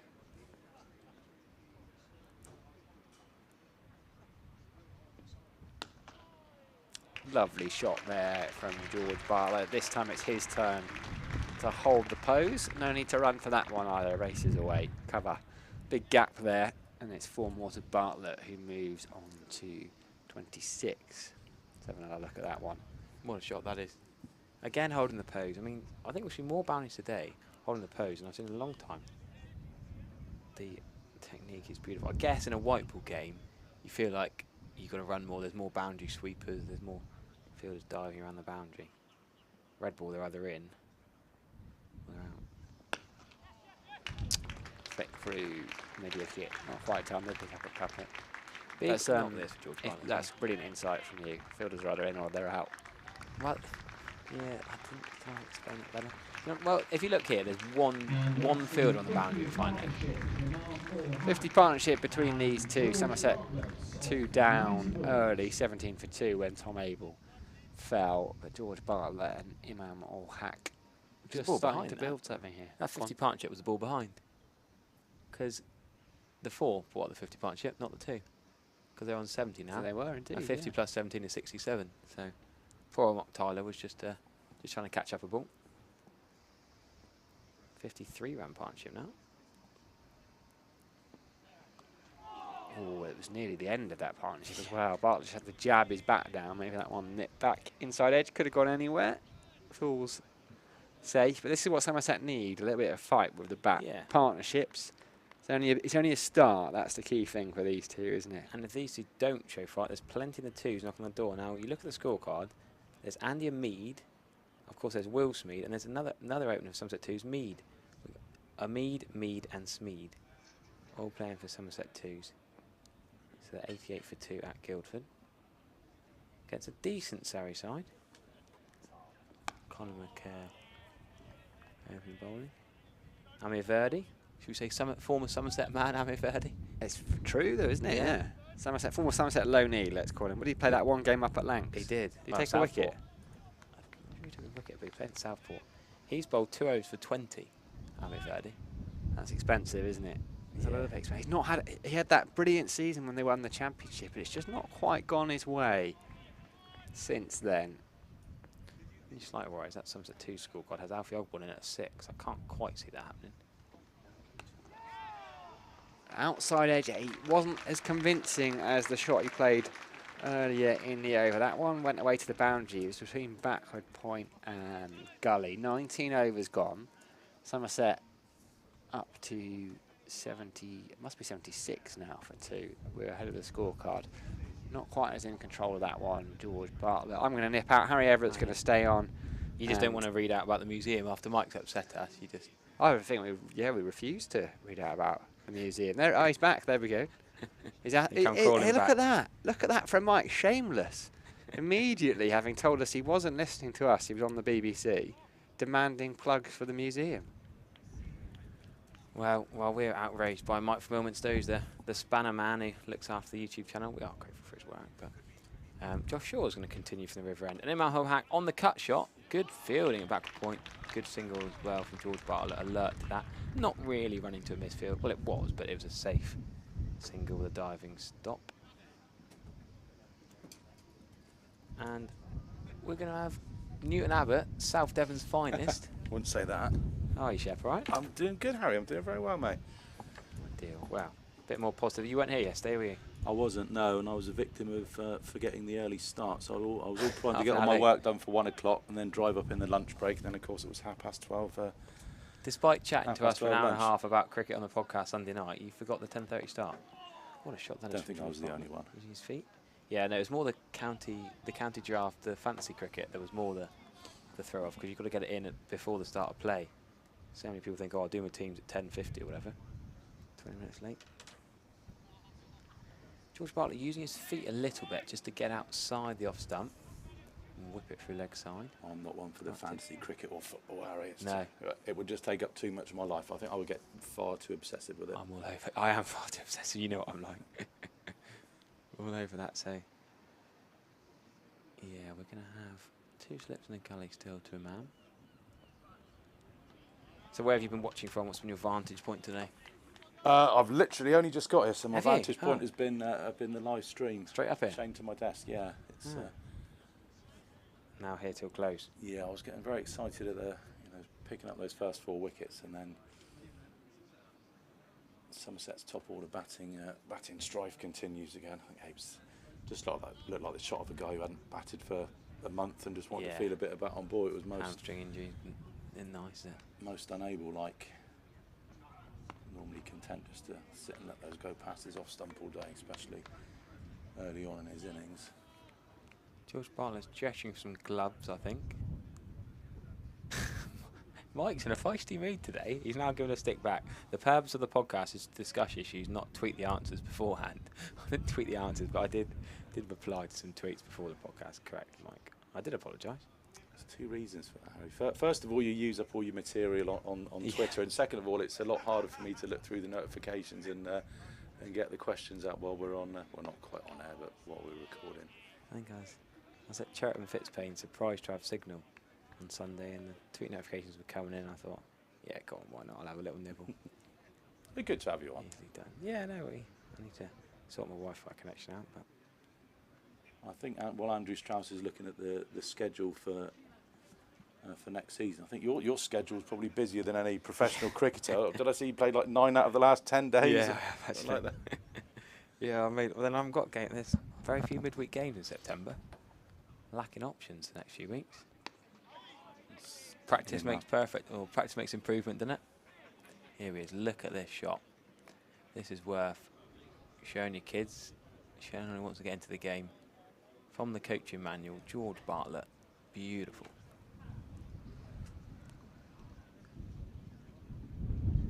Holds the pose. That was a lovely shot. I was next door in the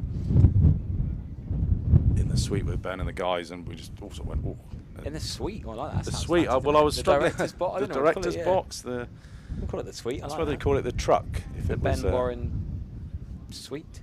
Why not? He likes that. It's got a little smile on his face. We've got the Pete Trigo broom cover. We'll have the Ben Warren suite. Sure. Todd's jealous. He hasn't got it named after him as well.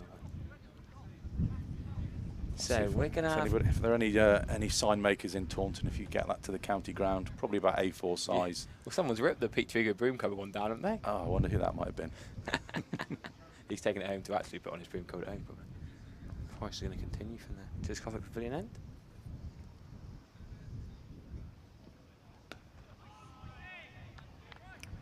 Price probably not quite as quick as the other 3, but still got 3 slips and a gully fairly far back. One of the decent areas. I'd like to have seen Dom Goodman or Paul Van Meekeren playing for Gloucestershire, purely from a local point of view. Dom Goodman having been at Exeter University and Paul Van Meekeren having played here and then before he went up to Durham. Good lads, good bowlers as well. I Yeah, thought they'd be good lovely enough guy, Paul Van Meekeren. I think nobody's got a bad word to say about him. He's a lovely guy. It's a shame it didn't work out for him here.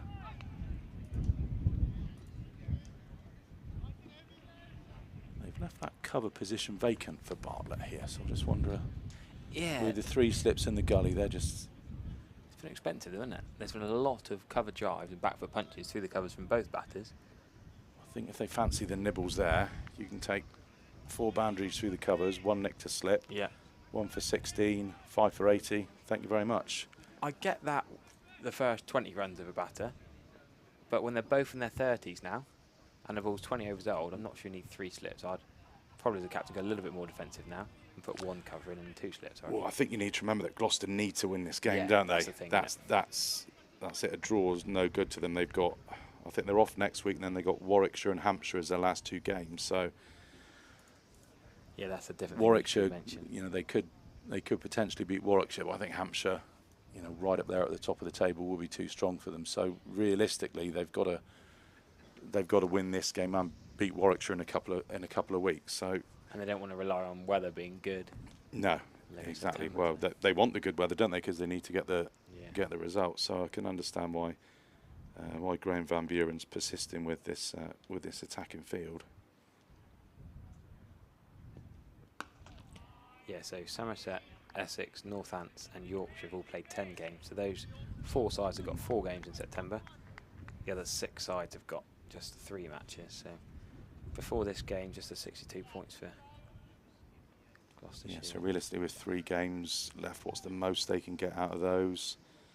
If they win them all, 16 for a win, say 20 each game, that gets them up to 122. That's probably not going to be enough either, is it? No, actually, yeah, looking at that, Kent on 114, Warwickshire 104, they've got to get more than that in the last couple of games.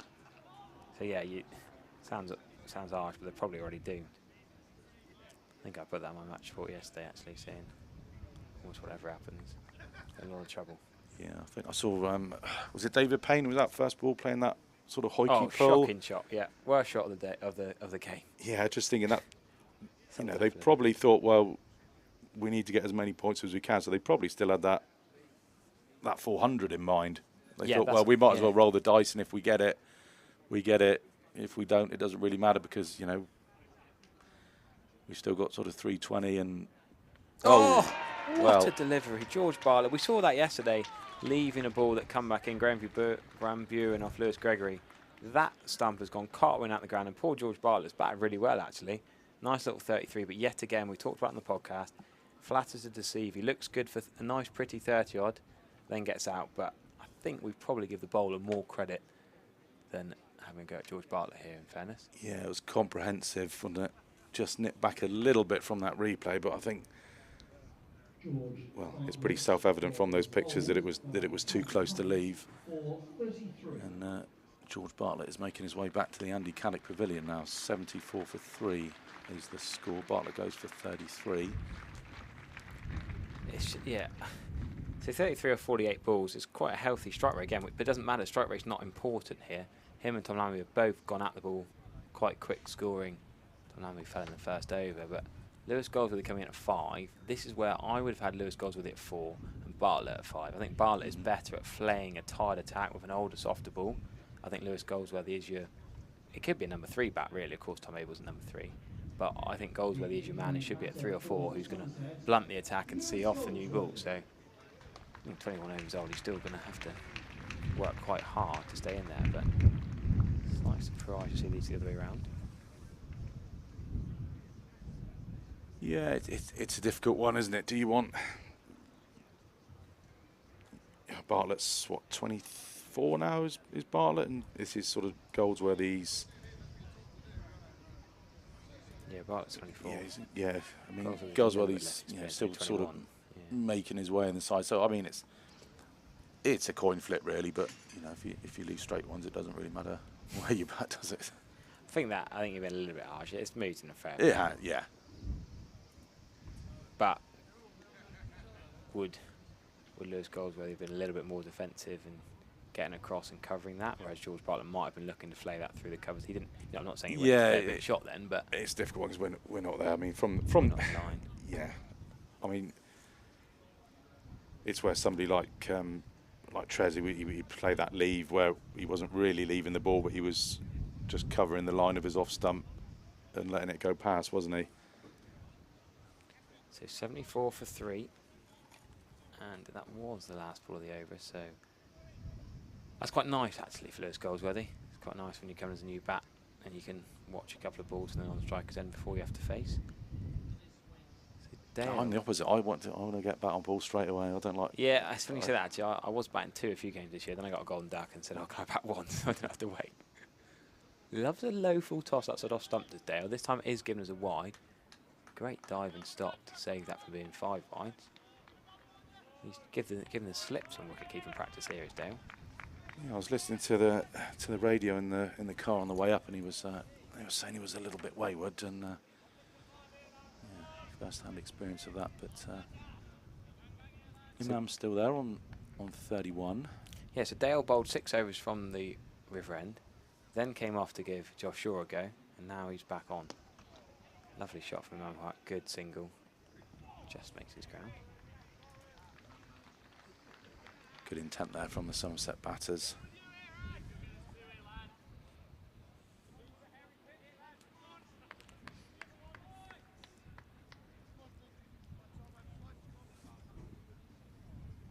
So Goldsworth's going to shape up with 3 slips and a gully, a point, vacant cover as we've talked about many times today. But Lewis Goldsworth is not the kind of player who's going to look. He's probably not going to cover drive or back foot punch through the covers, anything that's not a full toss. For at least his first 30 runs, I would have thought. That's the way he normally plays. Yeah, expecting Lewis just to back time here, get himself in. This confident shout. Looked a bit high, didn't it? He's a short man. It's a very excited appeal. It's a desperate appeal from the bottom side, you could say. Oh, don't think that's Jim Allenby's relative, but Oliver Allenby says left a straight one to Bartlett. But this here, that's quite straight actually. As high as I thought it would be. Did he get a little inside edge on it, maybe? We need Ian Blackwell back in the com box. He'll know what's going on with that. Tom Lungley turns it down. But yeah, that did look fairly close. First ball to Lewis Goldsworthy. That's exactly what Dale wants to bowl, isn't it? Full straight. Yeah, don't matter whatever level you're playing at, you want to get the batters playing early on. Bale, maybe. Well played. Another shout. That was that a bit more leg side. It's going to be a chance of a run out here, but Goldsworthy. There should really have been a run there. Imam Haq should have backed up and run that. We talked about his uncle being a run-out candidate. He really should have come through for a single there. It was the square leg, mid-wicket round to pick it up. And if Goldsworthy can get halfway down and back, then that's the single, isn't it? So Imam should have been backing up as well. But you also think your opening partner, who's a test batsman, who's 32 not out, could do Goldsworthy a favour here. Yeah, just take a little bit of the bowling for a few overs.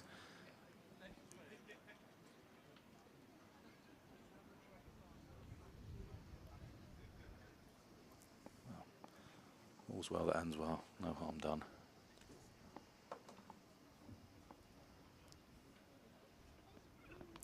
Oh, well played. Soft hands. That's poor fielding. Third slip. Should have stopped it on the bounce. Let it through. And Jack Taylor, is that? Yes, great fielding by Jack Taylor. Sprints and stops it for 2. Uncomfortable start here for Goldsworthy. He's that was hit on the pads a couple of times, nearly a run out, and then he's played it well. Soft hands, kept it on the deck. Quick slingy delivery that from Dale. Soft hands, rise the bounce, Goldsworthy. But yeah, Jack Taylor only just flicking it back. If we had a slow-mo zoom-in camera, we might be really harsh and give it 4, but benefit of the doubt has to go to the fielder in this situation. Again, that's quick and pulled in the air by Goldsworthy. It was going to go for 4. Don't think he particularly meant it to go like that. Slightly aerial, but straight batted, flicked through square leg for 4 runs. Yeah, there's a big gap there between the fielder, who's a fairly straightish mid-wicket and down at long leg, but it was on Goldsworthy's pads. All he had to do was direct it into that vacant area, and he's going to pick up 4 runs. That may just be the shot to get him going.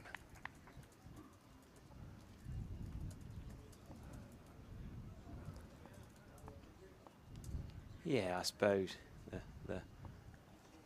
the the 6 to his name gives him a bit of confidence, but jumping around a bit. Here we go then, the last wicket. George Bartlett played a nice hand for 33.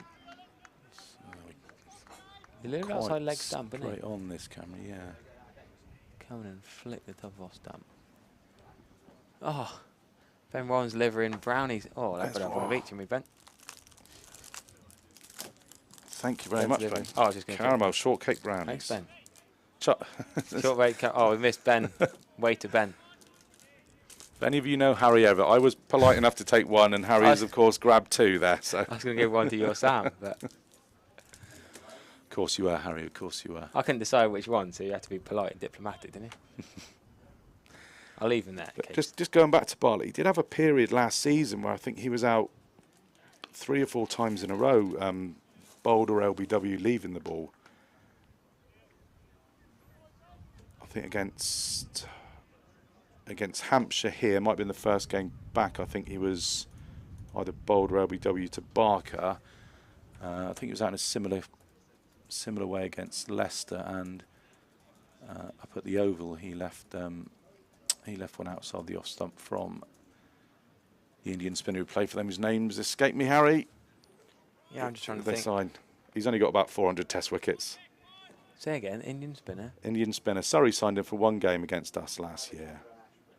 Ashwin. Ravi Ashwin. Ashwin. So thank you, Sam, at the back of the box there.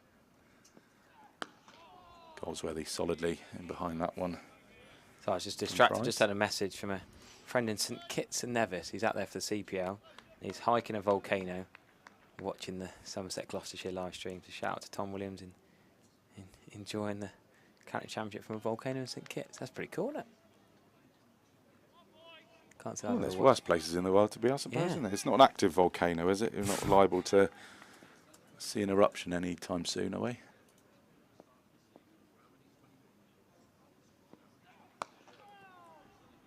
It's well played by Goldsworthy, up on his toes, rides the bounce well.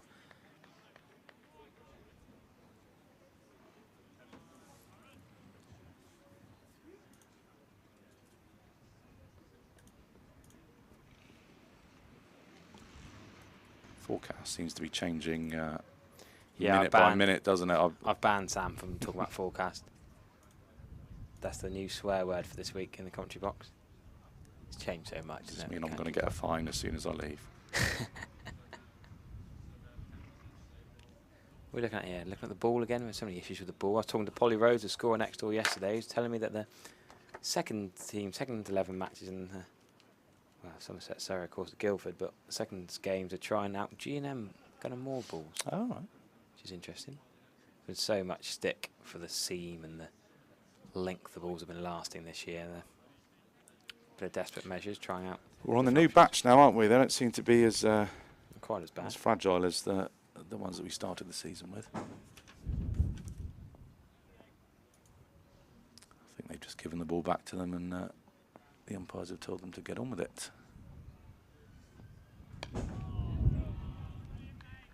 We should say that the Western Storm are playing the Northern Diamonds at the Cooper Associates County Ground this Sunday. That's the 11th. Game starts at 10:30. Gates opening at 9:30. 50 over game. You can buy tickets on the website.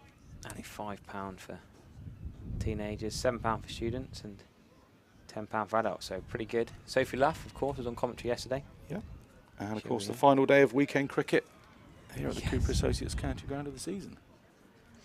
Yeah. The Rachel Hayhoe Flint Trophy. I can never remember which one's which. The Charlotte Edwards. Is it the Charlotte Edwards Cup or the Charlotte Edwards Trophy? Charlotte Edwards Cup. The Rachel Hayhoe Flint Trophy. Charlotte Edwards is the T20 and the Rachel Hayhoe Flint is the 50 overs. Yeah, I'm not sure if that was. Did Charlotte Edwards fancy the T20? I'm not sure they. I think I remember if Rachel Hayhoe Flint played before Charlotte Edwards and 50 overs came before T20. Yeah, that's my way of remembering it now. I agree. Still sunny at the Cooper Associates County Ground. All this talk of rain around the grounds at other county grounds. Well, not here. Decent delivery, that. A few updates from around the grounds. We've got a bit behind what we said about the start of the GS Bowl. They've resumed there. What have we not updated on? There's the contacts I just said we can see in the sunshine. Adam Live is gone in the Roses game. Will Williams. We love giving him a shout, don't we? Bridgewater and New Zealand's Will Williams has got the big wicket of Adam Live. He's 13 for 1. And George Hill, that man who took 6 for, ridiculous bowling figures from a man who's batting at number 3 and is known for his batting more than his bowling. He's come in now. And Finley Bean has scored that ridiculous 400 in the twos the other week. He got underway after 18 dot balls. He got off the mark with an inside edge. So good on him. A different whacking 400 in the twos to opening up in a Roses game. Yeah, definitely. Yorkshire's social media team put out a very good post. If you're a WWE wrestling fan, check that out. And it made me chuckle. Dale continuing from the River End here. Well played, a Mammal Hack, solid. This is what Somerset needed. They signed an opener. They tried Murray VJ, sadly, a couple of years ago. He had a bit of a poor September. But Mammal Hack is playing a nice hand here.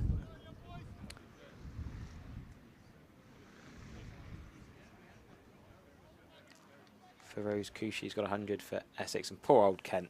Core, they've chased leather this year.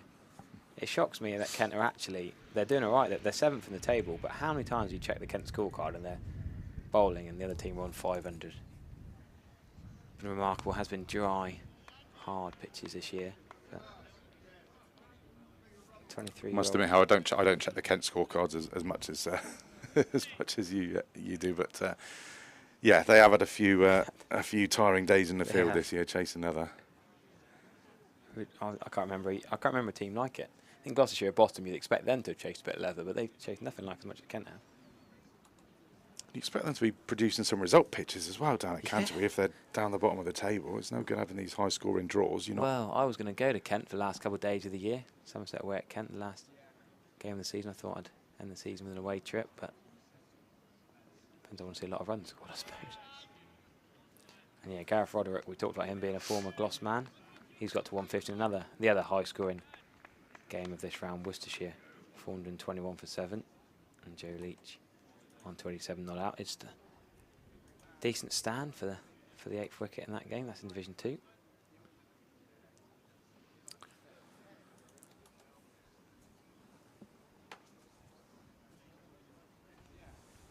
And there has been a wicket at the Ageas Bowl. Keith Barker bowled by Luke Proctor for 14.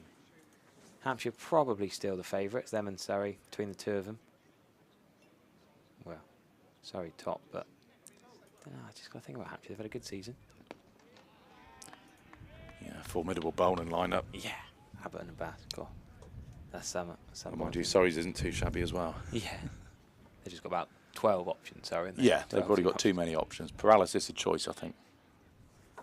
I think Surrey selection meetings are a bit like when you're sitting down to watch Netflix of an evening and you just end up scrolling through you can't decide. Yeah, you waste 45 minutes working out what you're going to watch, and by that time it's bedtime and don't not watch anything.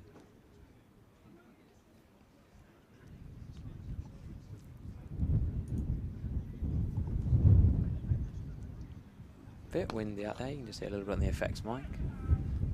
But that probably helps the pitch dry. Yeah, it was real. When I was coming up about an hour or so ago, thought I was going to get blown off the road on the flyover just coming up to Sandy Park by Exeter. Yeah. I suppose that strong breeze it'll blow the weather through if we do get any, but then the flip side of that is it blows the next cloud along to you just that little bit quicker. You must have got off the M5 slip road at Junction 25 about an hour ago. Was the massive puddle when I come in at 9 o'clock this morning. One whole lane was covered in a puddle. Didn't see when it was pretty bone dry. There you go. It shows how much it's dried in the last couple of hours. The Super Soppers parked at, well, deep extra cover one end, deep square leg at the other end. Isn't it good those roebucks are finally finished though? Yeah. Oh yeah, the familiar tone of Western Supermare's finest. There's a Super Sopper blotter. It's not used as much as you'd think it would have been needed actually today. The Sheets did a great job when the outfield's drained so well. They put a lot of money into drainage over the winter, and you can tell it obviously helps. It's been dry for 3 months this year. But definitely, so it's going to be... I can hear the click clonk of a cripple at the back of the box who's got a boot on one leg.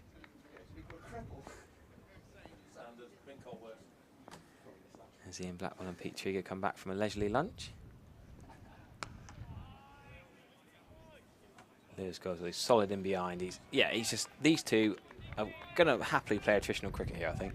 Get through a few overs. Yeah, that's Goldsworthy's style, isn't it? Yeah. You've seen how he batted up at, batted really well up at Southport, stuck to that blueprint of just, under no pressures, no rush. You've got your international opener at the other end, your overseas quality player. And I think it's really now the onus is on Gloucester to try and make something happen here. Oh, short ball attempted. Lewis Goldsworthy did not expect him to play that shot. He's almost jumped up and back foot slapped it over point for 4. And he'd normally duck, leave, weave, or maybe even back foot defend. But fair play. He's jumped up, slapped it over point 4. If he got out to that shot, he'd have been slated. Yeah, width from Tom Price, uppercut from Lewis Goldsworthy. Positive intent. We just We've said had our mortgages on him leaving that one, but that shocked us, definitely. But I suppose it does tie in. Is you can't just sit there and keep blocking out and keep leaving and keep blocking. You've got to let the bowler know that if he does make a mistake, if he pops one short or he bowls you a half volley, that you're good enough to put it away. You've got to keep them on their toes, because nothing you like more as a bowler than just bowling and putting it in the same spot and the batter not putting you under pressure. Doesn't quite time that one. It's a nice on drive from Goldsworthy. Yeah, it does on drive well, Goldsworthy, but mid-on's quite straight. So the risk here is you try and go square out of mid-on to try and get the 4. You get too greedy, then you miss the straight one and get bowled WW. So Goldsworthy will keep playing straight, doesn't mind dot balls in a 4-day game. Yeah, I mean, he's on to 10 from 13 already, which is... Yeah, not messing about. No, it's not a slow strike right by any stretch of the imagination. Just one run the last couple of overs before that 4. Not that Somerset will worry.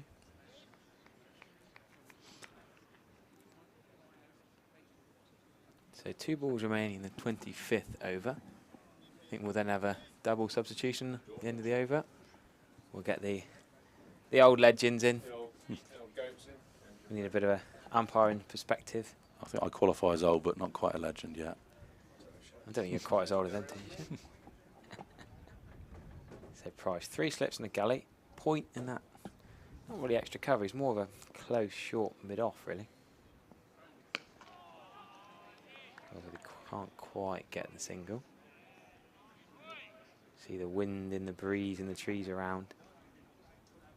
A little bit of wind around, but we've not yet seen Nigel Long or Tom Longley lose their hat in the wind. I'm sure Blackie will tell us some stories about having his hat sent flying across the outfield. Do you think they got the heavy bales with them today? Yeah.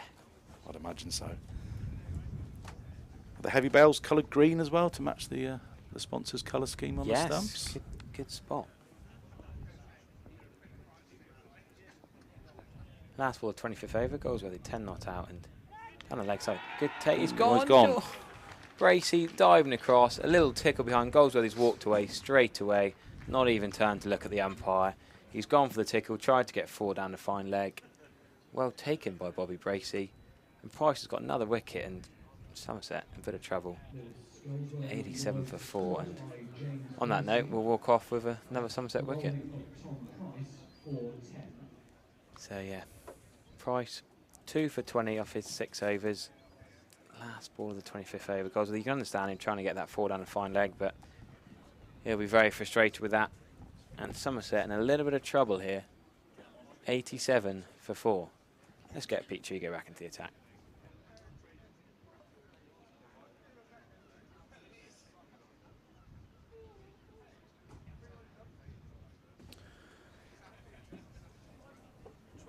'87 for 4 here at the Cooper Associates county ground. Lewis Goldsworthy strangled down the leg side.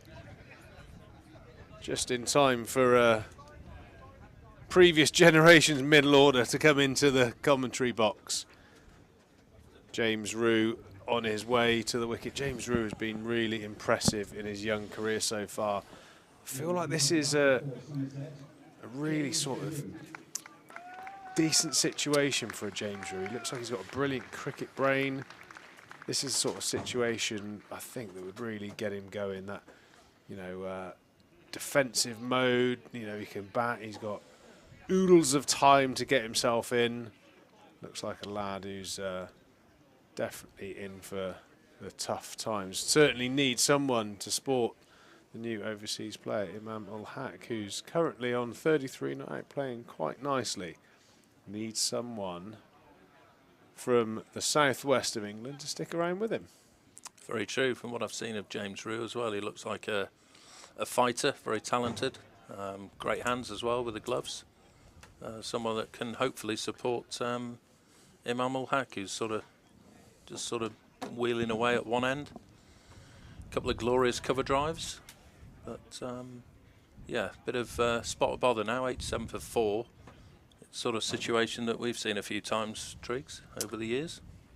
Yeah, I get the sense that these two will try and bat themselves out of bother rather than bludgeon like we probably would have, but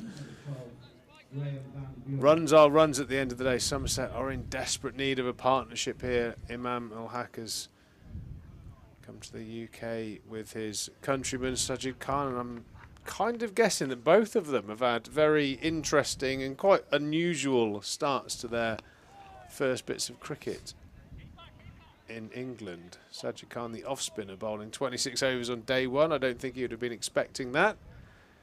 And Imam Ul Haq watching 4 of his partners already dismissed. So hopefully James Rew can get in and dig in like he's done so well on a number of occasions already in his young career.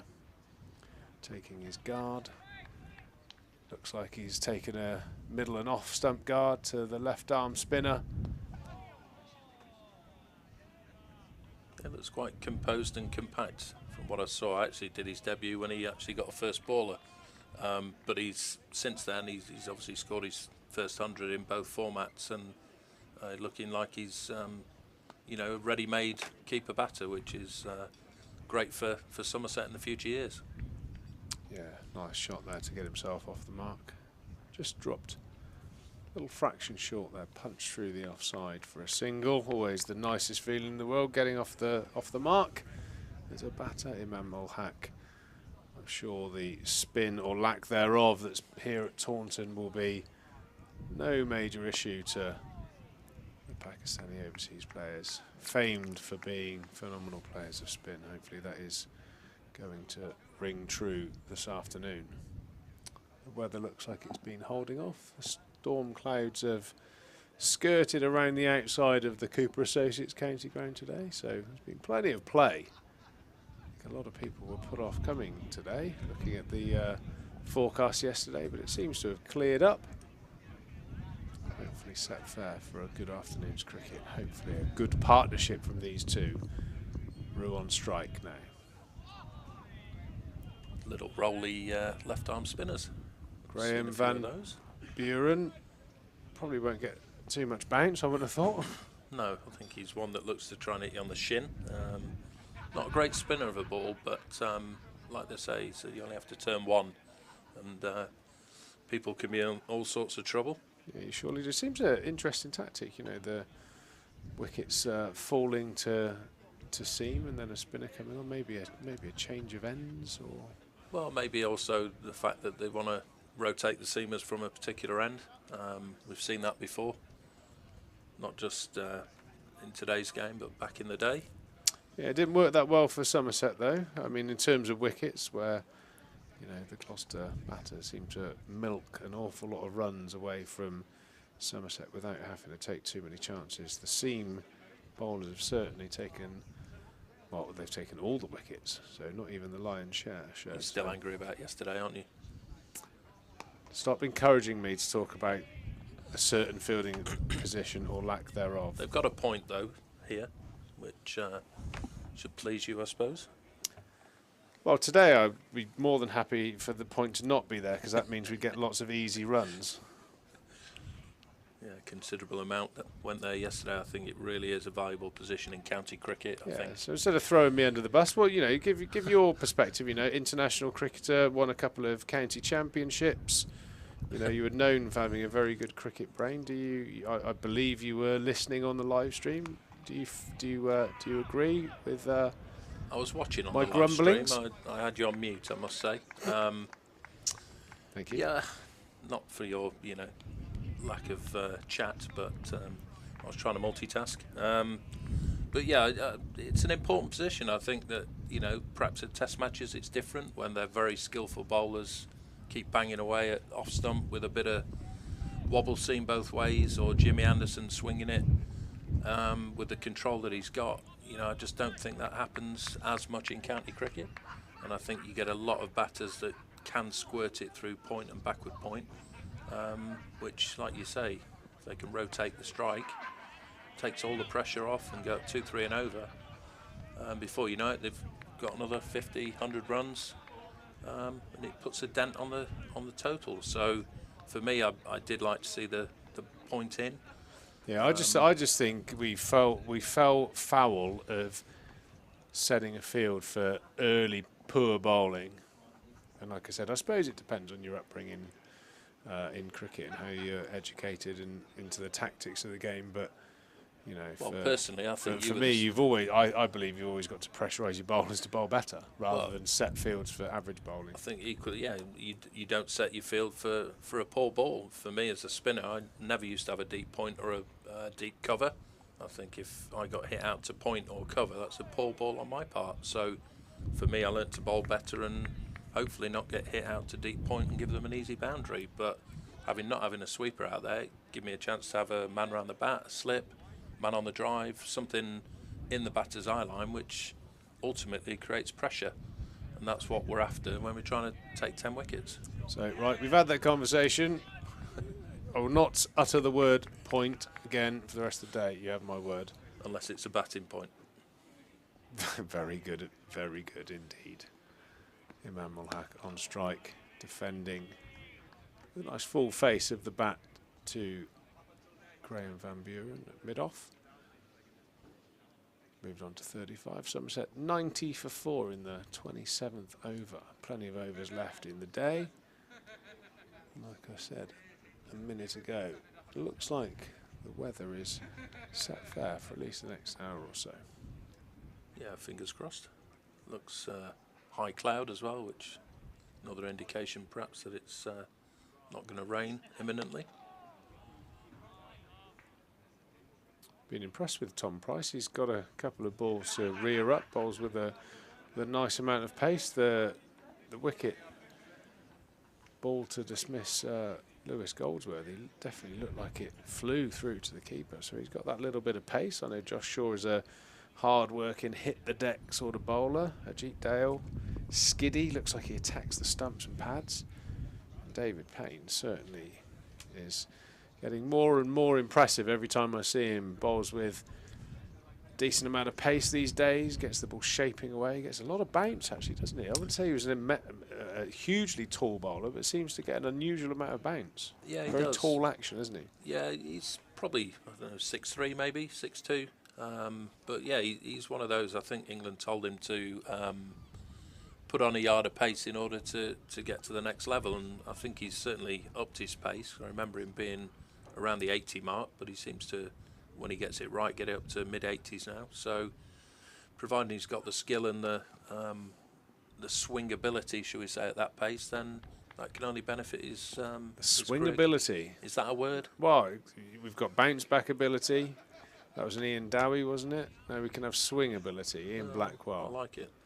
You coined that. 2022. Ian Blackwell. Swing ability. Yeah. James Anderson would be next to that description, I would imagine. One up from swang. No, swang is definitely Not a word, is it? No, I did tell Sam off yesterday for swang. Definitely no swanging going on here at the Cooper Associates County Ground. We like to swing, swung, with a bit of swing ability. Graham Van Buren remains in the attack at the moment.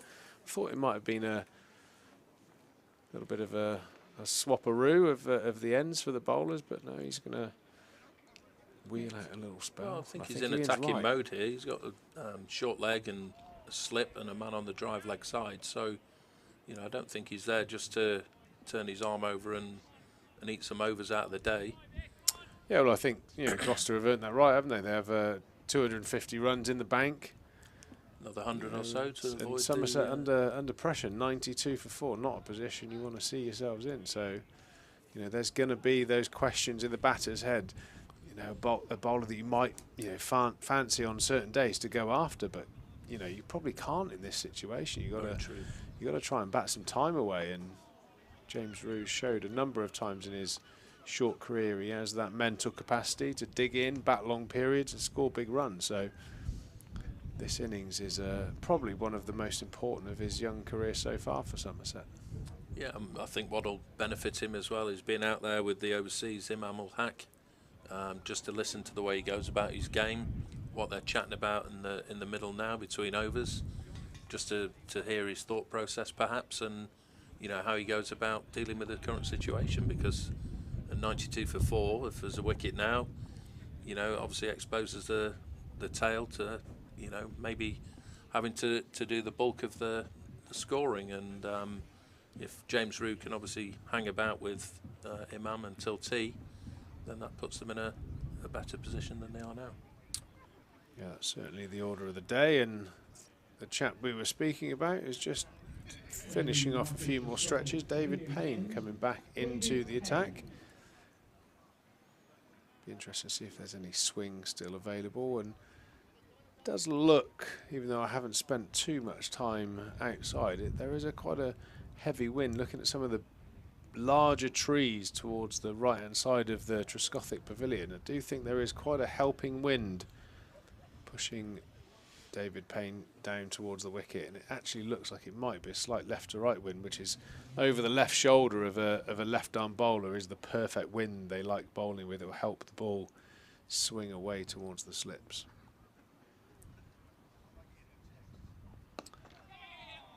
He just gets a little bit straight there to Imam Ul-Haq, who tucks into the leg side and completes a single. Bit greedy, as they say, that one, I think. Possibly just hanging out at full stump to see if there's any swing first ball, and just got it too straight. Easy single into the leg side. Yeah, he's visualised the old pitch leg, hit the top of off, magic delivery, first ball. Why not? He's earned the right. He's got 1 for 24. He's started well. Nicked off Tom Lammonby early on, and the previous ball unfortunately dropped, but didn't cost them too much. And I think that was almost sign of the times really for Somerset seasons. Really, often when you drop a player of quality, they punish you in first class cricket. You give a good player a life, and you know, you're almost ruining that decision or moment for the rest of the day. But the very, very next ball, Tom Lammonby was edged off again to the... And how many times does that happen? We see it, either a drop catch then goes for 4, or a drop catch and then another one straight after. Yeah, very rarely the next ball is another opportunity. Yeah. It's normally always a bowler being, you know, head in hands, absolutely savage because they've just seen the next ball thick edged for 4 or something of that nature. Still a very attacking field, isn't it? 29 overs in and putting pressure on the new guys coming out to bat with 3 slips and a gully still, which is good. Yeah, so we're in a period of the game now, Ian, I think, where, you know, from the batting perspective, it's going to be about having a game plan. It's going to be about concentration. And talking of concentration, you're now a first-class umpire. We've seen you umpire in the Blast, the 100, the first-class matches all over the country. How do you find the concentration levels? Is it similar to how you used to concentrate when you were batting? Is it harder, the length of time that you're out there? Because one of the famous phrases to, you know, for all umpires is you always lose the toss, you're always fielding. Yeah, that's a good point. I think mentally you've got to turn up in the right frame of mind, whereas the player, we used to turn up here hoping to win the toss and have a bat. But you know, you turn up to every game knowing that you're going to be out there for the entirety, and so then you sort of move on to switching on and off at the right time, which, you know, as a batter we've all done it. You know when to be on it and when to just sort of have a little walk around and have a look at the crowd perhaps, or have a chat with your mate in the middle. So yeah, we do the same thing. We have a pre-ball routine. You know, you'll be obviously working with your partner during the over as well, so there's certain things we do communicate together, and also things that we're also looking for. If there's a bowler that's tight on the front line, you'll communicate that before he starts a spell, just so that you know to watch the front line a little harder. But yeah, we're very similar to cricketers still. So, and we've obviously got that ability to switch on and off at the right time. Which, you know, if we tried to concentrate for 7 hours a day, it's not happening. You make mistake after mistake, you'll be burnt out, and you need those breaks in time just to refocus. Is when slightly different now when a spinner on, when you're obviously looking for a stumping. Yeah. You're probably more engaged, but is square leg an opportunity where you can slightly sort of tone down how sort of zoned in you are? Yeah, for sure. You know, you're more looking at square leg if the batter's batting the foot out of his crease to give the standing umpire that information. But equally then you're just looking around, maybe if they've got a man on the hook or 2 men behind square on the leg side, you're then obviously thinking about, is there a third person near, or, you know, there's always something to think about. And people say, oh, aren't you bored standing out there? But actually you can be bored if you don't get involved, but there's always something either to help your partner out or to just keep yourself tuned in and zoned into what you're doing. So in terms of decision-making process, if you had a bowler that you knew delivered from very wide of the crease, for instance, do you factor that into your decision-making, where the balls hit, you know, if they do get one through onto the pad? Yeah, 100%. You know, what do you watch footage of certain bowlers that you will be umpiring on the day, like the players do? Yeah, not so much pre-game. I think certainly when a left armer comes into a right-hander, you want to see shape. Because you know if he's not swinging it and he pitches it on middle and off, you probably know it's going to miss off stump. But equally, if there's a bit of shape, you're thinking, well, is it pitching outside leg? There's various things we need to factor in, but like you say, definite angles for sure. And it's just being smart and knowing sort of what lengths they're trying to bowl as well, because that comes into it. Bunbury here, very miserly so far. 3 overs just for 5 runs. Somerset 94 for 4. 30 overs bowled here. A little bit of a troublesome situation here brewing for Somerset. David Payne's bowling with a nice amount of pace, bounce and swing away from the left-handers towards 3 waiting slips and a gully. Lots of challenges to be posed to Imam ul Haq, currently on 39 not out in his first innings for Somerset, playing very nicely, and James Roos just steadied the ship a little bit, playing very watchfully for his single run to date. David Payne from the Marcus Roscothic stand end. Nice wide, searchy, swinging delivery. The carrot. Little worm on a hook there. Imam wants no part of it. No, and he's probably one that hasn't chased the unnecessary wide balls out of the 6 batters that have had the opportunity so far, and probably shown his class in a certain way. But again, he probably realises the situation and he's batting accordingly, which, you know, when you have an overseas, that's exactly what you're after. Trying to soak up the pressure and pick off the runs as and when you can.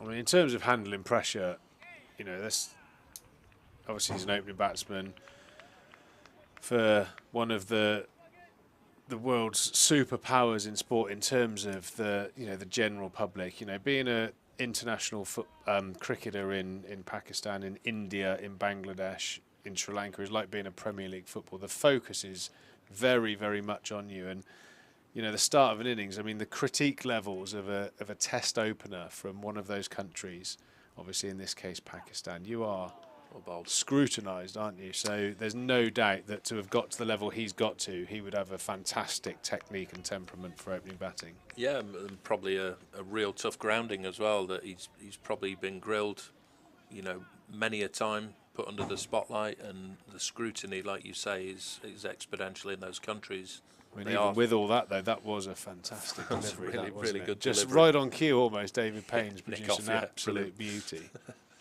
But, you know, that's what makes them as cricketers. And, you know, they rise to the top because they are that talented and that good.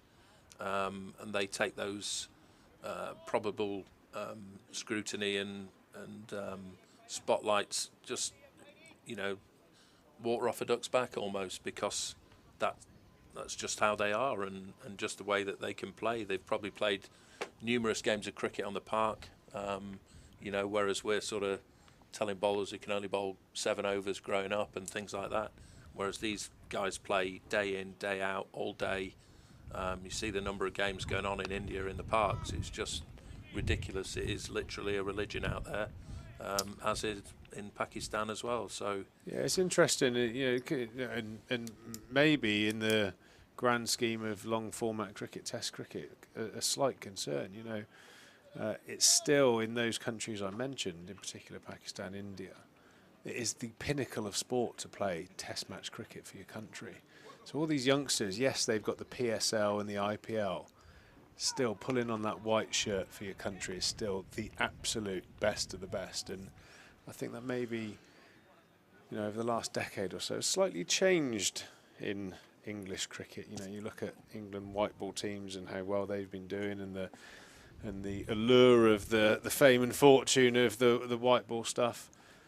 It does make you realise. I mean, and actually, it is a stark contrast when you see someone like Imam, you know, go to work. He's scored 40 runs on his debut, and he just looks a very complete Test match cricketer at the moment. Well, for me, it looks like he wants to bat all day. You know, he's set his stall out. He's playing each ball on his merit. I've not seen a shot in anger that's produced any falseness. Touch wood, it'll continue. But you just see the way he respects each ball, and I think that's something that, you know, the Somerset players hopefully will be taking heed of and taking into their own games, because there's no better place to learn your trade than actually being out there in the middle with a class act like Imam ul Haq. Yeah, definitely not. So interesting to see a number of the young Somerset batters in the academy. You know, any young cricketers just watching on the live stream, pay particular attention to the volume of balls that he's left already. I mean, anything that's slightly shaping away outside that off stump, he's had nothing to do with. He's one of those guys that I think you're going to have to do something quite special to get him out, aren't you? Dislodge him from the wicket rather than a soft dismissal, which we've seen all too often this season. Van Buren still bowling from the river end here. Somerset 95 for 4, 96 for 4.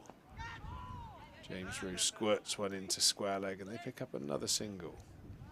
David Payne shies at the bowler's end to no avail. Looks like he's just niggled himself there. Maybe little hobble on. Maybe that little hole is has just twisted his ankle or something. There's one of those little sprinkler heads in the on the edge of the square there. 97 for 4.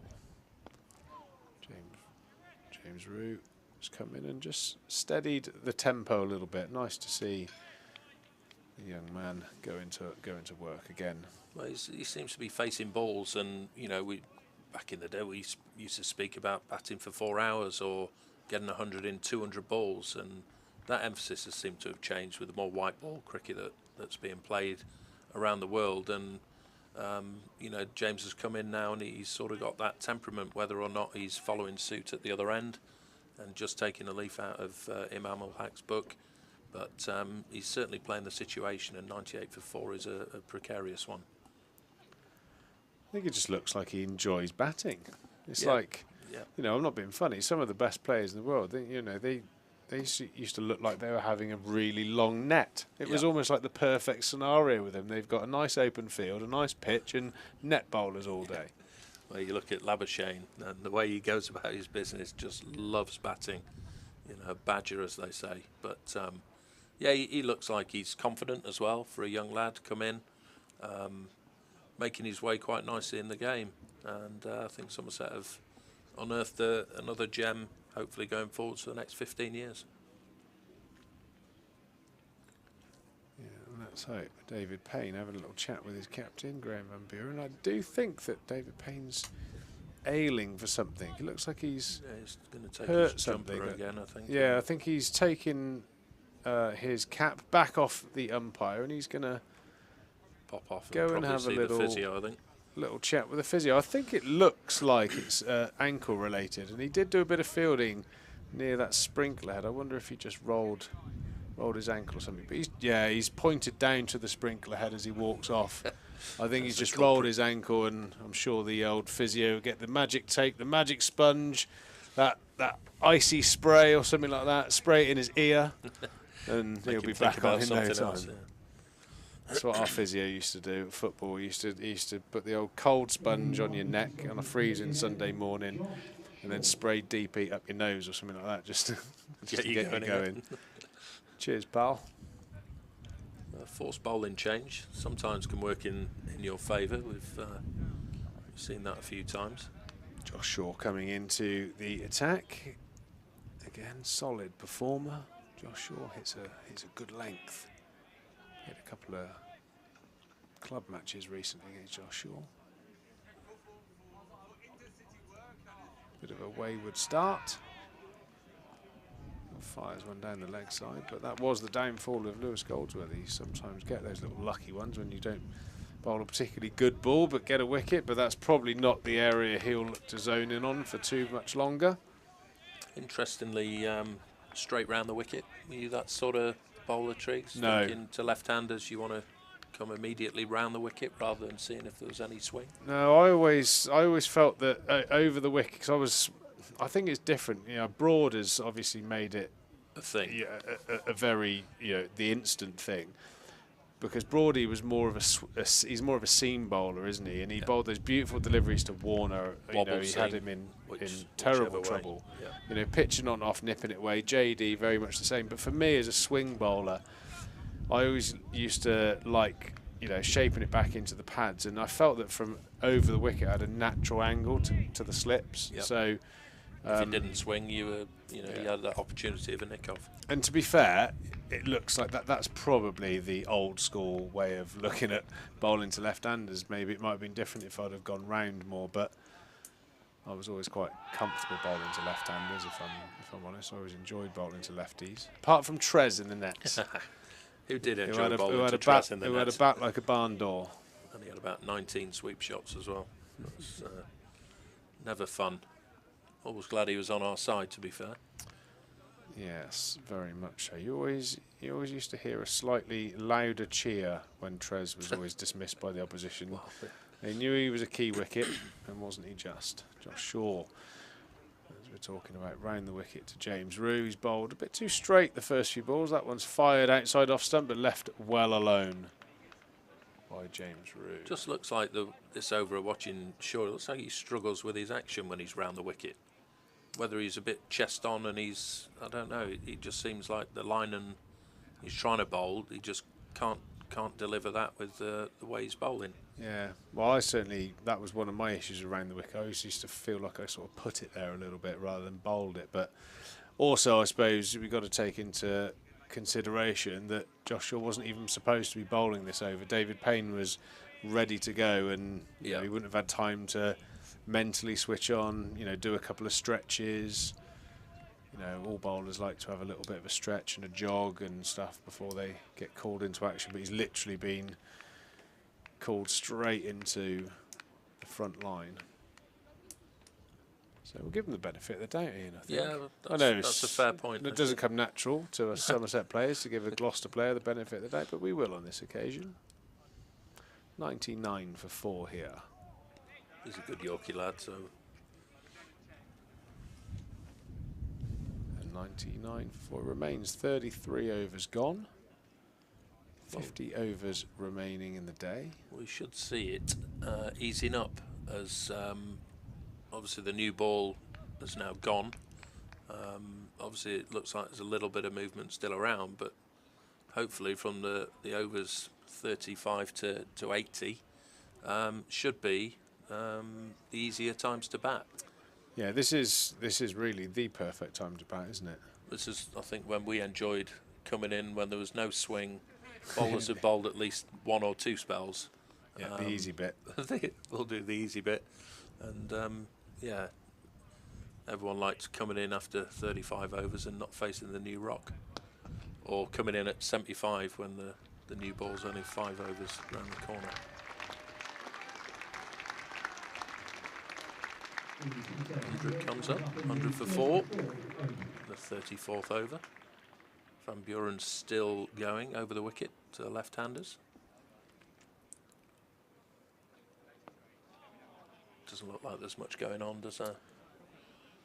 No, I no don't real think there's spin. anything off of the straight. Not sure he spins it too much, bowling the old flying saucers. There's a little bit of a foothold, you know, starting to happen outside the left-hander's off stump. I'd like to see him bowl it a lot slower and a lot wider Yeah. outside off stump. Bowl it I onto think off stump rather than... he's bowling at the pads and to his field almost, and actually, you know, I wouldn't mind him bringing another person across.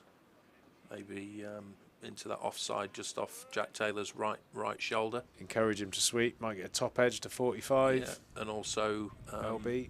Yeah, maybe take mid-wicket out, potentially. But I think that's quite an easy shot for a world-class batter. So maybe some like Rue, you could tease him into a big off drive or cover drive.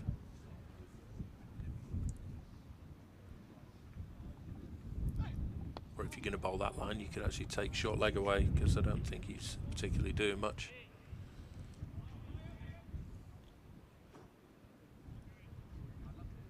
Game evenly poised here. We won't mention the follow-on, shall we not? Still another 90 away. Let's not, Ian. Okay. Moving on. Over bowled. No, we don't want to talk about follow-ons and disastrous scenarios like that. We've got big partnerships and positivity. Yeah, we've got the overseas superstar Imam Mulhaq at the wicket, batting beautifully, and we've got James Rue, who's... You know, is there such a thing as a classy 3? Because if there was, this is a classy 3. I mean, he's batted beautifully. He's left well outside off stump, faced with some pretty decent bowling from David Payne. Left well. He looks like he's playing the spin easy. Looks like he's got a great temperament. Yeah, he's not done anything rash, which, you know, at this stage of the innings, it's a good thing. Left well, confident, seems to know where his off stump is.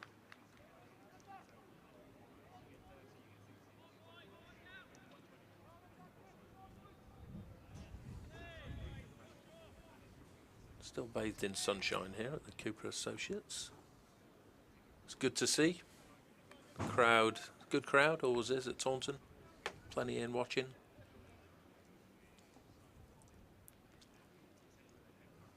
Shaw starts again. Bowls a good line and length, and that's tickled down to fine leg for a single.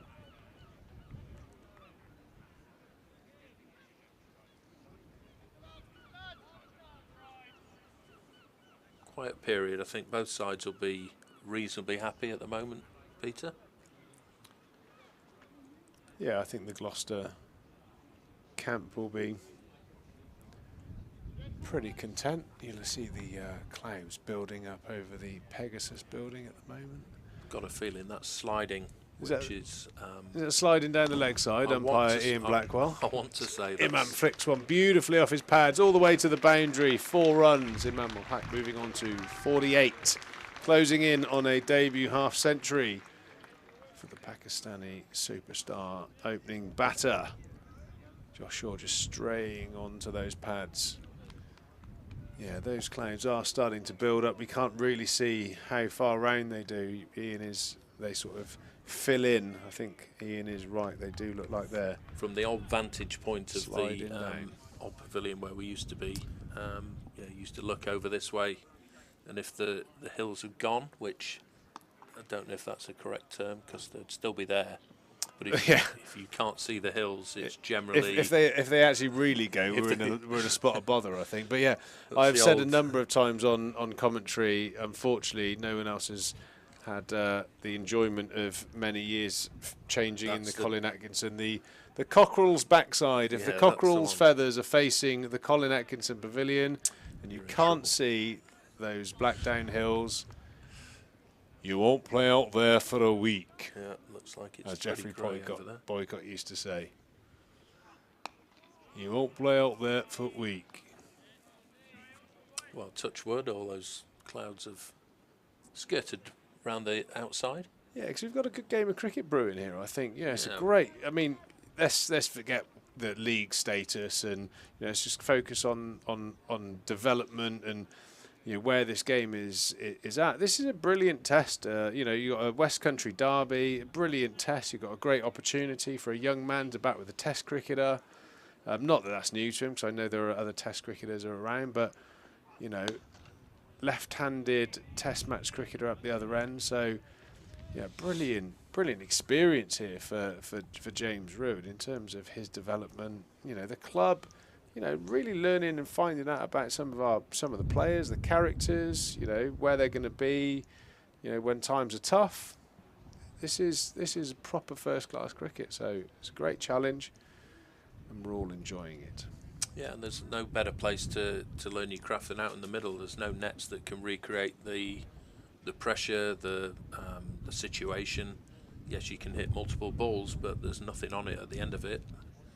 How many times we went in and hit many ball or come out of a net feeling shot to pieces because you're playing on substandard net facilities that have just been used for the entire season, and you get out into the middle and you're not sure what's going on.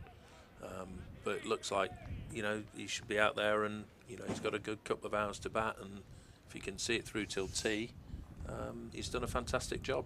Yeah, it's one of the things that always amazes me, especially now having a more vested interest in club cricket and what goes on. It always amazes me that the amount of local, the pros that don't play, get some form. Yeah, you can have a net with the coach until the cows come home. Go and play for your local first team. Get some runs out in the middle. It's totally different. Such a good feeling when you just get runs at any level. Always, it started sort of creeping in at the back end of my career. Bowlers, are being rested this weekend from a club game. Well, how are you going to learn how to bowl? How are you going to learn how to get people out? Yeah, you can bowl at cones, you can bowl at the coach's mitt all day long, but working out how a batter's technique is failing, and you can exploit that with your skills as a bowler. Imam ul Haq clipping into the leg side, picking up his first 50 for Somerset. Congratulations, Imam ul Haq. What a fantastic signing he has been so far for the club. In fact, both overseas players have done themselves very, very proud in the first innings of this game so far.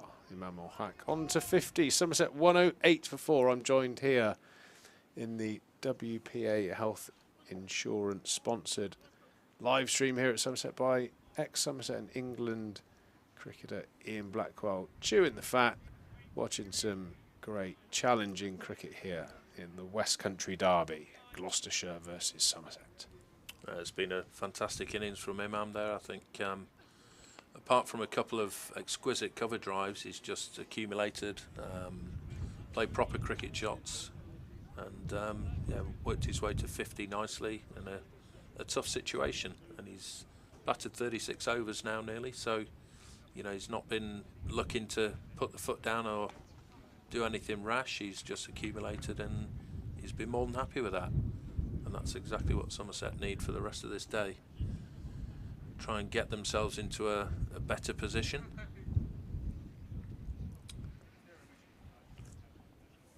Great start to his Somerset career, and those runs will be desperately needed, that is for sure.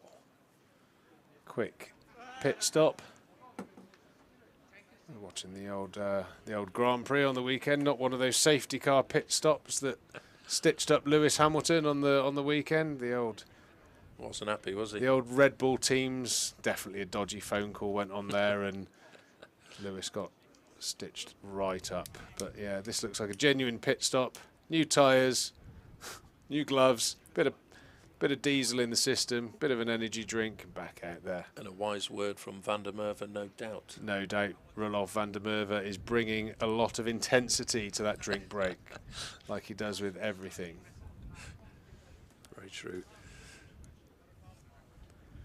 Great man to have around, Roelof van der Merwe. James Root back on strike. Josh Shaw bowling from the Marcus Trescothick stand end. James Root has eased himself onto 5. Playing very nicely for it. Yeah, it'd be good to see how he sort of copes with that. I mean, a lot of batters tend to look at the scoreboard and think, I'm not going anywhere, I've got to do something. But fingers crossed that, you know, Imam Ul-Haq will use his experience and his nous and just calm the young man down and just say, don't worry, runs aren't the issue, let's bat some time, let's build this partnership. And, you know, as we all know in cricket, bad balls come. And that's the time when you've just got to be ready to pounce on anything that's relatively in your wheelhouse. So Josh Shaw changing angles back over the wicket. That seems Yeah, he looks like he's hitting the deck almost straight away from that more familiar angle potentially. One in the thigh pad for James Rue. One of those rare occasions where the ball actually does hit the thigh pad.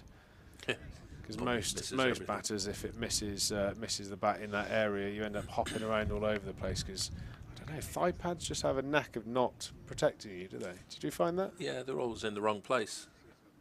The amount of times you'd end up with a bright purple cricket ball shaped bruise on your thigh. As James Rue fends down to a vacant third man, he'll pick up a couple of runs.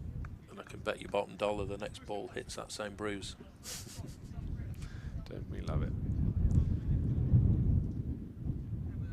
111 for 4 here. It's a bit more murky. Yeah. The clouds are definitely building up. Like I said, it's only down the side at the moment. We can't see what's behind us. I wonder if Polly next door is different windows. Polly was our scorer here at Somerset County Cricket Club, was informing me that she knows when the rain is coming because she gets a headache. Apparently, if there's any pressure change, very true. It leads to her having a migraine.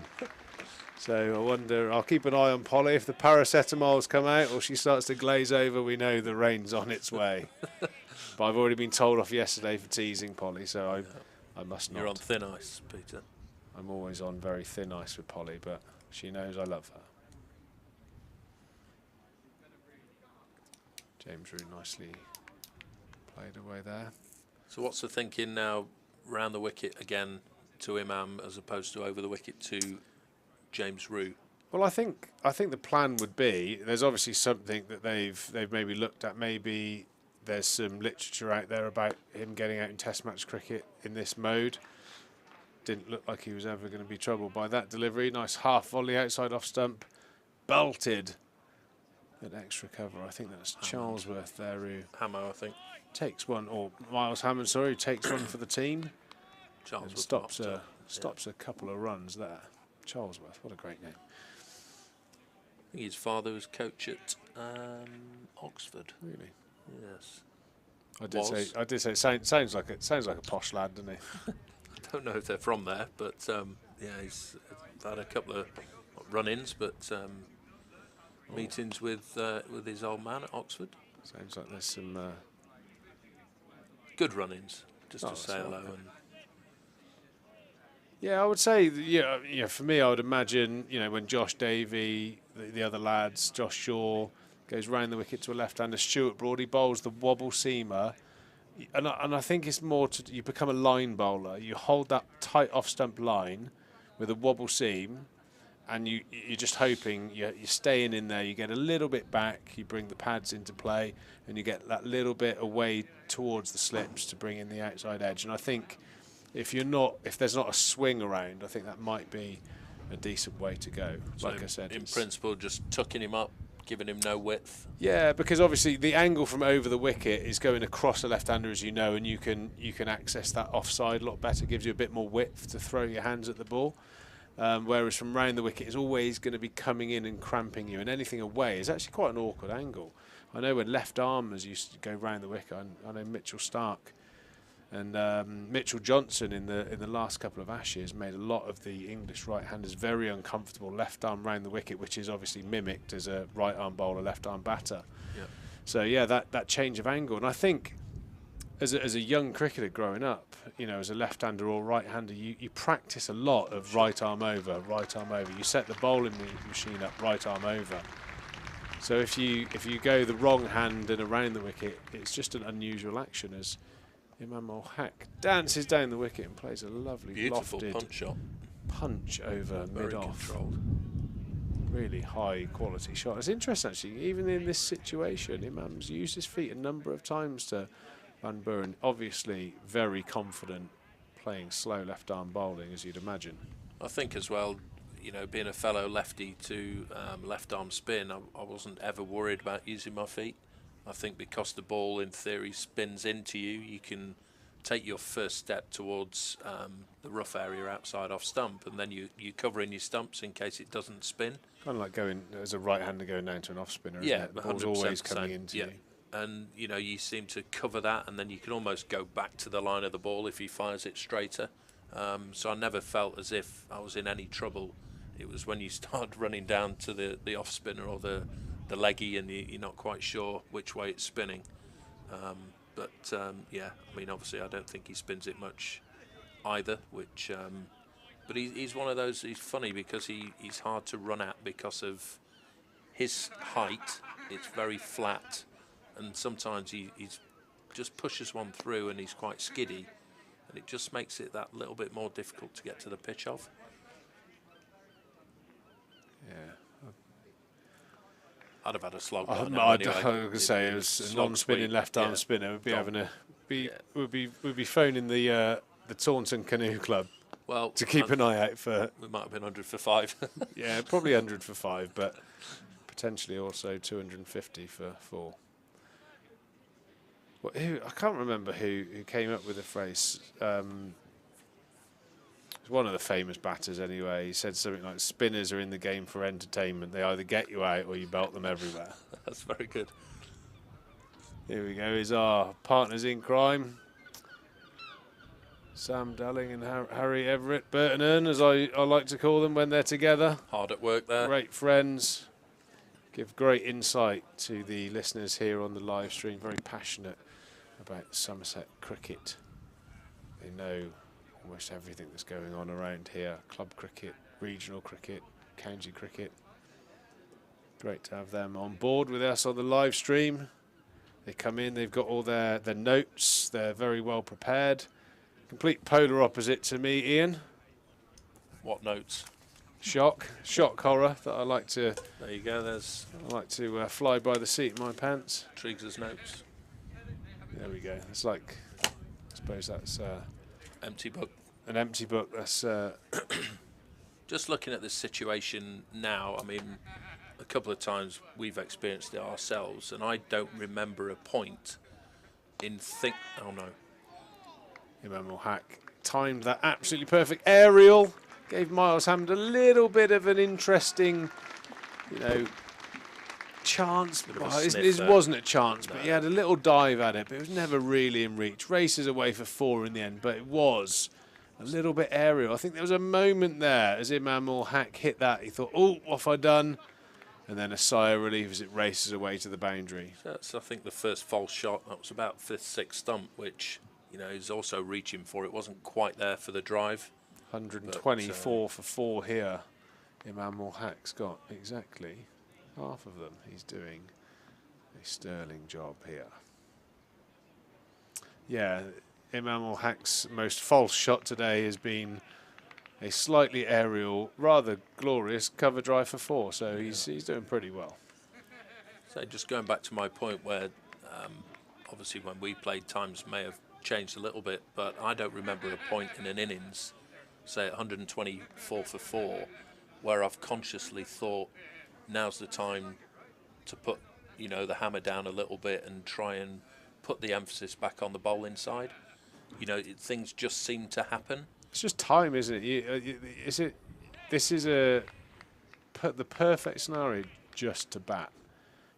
That was our issue, though. Yeah, to take me and unclutter the mind. It wasn't a case of just batting, was it? It was. Yeah, but just batting for us was quite an aggressive style of play. But I know we laugh about it and the slogging and running down and this, that, and the other. But we worked pretty hard on our techniques and the way you don't score the amount of runs we scored without putting in the hard yards as well. So I mean, we all laugh and joke and all that kind of stuff. But you know, you'd have scored as many sort of slow dig-in runs as you did explosive runs. But the thing is, people remember the sixes and the fours. They don't remember all the hanging around and batting for a session. And you know, whole session. You'd have done enough of that.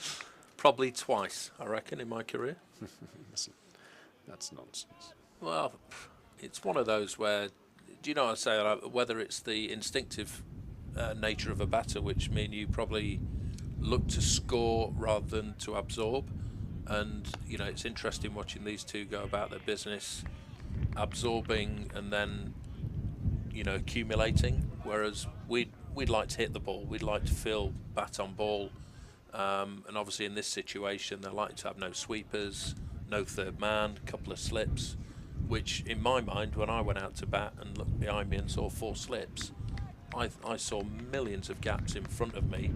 And you know, you probably tried to hit the odd ball that wasn't there, but you know, in a weird way, it got you going, and it obviously, you know, sent a message to the opposition that actually you're not just going to bowl to me, and I'm going to take the attack to you. So, you know, there's a few ways of looking at how to play this situation, and you know, Somerset now 125 for 4 in the 39th over.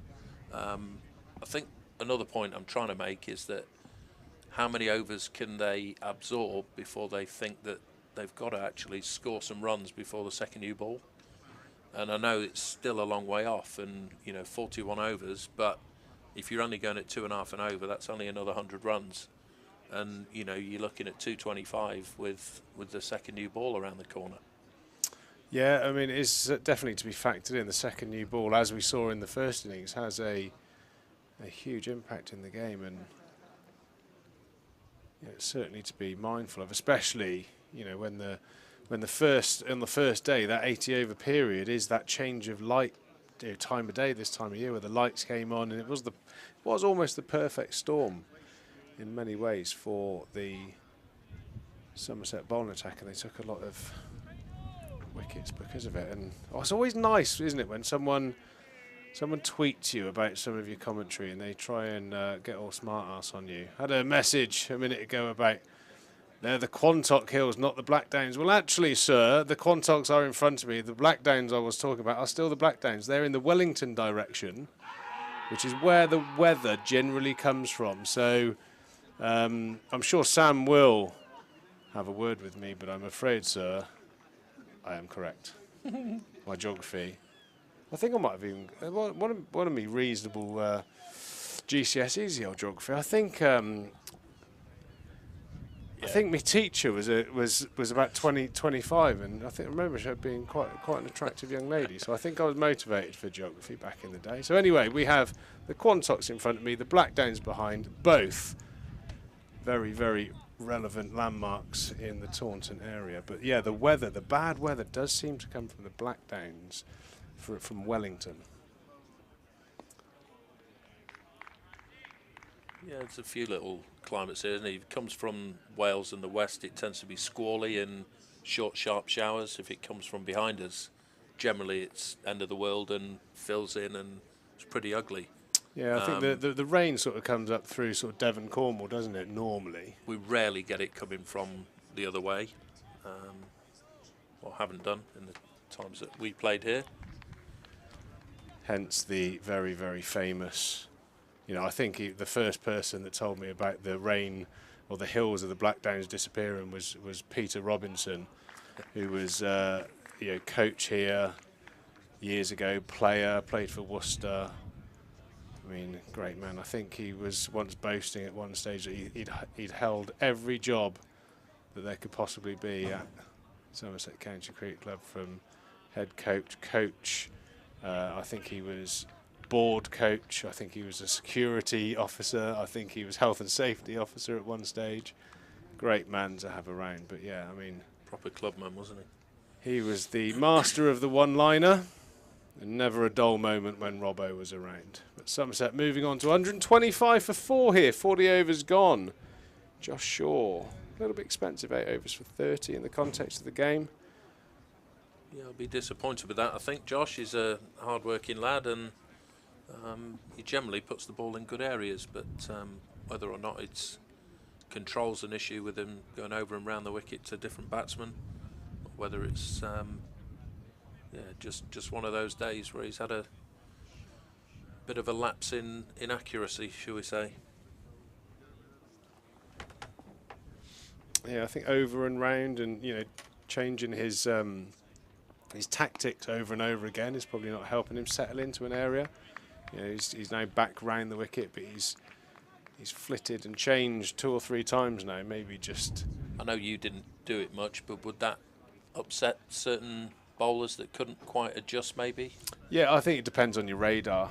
I mean, with the sort of my only currency as a bowler was my accuracy, really. So changing angles didn't really bother me. But I know some bowlers that are a little bit more biomechanically minded in terms of getting their direction right and their feel, it would disrupt them quite a lot. So yeah, I mean, some it is a horses for courses thing, but some bowlers probably don't have that ability to go over and round and instantly make that change, like an Anderson and a Broad, and some of those. I remember one of the first players that used to do it quite a lot back in the sort of mid-90s. Mark Elam was a genius at it, wasn't he? Yeah. Mark Elam used to go over and round to left and right handers, and almost he'd seamlessly change into round the wicket without bowling a bad ball.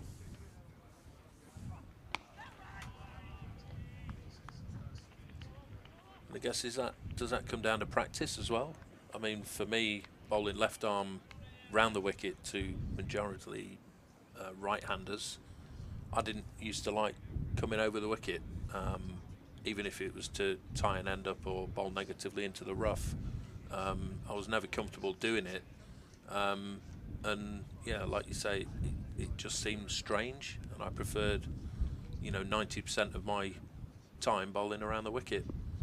And Shorin again, and that's a flashy off drive, and beautiful shot through square cover. Class. Shades of Marcus Harris from yesterday, actually. You've got 2 test match opening left-handers and playing in the very similar vein. They play tight when the ball's in a good area, and they punish bad bowling. They both played absolutely magnificent. Long may that continue. But the only difference was that Harris would have only have got 1 yesterday.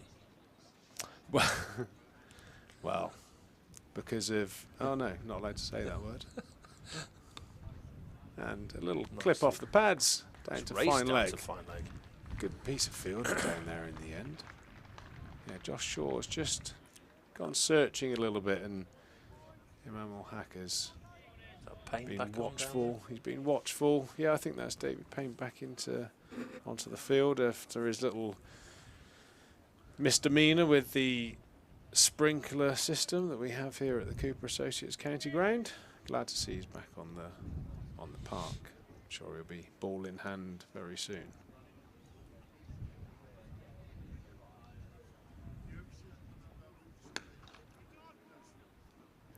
Just sensing a really important passage of play here. Certainly the timing of I guess the next up until tea, and Somerset trying to keep the 6 wickets still intact, and Gloucester looking to strive to open one end up. And yeah, just hope that Imam is marshalling James Rew nicely out there. Which do you know what? This might be a big call, Ian, but I actually think that Imam Ul-Haq, since James Rew's been out there, has played even better. And I actually think that he must be seeing up the other end what we're seeing from up here. Just the calmness, the shot selection, the temperament.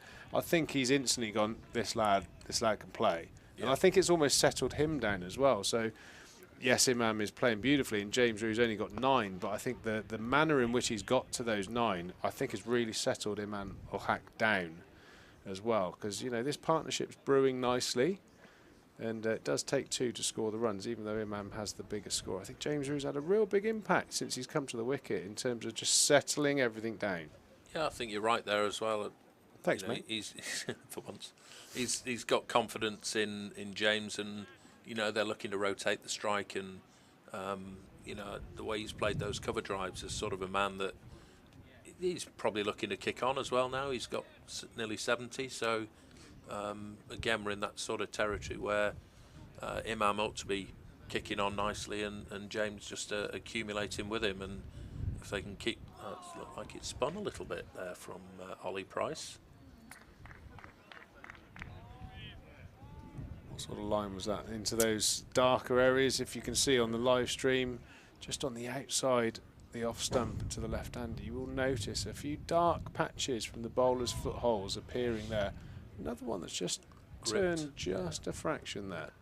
Something for James Rew and Imam to be watchful of. We can see on the picture the one that's just outside off stump, that's too full, but which is a bit annoying for a spinner. You try and get the seamers to alter their stride pattern to create a different patch of rough for you if you can.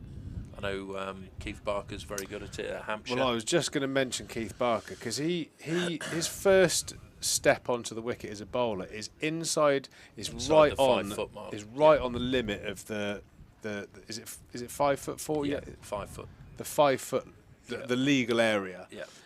But out the way, of our jurisdiction. Yeah, but he lands very he's got quite a rotational sort of action.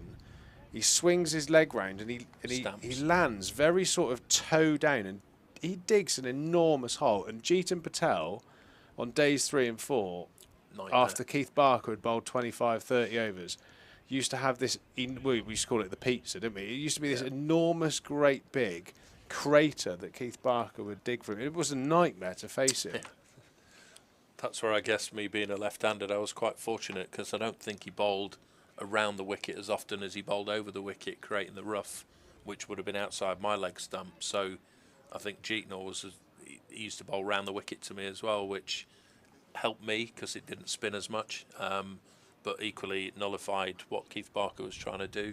But as an umpire, I can tell you he's a bit of a nightmare on the front foot. His first step is inside the 5 foot, but he creates havoc. And, you know, all the batters are moaning, going... And I said, look, what do you want me to do? It's a big hole as well, isn't it? It's right in the middle of the pitch. And he's got big feet, and he wears, I can say, new spikes every game. And he just makes, you know, a mess of the wicket. And bowling in hobnail boots with 6-inch nails on the bottom of them. Literally. And, you know, we can't touch him. You know, we can say you're getting close and all the rest of it, but you're not actually on. So... interesting, we see a bit of Jack Taylor leg spin before tea. Yeah, just one of those sort of tokeny passages of play potentially, but the old university quality bowler token over before lunch and tea. Well, I'm right in saying that Jack Taylor, he's a bit Liam Livingston, bowls the odd, he'll throw the odd offie in as well. He does mix it up a bit, doesn't he? No, he's. Is that the one that he might have thrown in the past? Yeah, he's had to remodel his action, and I'm not sure he's actually been cleared to bowl off spin. Someone may correct me on that, but I believe that he's out and out leg spin now. Oh, so interesting. Yeah, got done for bunging it, shall we say? The old Phil Taylor treble 20s, wasn't it? Yeah, but for me, he's one of those that don't ban him because for me, I was always looking to target someone like Jack Taylor. You know, I didn't think he was ever going to worry a really good batting lineup, and you know, so what? His elbow might be a touch crooked, but there's a few chaps with a few more Test wickets that have got more suspect sort of bowling mechanisms and actions. Very true. There we go. Very true. So a whole other story as James Rew just guides one away off the thick edge, moving into double figures. Somerset on to 134 for 4 now in this middle session here at the Cooper Associates County Ground. The West Country Derby, Somerset versus Gloucester, bubbling nicely. Somerset in a spot of bother, losing 4 quick wickets this morning, but a nice partnership here by overseas signing Imam Mulhaq, making his first innings for Somerset and making hay at the moment. 70 not out. He's batted absolutely flawlessly, supported very well by the new up-and-coming superstar batter we have here in James Rew. Really like the way he goes about his cricket. Looks like he's got a brilliant mind. Bats the situation in all formats from what I've seen so far, so excellent prospect.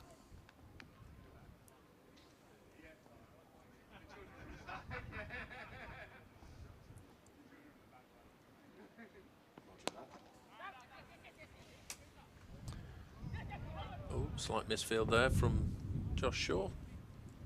In the interval, ladies and gentlemen, we have an interview with our club chairman, Sir Michael Barber. That'll be a fascinating listen.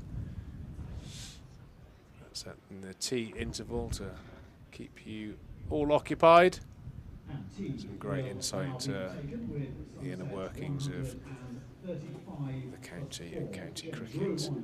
So tea time here at the Cooper Associates County Ground. Somerset 135 for 4 after 43 overs. James Rue 10 not out, and Imam Ul Haq in his first innings as a Somerset player reaches 71 at the interval. We will be back in about 20 minutes time for the final session of the day. In the meantime, Sir Michael Barber will be on your screen, so tune in and we will see you in 20 minutes time.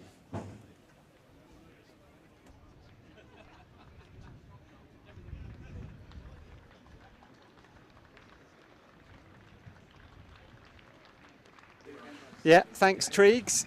Players departing in sunshine, Ian Blackwell and Pete Trigo steadying the ship there alongside James Rue, who is unbeaten on 10, and Imam Ul Haq, Somerset. One or two overseas debutants for Somerset. He's unbeaten on 71, both Pakistan internationals, and I'm delighted, as Triggs was just leading us into, to be joined by the new Somerset chair, Sir Michael Barber. How are you, sir? I'm very well, thank you, and not quite so new now. I've nearly been here a whole season. That's true. And enjoying it's true. it very much. I've loved meeting the members in the ground and elsewhere, and just seeing great cricket on a regular basis.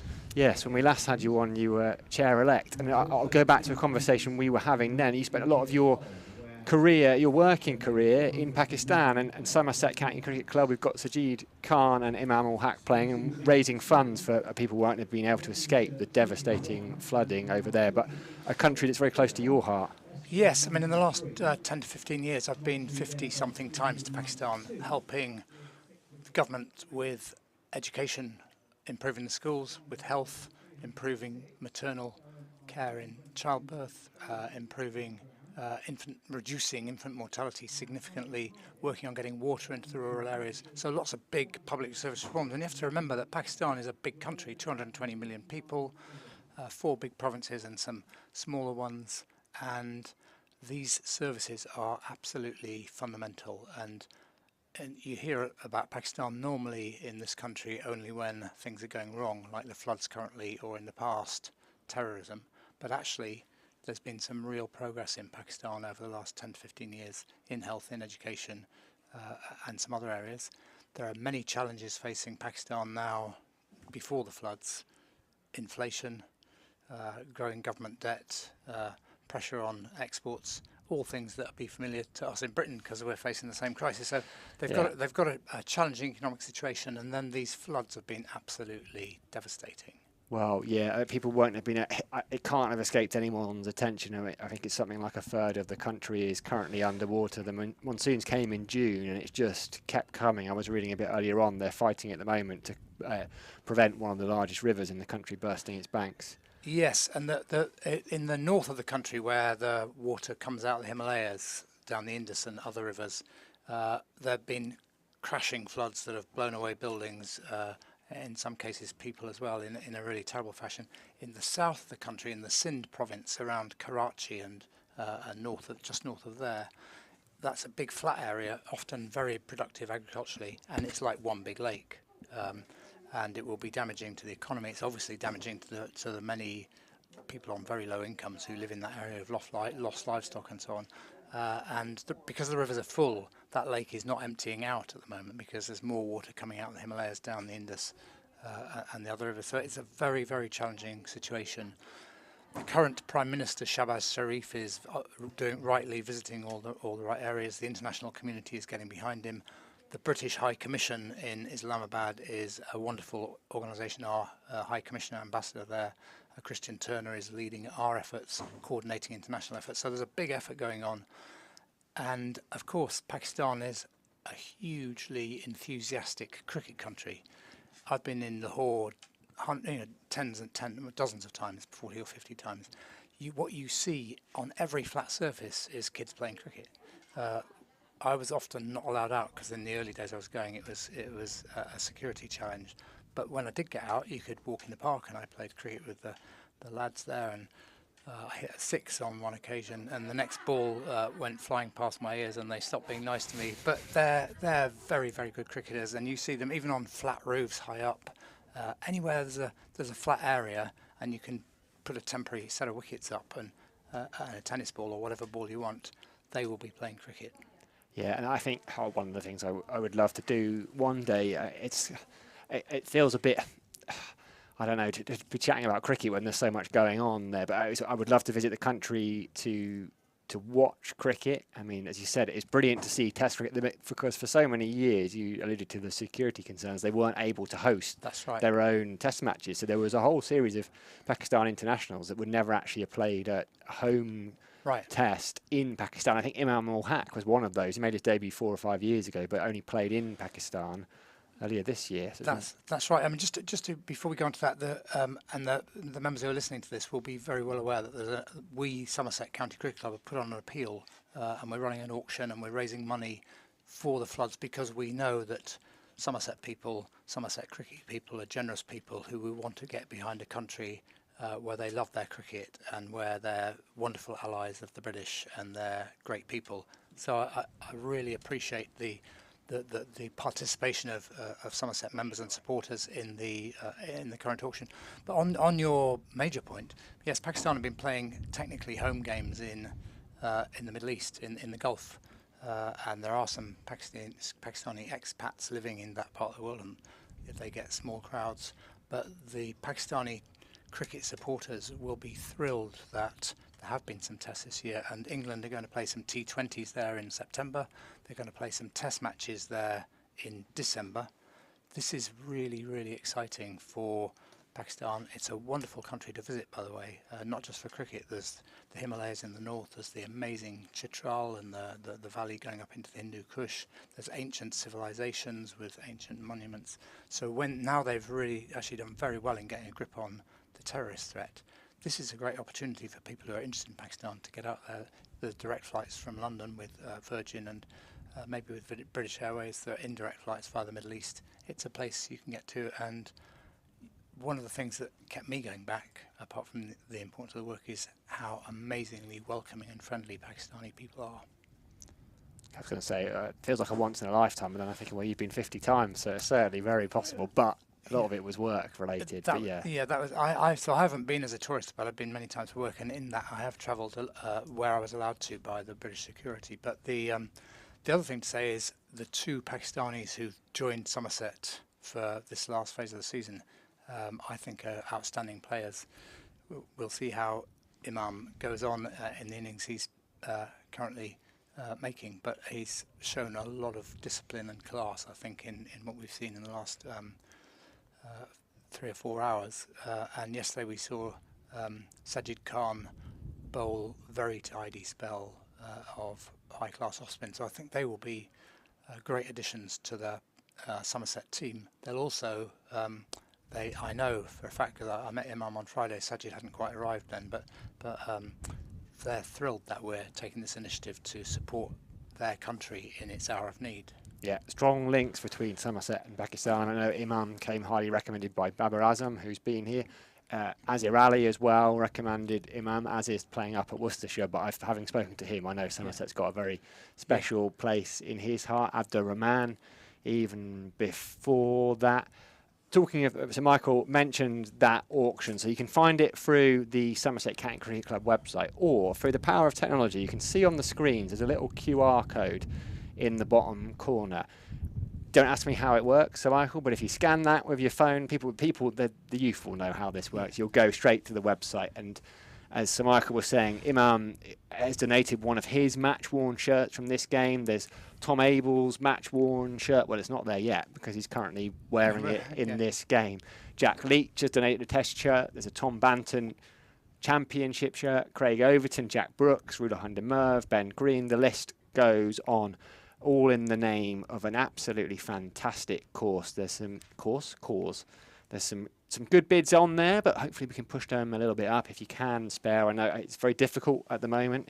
Excess cash may not be there for everyone, but if you can spare and have a look and fancy it with Christmas. Can we say Christmas is coming yet? It seems to get early and early every year, but what a present to unwrap. Yes, exactly. It'll be a great present. And when England go to Pakistan for the T20s in September and then for the Test matches in December after the World Cup, we will find a lot of excitement about cricket between England and Pakistan, and the players we see here in Somerset, both the England players and the Pakistani players, will be really getting behind that. And the ECB and the British High Commission are getting behind this cause, raising money through cricket. I think I'm right in saying that for the first T20, but certainly one of them, the gate proceeds are all being donated to the flood relief. So we're part of a big cause, but there's a real enthusiasm from the ECB, from the PCB, the Pakistan Cricket Board, and others for what Somerset is doing, because we, I think, set this ball rolling. Well, yeah, it's spot on. It is the first T20 where the gate proceeds will go. And you know, again, it's cricket, but during the lockdown, actually Pakistan were one of the countries that came over and toured England, and that would have put huge pressure. We've seen players have now talked about the kind of mental strains and how difficult that was, and so Pakistan very much helped out the ECB in that sense, and it's a time to return the favour. Absolutely, they did do that, and they and this just over a year ago we cancelled a tour at short notice, which I think was a very bad mistake by the then ECB. The chairman has changed since then. I think the ECB recognises that was a mistake. But this is a chance to really put all that right. And you can be sure of a great welcome from the generous people of Pakistan. They are fantastic. Yeah, well, we will look forward to that. I mean, that's going to be a fine series. Firstly, the T20s squad flying out in a couple of weeks for that series, and then the Test series. It's lovely viewing as well when we're in the middle of winter, when there's Test cricket to keep us warm. And the members might like to know that when I was in Pakistan about, I can't remember exactly when, but June, so early July, the first thing I did when I met the Prime Minister, I already knew he'd been Chief Minister in Punjab, but now he's Prime Minister. The first thing I did was give him a Somerset County Cricket Club tie, which he was delighted with. Excellent, there we go. So that is probably the key to these overseas sites. Is that you claiming that Imam and Sajid were signed on the back of that? No, I'm claiming that I made a small positive contribution to our relationship with the government of Pakistan, but obviously the recruitment of our overseas stars is down to Andy and Jason and all their contacts in Pakistan. But what's nice is how enthusiastic these great players are about coming to Somerset. Yeah, absolutely. And performing on the pitch, as you were saying, I think Sajid Khan maybe wouldn't have expected to bowl quite as much as he did in that first. He bowled 26 of the first 80 overs, but I thought he bowled beautifully without much luck. There was that one caught and bowled chance that he couldn't quite cling on to, but that was quite late. But I thought he bowled well. I thought he bowled well as well. And as you say, it's unusual to bowl that many overs on the first day of a 4-day game for an off-spinner, particularly one who only arrived in the country on Saturday. I thought he bowled very well. He bowled hardly any bad balls, which I was very impressed with. And on a day where the first couple of sessions, maybe Tom Abel's bowlers didn't all give him the control he would have liked, I thought Sajid Khan brought that, and I think he'll come into his own from a wicket-taking perspective, potentially both later in this game and over the next 3 games. I'm sure he will, absolutely. Be nice to see him and Jack Leach operating in tandem at the back end. Yeah, that'd be fantastic. 2 Test match spinners in the same team would be fantastic. And then Imam 72 not out. We don't want to curse him, no. But there's always pressure, I think, on an overseas batter, particularly coming in for a short period of time. The fans are going, well, they need to make an impact, and he looks very assured out there. Yeah, let's not curse him, as you say. But I've watched the innings today, and what I've admired is the quality of the shot selection, the discipline with which he bats, and the technique. For a left-hander, the high right elbow when you're playing your forward defensive or when you're playing your drives, it just looks a class act. So we don't want to curse him, but we're really glad he's with us, and we hope he goes on in this innings and later in the season to do great things. Yeah, very much so. Both Imam Haq and Sajid Khan helped here to basically try and help Somerset escape what is a relegation battle. There's no getting away from it, and they're both playing their part already. As Sir Michael was saying, that auction, the QR code is there. Go and have a look.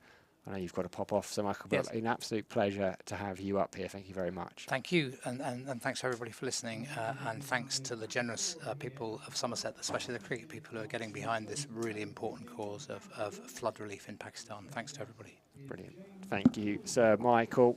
We will be back on air very shortly. Bowlers are back out going through their warm-up. It's going to be a fascinating evening's cricket. We're going to ignore the forecast. Harry Everett has banned me from talking about weather forecasts because we keep looking at the percentage chance of rain. But it is still bright. It's blustery as well. The wind is blowing, which seems to be the rain just is passing by us, which we are quite happy with. Harry Everett's going to come in. I think he's tearing the commentary box behind me. Do you want me to swap spaces, Harry? Because he's got his charger. I saw him come in this morning, put his charger on the left side. So rather than break his laptop, I'm going to scoot across. We're going to have to switch headphones. Oh, it's all going right. Always goes wrong when you and I are about. When Bert and Ernie, as Triggs very nicely referred to us? He was positive about us, He Triggs. was. It's the most positive chat I've ever had. God, Michael Barber must have a different sized head to me. These headphones are a slightly different shape to mine. Great to hear from Sir Michael. And Craig Overton was saying that Sir Michael popped in to, probably could call it a pep talk to the boys before the game. Just talked about some of his experiences. Harry Everett has already made the cardinal mistake of turning my headphones off because we got them the wrong way round. He just cut me off mid-sentence, and that's what he thinks. That's where the Bert and Ernie comes from, H. Oh, I'm going to have to Google Bert and Ernie. Sesame Street, I believe. Oh, is it? It's because Triggs is an old man. It's beyond our time, H. Well, no, on a more serious note, I was listening to a podcast on the way in, the Stumped podcast of Alison Mitchell. Yes. About the opportunities in Pakistan for the ladies' game and how hard it is for women cricketers in Pakistan to play, and some of the floods and the talk with, of course, heightened with Imam and the spinner Khan coming to play for Somerset. A lot of attention on Pakistan cricketers playing the championship, and of course with the floods, and it's scary. Just, you know, it makes you realise how lucky we are to be able to play the game we love and be free to watch and play what we want, really. Yeah, absolutely, H, absolutely.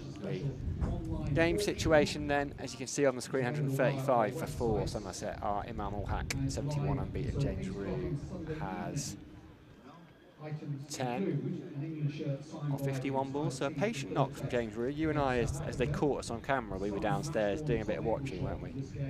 Lovely spot, just down on the, what do you call it, the balcony below, the gantry, the Thatcher's deck. It's a deck, yeah, I think deck is what it is officially. It's nice down there, isn't it, right behind the bowler's arm. You can get the measure of the pitch, see if there's a little bit of swing. We're slightly off centre here, aren't we? So what have we got going on around the ground? Well, down the Aegeus Bowl, 400 for 9. Hampshire have declared. Carl Abbott went ballistic at the end. Reached 400. Oh, he did. Well, Nye Donald, 94 off 84, and Kyle Abbott, 57 unbeaten off 45, so 46 they put on unbeaten. Pretty good for number 10. To get that final bonus point. Hampshire declaring lost some rain, lost some overs due to rain already in that one, so Hampshire probably doing the smart thing. They know if they're going to chase Surrey, they've got to keep on winning. Yorkshire 76 for 2 in reply to Lancashire's 276. All out, and Kent 5 for 1 in reply to Essex's 573. Feroz Kushi, who is another exciting young talent, made 164 his maiden first class 100, and it was a big one. Ben Compton, been and gone. Jamie Porter bowled him for just a couple, so that's Division 1 done. You can see on your screens Imam Ul Haq and James Rue heading back out into the middle. Gloucestershire players and the umpires are already out there. What do you reckon, H? What constitutes a good day other than still being 4 down in 40 overs time? What constitutes a good day for Somerset? Yeah, runs aren't really an issue, as you say. 4 down is the crucial thing here. Can they keep these 2 here till the close and let the bowlers have a bit of a rest? It's quite important. Lewis Gregory's played a lot of cricket all over the country in various different formats. Don't really want to see him required to bat tonight, so basically bat through the next 40 overs, or, well, I'm going to mention the R word, as the blue sky is currently over the top and it's cloudy. So let's say we're going to get 40 overs in. What is it now? 3:45, so that'd be good going with the light, but we can probably play till 6 o'clock. Yeah, I think you're probably right. 6 o'clock is about realistic. Probably not much later. Maybe 35 overs is realistic. But depends how many the spinners bowl, really, doesn't it? Yeah, we've seen Jack Taylor bowl, we've seen GVB, we've seen 7 bowlers for Gloucestershire so far, so they're going to rotate around trying to He get... saw a similar thing with Somerset, didn't he? Yeah. Goldsworth only got 1 over in the end, I think, didn't he? Yeah, just that 1 over going for 3 runs, but Lammonby bowled 6. Lammonby was just down down on the deck at tea time while you speaking to Sir Michael Barber. I had a quick chat with Tom Lammonby. He was chatting to Blackie, we've had on comms today. And he's up there next door, Tom Lammonby, look. There he is. And probably watching from one of the best views in the county game, as we're going to start from the river end with Tom Price and Imam, opening partner. I wonder if he's been up here before, because when they come up here, Tom Banton hadn't been up here, and they're always amazed by the view, because the pavilion is, the players' pavilion, and the Caddick pavilion is side on. We get the best view in the house up here. He's come to see his mate from Exeter Cricket Club, who you don't believe plays for Exeter. No, I've not seen him play. Harry Everett doesn't know you don't play club cricket in Devon. It's the general rule. I'll have a proper chat with him later on and find out his play cricket stats just to check what's happened.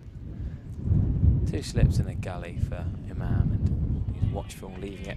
Top knock he's played so far. Him and Marcus Harris have been the shining stars of this game so far with the bat. It's the patience of it, but he scored relatively quickly. Only, I say, been out 135 balls, so a decent strike rate. He just played nice cricket shots, but I can't remember him being flustered really. A few people a bit late on the YouTube comments. Maybe Lucian Belgium's only just realised that Tom Kohler-Cadmore's joining. Feels like a long time ago that signing was announced, but a lot of talk about Kohler-Cadmore, Rue and Banton with the gloves, but I think this man batting out there now, Rue is the keeper for the next 10, 15 years, hopefully, for Somerset. If he doesn't get too much England recognition. I don't think Kohler-Cadmore has come down to necessarily keep. He might keep a bit in white ball cricket if backup needed, keeper, not bad. I think Banton's the first choice white ball keeper, but I don't think either of those are particularly keen on the gloves in the red ball. Exactly. I'd like to think Kohler-Cadmore would be happy to do it for the odd 4-day game were Rue away with the Lions, or dare I say the full England squad, but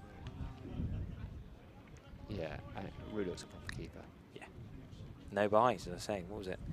I know, so we played 343 runs and no buys. Some effort of our first innings, made up of 102 overs.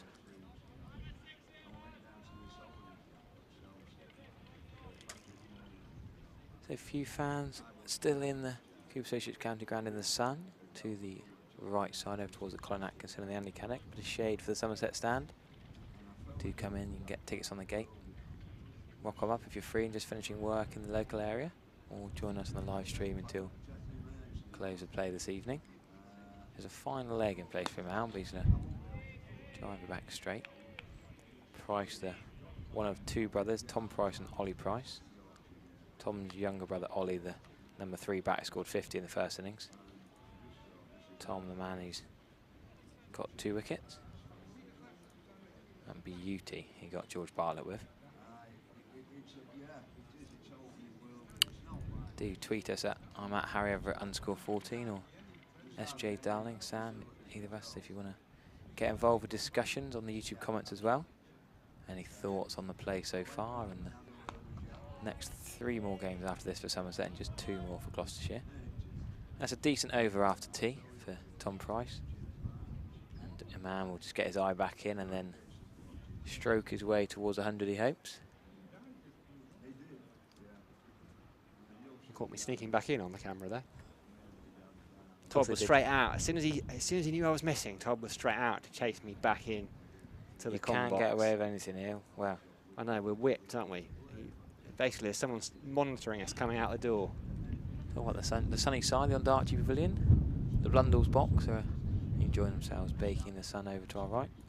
Going to see, I think that's David Payne. It looks like a left-hander to me. Yeah, it is David Payne. 8 overs, 1 for 32. Probably bowled a little bit better than that, actually, than his figures suggest. A wicket of Tom Lammonby.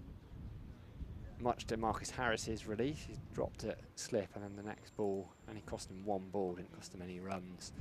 We see James Rue. It looks like he's taking his guard a fair bit out of his crease there. I wonder if we can get that side on at some point, just to negate that swing. We saw Tom Abel, the right-hander, batting very face-on to David Payne to negate the in-swinger. He does take a step back as his trigger movement. Maybe he ends up on his crease. Good start from David Payne. Yeah, good bowler, David Payne. We saw him play in the Netherlands. How unfortunate. Would you remember that? When he hadn't had a wicket for England, and the ball went straight up in the air to Liam Livingston. And it's an absolute shocker. I mean, I don't forgive people. When you're fielding, you wear a cap. And the cap is to stop the sun from being in your eyes. And if you have the cap at the right angle, then you can take a catch. But Liam Livingston had a bit of a shocker, and poor David Payne missed out on what should have been his first England wicket. It's just a bit too wide there, left alone. And just coming off my long run here. But David Payne did soon get Say, his. you're basically laying into Liam Livingston, are you? Well, yeah, if you're David Payne, you'd be absolutely devastated. Imagine if he then got injured or never picked again and he never got an England wicket. Or, you know, he might end up on 999 wickets, you never know. For England? Well, that'd be quite something. Pretty good. That'd be quite something. Probably meant in all forms, but I was just gutted for him as an easy catch if he got the sun out of the way. Oh, well. Yeah, very good bowler, Payne. I'm a big fan of him. Lovely swinging action. Tall, awkward to face. Just a genuinely nice man as well. Welcome to you if you're watching along on the live stream. Good numbers on there. We're here courtesy of WPA Health Insurance, the club's principal county championship sponsor. Harry Everett alongside myself, Sam Delling. Pete Trigo in today. Ian Blackwell as well. Just gesture and see if we get Tom Lammonby on comms for a little bit of a stint. Yeah, why not? Not that we're putting him on the Be spot, rude. bit of pressure. We've had Tom Banton, we've had Matt Renshaw. Be quite rude not to come on. Craig Overton's been on.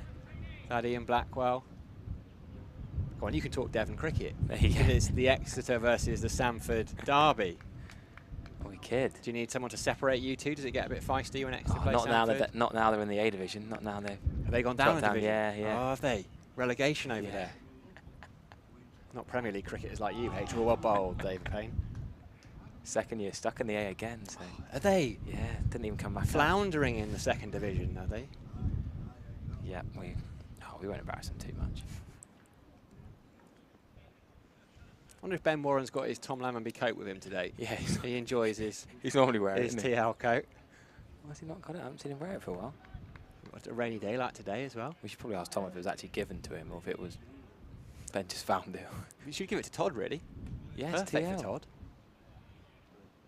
Same initials. Solid from James Rue. Ends a good over from David Payne. 135 for 4 Somerset. 45 gone. Todd's heard his name. Look. Oh, they're meant to be listening to us in the Ben Warren suite along to our left, but they've obviously not got the volume up high enough. Todd's trying to replay back. But he can hear, if he hears his name, Todd, it's like a spidey sense. He suddenly like a his ears hair, prick like, up, doesn't he? Yeah. Goes. So Not talking about your haircut, Todd, don't worry. No, that was caught on camera earlier. There he is. Where's Triggs now? We're stitching. Having a chat with at the bar. Having a chat with Walshy and Blackie downstairs on the deck. Great to have them. Great to have Blackie on as well. First class umpire, first class cricketer as well. First class commentator. He was good. He was good, Blackie. I've already got a text saying, or less of that about Exeter, you bugger. It's not your fault they're in the second division. No, well, I don't think I could challenge relegation, no. Now, do you remember that chat about the poor Matty McKernan who got whacked around by Riley Rousseau, the record figures, and he had the deducted points for the tape on his bat? Yes, he had a bad month for Matty McKernan. Go on, an interesting development. Well, yeah, Nick Maddinson was forced to change his bat because his bat was deemed to be too large. You know, it's got to fit through the. We even get it in club cricket. It's got to fit through the. Maddinson, yeah. You got to fit it through the white. I don't even know what it's called, the back gauge. Do I think you? You call it. A bit like when you go to the post office. Yeah. Oh, generally we. Well, we tried to leave that one in Mammal Hack, and he's pick up 4. Sorry. No, we I was playing at Bovey Tracy around the year, and one of their lads hit the ball for 4. We didn't say anything. And the umpire went and got his bat and checked it through the back cage after he hit 4. It didn't fit through the back gauge, so made him change his bat. Can you deduct the runs? There's 100 partnership that for between these two. Assuming matchday mark is right, he got a bit excited there, didn't he? No, 87 for 4 and 139 for 4. 50 sorry, partnership. yeah. A little bit excited. Sorry, I was going off about this bat. So yeah, and the poor Madison's had to change his bat. Is that going to cost Durham points? Mike McKernan had the team deducted points. Anyway, Madison had his bat changed and got out soon after. So it didn't make that much difference. That's a big swing from Imam Hack is fuming at himself, swinging his bat around in frustration.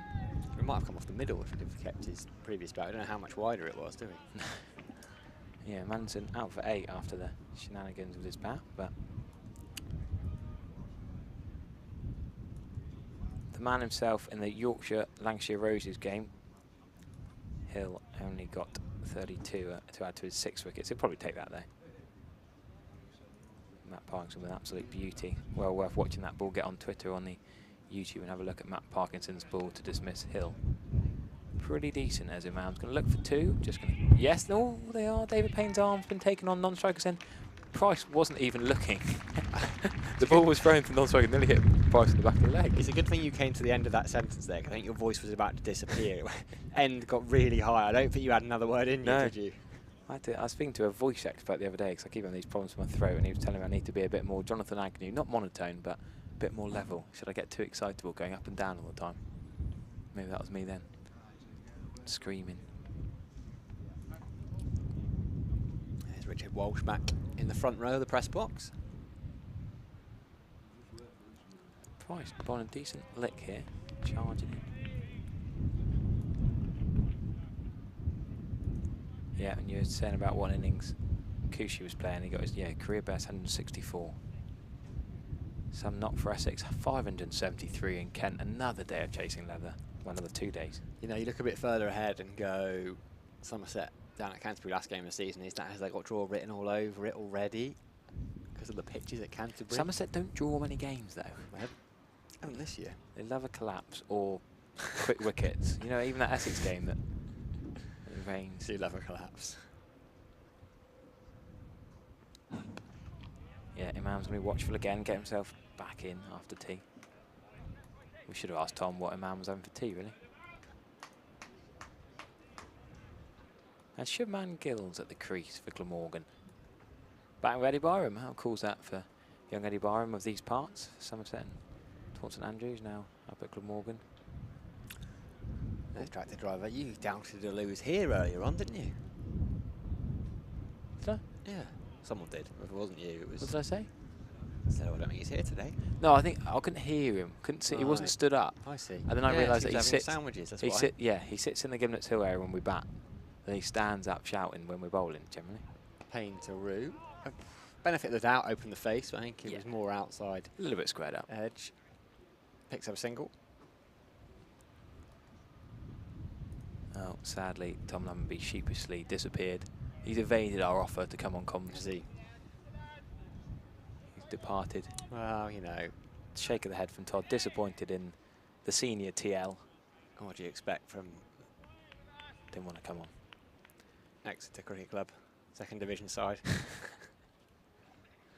You're going to get sticky in the lead. You've got so many WhatsApp groups. I already had a few messages. Yeah. Cut away by Imam. Evades it, and maybe it bounced just in front of the fielder. It's Miles Hammond at backward point. It's going to bring a boundary. Yeah, a little bit tough, that matting. If I was ever to field on the county ground, the Cooper Associates county ground here, I would be frustrated fielding on that matting. It kind of just got in his way there. Yeah, just a little bit of width, and I wondered, because he was down early, I think he was probably going to stop it, and maybe it popped up off the matting. Brings Imam Ul Haq 4. He moves on to 81. Batting beautifully here, Imam. Just taking time to steady himself. And up at the Roses game, our mate, Tom Kohler-Cadmore, who took all those catches here when he played here a couple of months ago now. He's due to come and play for Somerset next year. He's at the crease in Old Trafford. Pushed into the offside for no run. Yeah, so Kohler-Cadmore back 4. Do we think he'll probably come into this problematic Bartlett Bantam position, do we think? Or Goldsworthy 4, Kohler-Cadmore 5? Yeah, it's interesting, isn't it? Yeah, I think. Do you think Abel stays at 3 long term? Or Goldsworthy. Goldsworthy, Abel 3 and 4. I don't really mind actually. Which order? Kohler-Cadmore. Where did he get his 100 here for Yorkshire? Was he 4 or 5? I think he was top 4 because they had quite a not a long tail, but I'd like to see. He's going to be a 4, 5, or a 6. Very good slip fielder. I think he's going to bat top 5. You know, I don't think he's moved to bat 6. No, I don't think so. But it just depends on whether we want to go Banton and Bartlett. But probably would be one of the 2. Nice problem to have. Good to sign there's a bit more experienced batter. Kohler-Cadmore got his best years ahead of him, but also has played a lot of cricket. Bit of a coup that really to be able to get him. Left alone by Imam Ul Haq. 28, Tom Kohler-Cadmore now. This is his 80th first class game, 10 hundreds.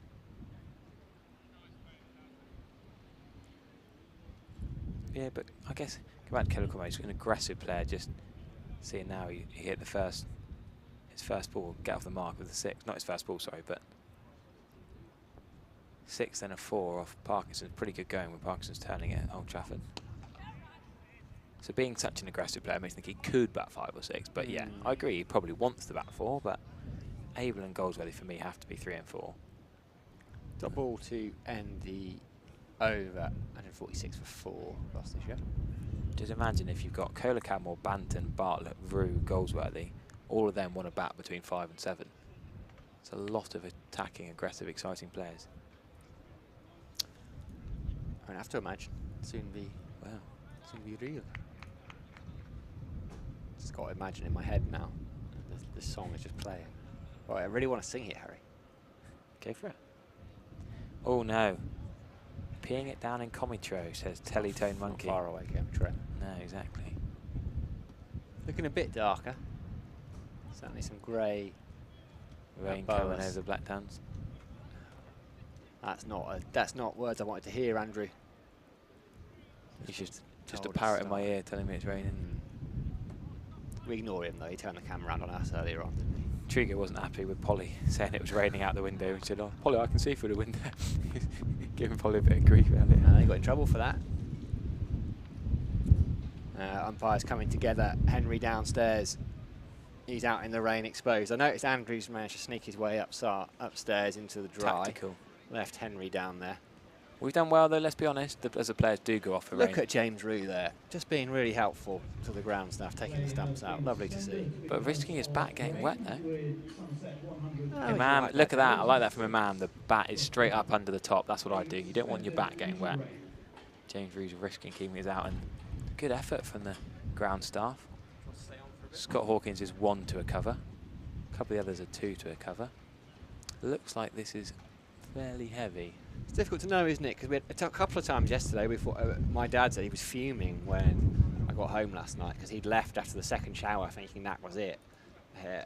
Back out in 10 minutes, Somerset picked up all the wickets. Yeah, led the Thornton lads up from Devon, come up to watch, and they stayed and got a bit bored of watching not a lot happen and Somerset not play very well, and then they went away and missed all the excitement of the evening session with the wickets. Well, you never leave a game early, do you? Never leave a game early, exactly. Cricket, football. Well, unless you've got another game to go to yourself, sometimes a bit tricky on kind of championship evening. Well, you tend to leave the game on time, but then arrive to your next one late. Yes. Well, then if you miss out on opening the batting, that's quite frustrating sometimes. Yeah, you don't mind coming in at 6 or 7, though, do you? Not really my game, Sam. No? No, not really. I'm not. You like bullying the opening bowlers, do you? I have a bit more pace on the ball. Right. Okay. Anyway, we're seeing just the 4 red Dragon covers. We're not yet seeing the white sheets, which is a positive sign. What have the fielders done? Are they loitering? They've gone. Fielders are gone. No one loitering. But as you say, they're not running. You know, if it was really heavy and they were thinking it's going to be set in, those ground staff would have sprinted on with those initial covers and then brought the sheets on. What have you spotted? Is that Tom Lammerby, Rolla van der Merwe showing something on his phone? I'm worried that's us giving him stick, trying to egg him on the commentary, and a chuckle with Roloff in the dugout. And there's Lachlan Stevens down there. Looks like he's on his phone looking at the radar. No, now they're all going inside. Sounds a bit heavier. That you can hear it. Oh wow! Paul Tweddle's going inside as well. Oh, that's strong. I love it. Paul Tweddle, your barometer. You sort of went, oh wow, Paul Tweddle's well, because he's a t-shirt and shorts man. Yeah. Even when he was coaching me in December, when I'd rock up in woolly hats and 6 coats, he would have t-shirt and shorts on. Big strong man, likes going to the gym. So if he's going inside, sheltered from the rain, then it's bad. Look at this. Now the ground staff will hurry off. Scott Hawkins has even got a jumper on, Sam. Now that is saying something. I think those covers will come on now straight away. So Somerset just starting to build a bit of momentum. So it's a shame, you know, someone like Imam Hack, 81 unbeaten. James Rue as well. He's only got 11, but he's been out there a long time now. Just demonstrating, I mean, we've seen so far in his career is only in its infancy, but he has a very wise head on those shoulders. He's been out there an hour and 20 minutes for that 11. Imam's batted just a bit over 3 hours. Lost opening partner Tom Lammonby quite early. Tom Abel, the skipper, as well. He nicked one to Ollie Price at slip. So Dale and Payne had a wicket each. Then Tom Price picked up the wickets of George Bartlett and Lewis Goldsworthy. Bartlett was a shame, Bartlett. He started to look quite good, didn't he? Yeah, but he gets a lot of pretty 30s, which is frustrating. And you think, what can he do to dig in and play a little bit more safely, a little bit more defensively perhaps to adapt to the Red Bull game, but he does love his big cover drives and cut shots. But as much as I say that, today he did get a pretty good ball. Yes, yes. Came in and hit his off stump. Wasn't the worst judgment. Yes, you think there's a good leave and a bad leave, but there are more than two types of leaves, aren't there? Wow. It's a bad leave for hits the stumps, though. Yeah. I mean, there's no getting away from that. I know what you mean. As bad leaves goes, it's not quite like Glenn Maxwell running down the wicket and leaving in the big bash. Slightly different to that, but... And we saw Graham Van Buren get beauty from Gregory yesterday, but... Anyway, as we say that, the mega heavy rain has stopped already. Subsided, isn't it? I was just glancing across to see you're just filling in your match report and doing what I normally do. What have we got? Well, the heavens did eventually open at 4 PM, I was just going to say. Yeah, that's fair enough. That's a fair comment. I mean, it's factually accurate. It's always a good start, isn't it? We've done well to get this far. I say it subsided slightly. It did look like it had, but it looks like they're trotting off now to pull the side covers on. We might be settled in for a little bit. We might have some material for you. Bit of Marcus Gothic. That'd be pretty good to watch in the Marcus Gothic Pavilion. 19 years ago. Oh, it makes me feel old. That. Oh, we've got to show that, Sam. 200 for Marcus Gothic. We'll come back. Well, if there's any change, we will update you. We'll have it on the sidebar as well. But in the meantime, enjoy a bit of Marcus.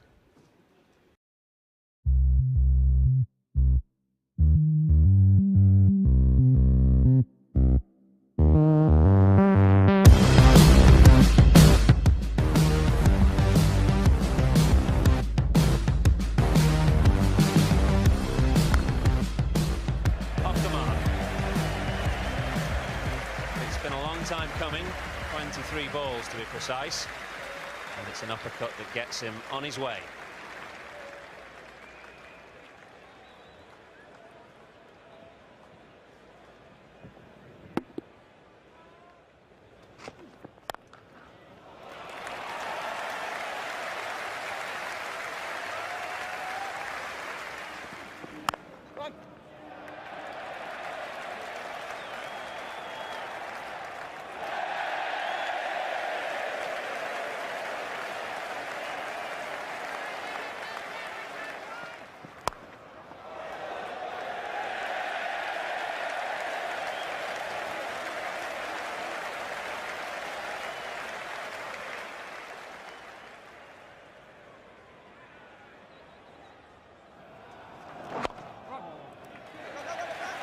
He's got himself to 50, and he's going to be really thrilled with that, because it's not a characteristic Trescothic innings,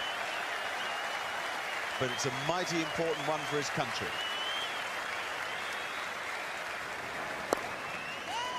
There's a man back, but he can only watch. One bounce four from Marcus Trescothic. Short from Adams and got the treatment. Hasn't really landed enough in the right area. Paul Adams is almost bowled a bit nervously, and that's way too short. And as a batsman, you hit that and you think, oh, no, there's no one out there, is there? Surely.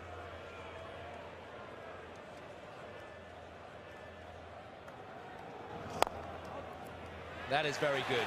That isn't all that easy to do, but Trescothic opened the blade, so he didn't find mid-off. So he found that gap at extra cover. Clever batting. Yes, it is. Clever batting, because after all this time, you've got to put it away. But then again, this is a full toss. So a half tracker and a full toss.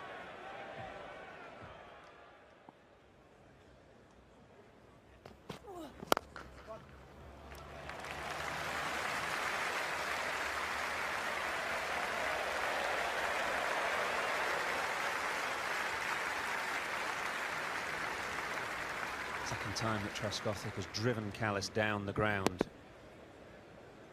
Just a firm push, really, but the timing is exquisite.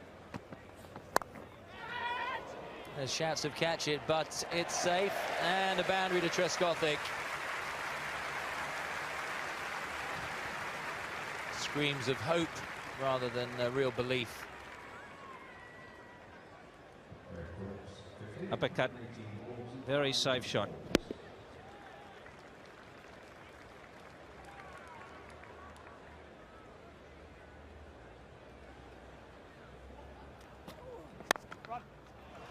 Nicely played. beaten the man at cover and has gone all the way for 4 and brings up England's 250. Real danger signs for South Africa. We've got to arrest this decline. These two have played magnificently. Two experienced cricketers. They're taking the game away a little bit from South Africa with shots like that. Trescothick on strike and has 97.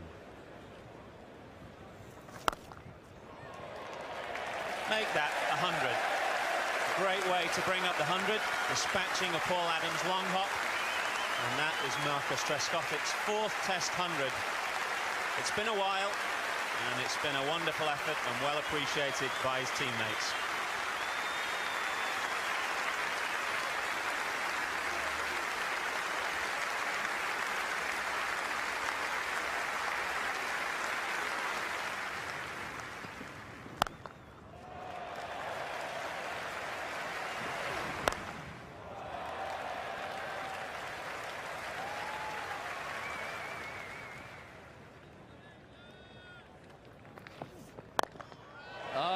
Seeing it big. I fancy you, Mr. Hall. And up comes 150 to Marcus Trescothick.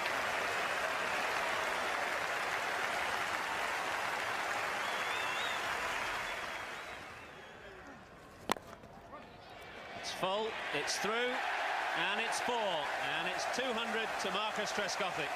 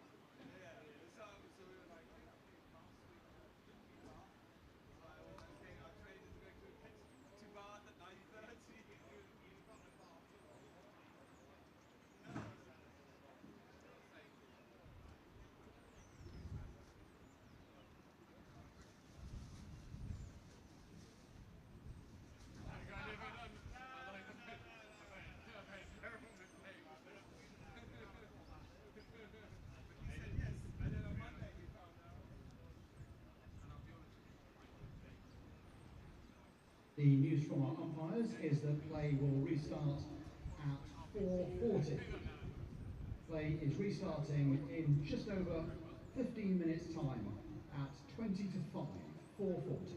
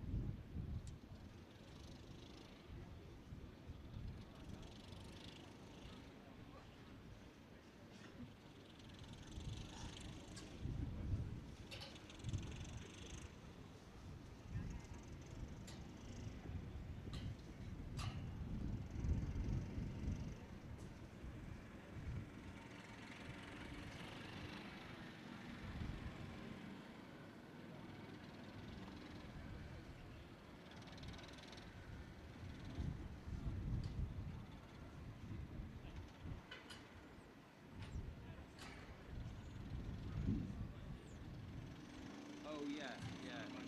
Oh sorry, yeah, I see what you mean, the track covering. Yeah, yeah. See, because you've got all these people down here, and you could, I worked out, you could probably just avoid getting the blue sheeting in there. It's quite a narrow area actually. I'm going to walk out, so I'll end up on top of it. Rain. This time of year, particularly as well. Which always surprises me. Why don't we use these tracks in the middle of the year when the sun's high? They're later than shadow. Exactly. There are occasions where it's actually been on the track itself anyway.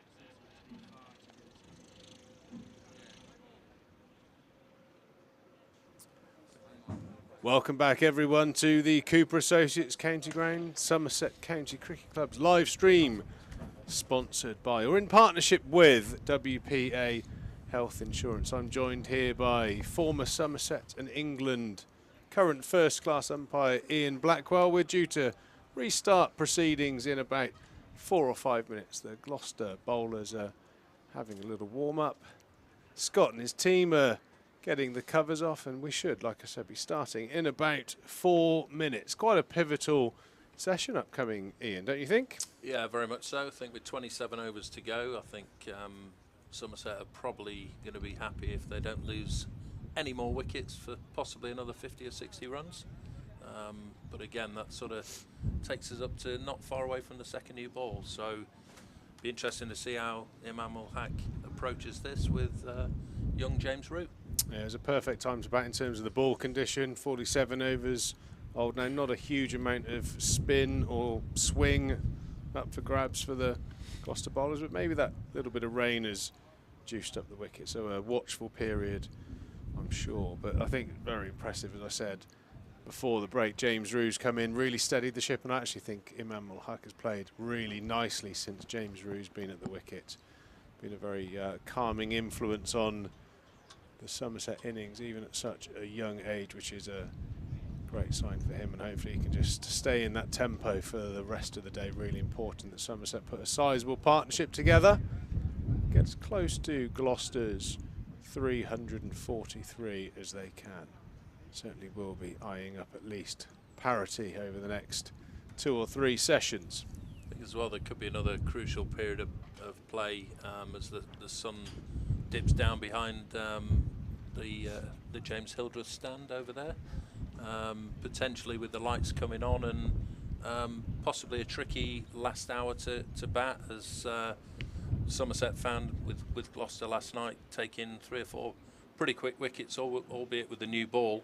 That won't happen, but with an old ball it might just do a little bit more under lights. Yeah, the umpires have just stepped over the rope, quickly followed by the rest of the Gloucester team.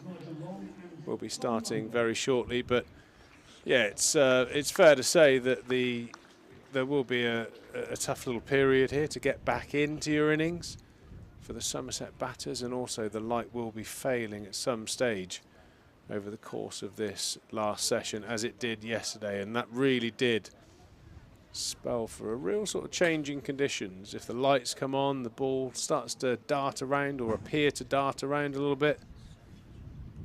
So definitely some challenging times ahead, but a really important session in the context of the game. For those supporters that are in the ground listening or nearby, James Hildreth is with us in the back of the commentary box at the moment, and I'll be hosting a Q&A with him in the members' pavilion, which I'm sure will be a great listen, reminiscing over a phenomenal career spanning nearly 2 decades here at the Cooper Associates County Ground.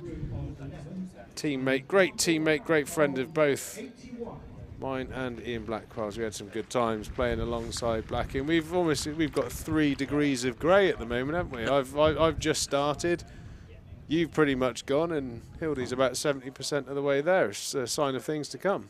think Kildee went quickly, didn't he? I think with the old grey hair. Well, it's the stress of being teammates with us, I think, mate, isn't it? But Every yeah, chance, every chance. every time I wake up in the morning, I look like I've left my beard in the dog's bed. It's picked up another 10 or so greys.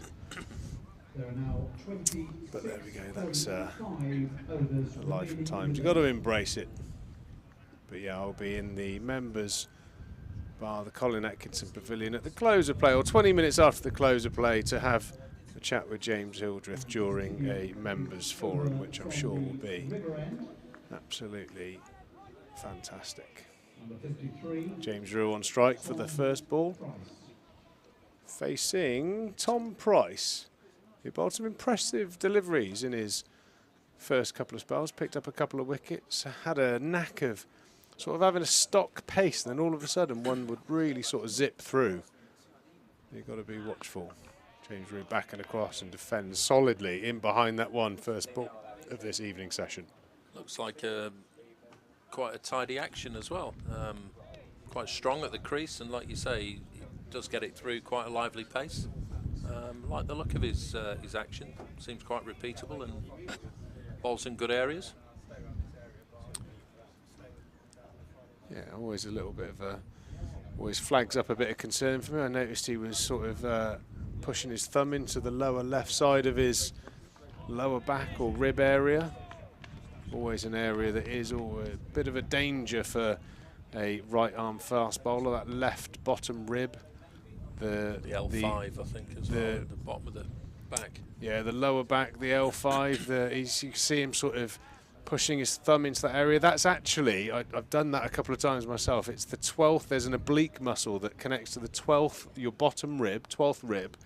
And if that goes as a bowler, you got 8 weeks off. So hopefully he's just loosening it up. But normally when a bowler feels for that area, there's a little bit of a niggle on the way. Hopefully not the case for the young man as he bowls to James Rew. Always amazes me this game that we have a couple of rain breaks and we do all our prep as players at 9:30 in the morning, and you know you could be sat around all day, and then you come out to bowl at 5 o'clock in the evening and you do a token warm up and you're ready to go, and you kind of think, well, you've just been sat down for 5 hours, and why aren't we doing anything more strenuous than just a bowl to a mitt? Yeah, I know a number of players always complained about the lengthy morning warm-ups. Why would we want to put an extra session on the day? You know, a quick little stretch and a run around would be fine.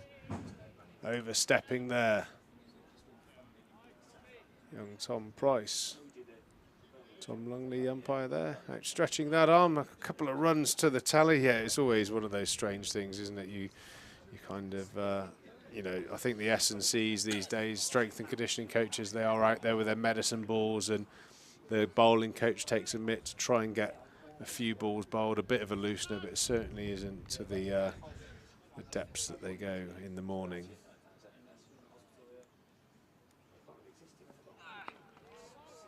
Yeah, most of it's done on first day before the toss as well, so if one side's doing more work than they need to be doing.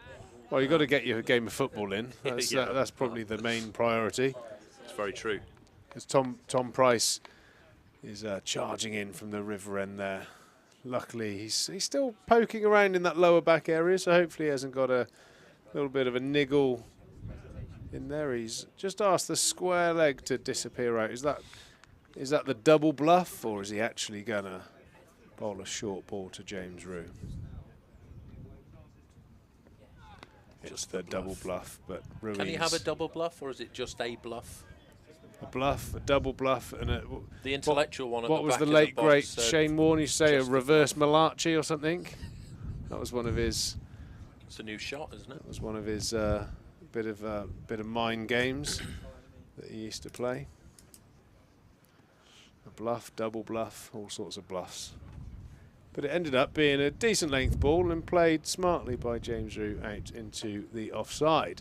Possibly Somerset 148 for 4 after 48 overs. Possible tactic to give him one, I was thinking, to maybe keep Rew on strike this time of evening.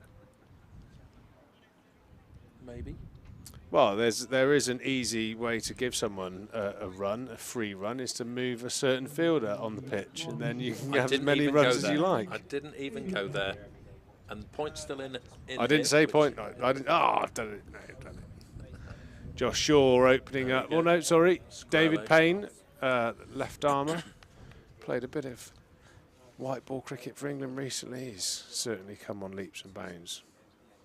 Gets a bit of shape away from the left armour. A bit of extra pace and bounce over the last couple of years. Really worked hard by the looks of it. Extracting a little bit more pace out of his frame.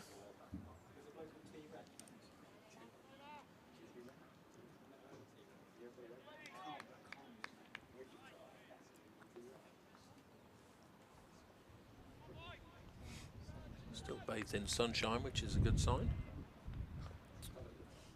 for the batters, that is, at the crease. Yeah, always nice when there's a bit of sun on your back and you're batting out there at Taunton. I think it's fair to say that it's set pretty clear for the next few hours. I think we should be okay to get as many of these 26 overs in as possible. Well, with the lights here, I'm surprised if they'll come off at all for bad light. I think, judging yesterday, was it gone 6 o'clock, wasn't it? Well, the only concern for the floodlights these days is the cost of them. Well, Imam cutting, half stopped by the point fielder, but he picks up another couple of runs, moves on to 83. So you imagine that in a couple of, in a few months' time next season, if the energy prices remain the same, is it going to be feasible to have day-night cricket in England? Well, the LED lights are supposedly one of the most... Maybe we could just hang like 40 or 50 kettles and the light from the immersion will light the ground. As sure that'd be one of the outgoing Prime Minister's grand ideas.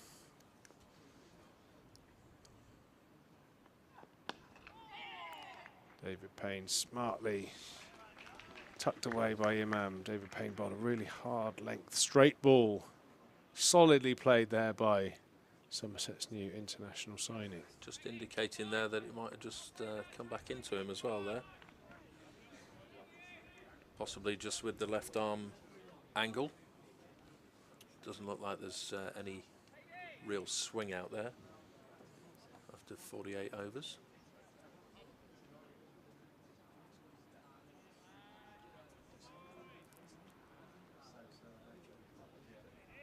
Just an extra catcher moving into place. 3 slips now with a gully.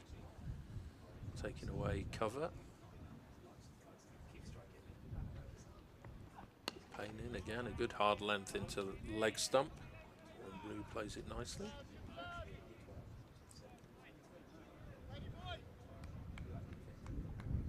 Nice partnership developing here, Peter.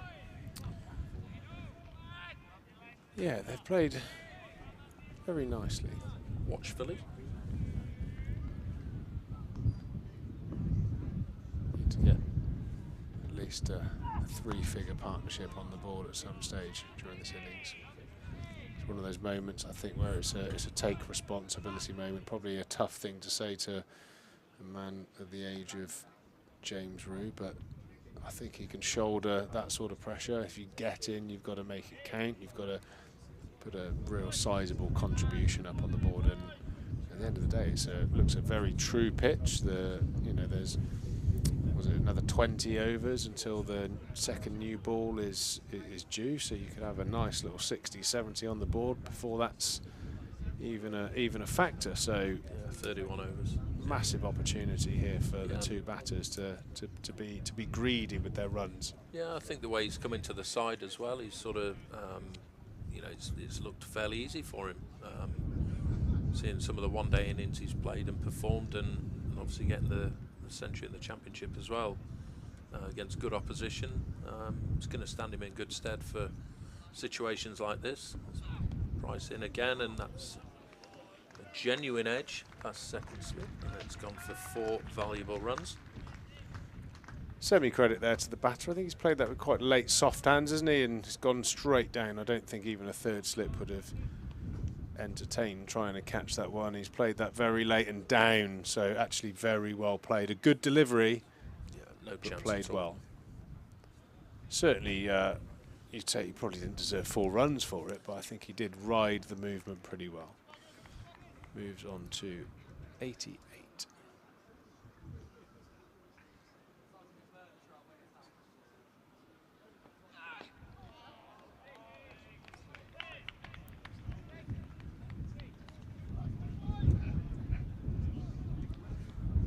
Just running in hard here, putting in a big effort, trying to dislodge this pair.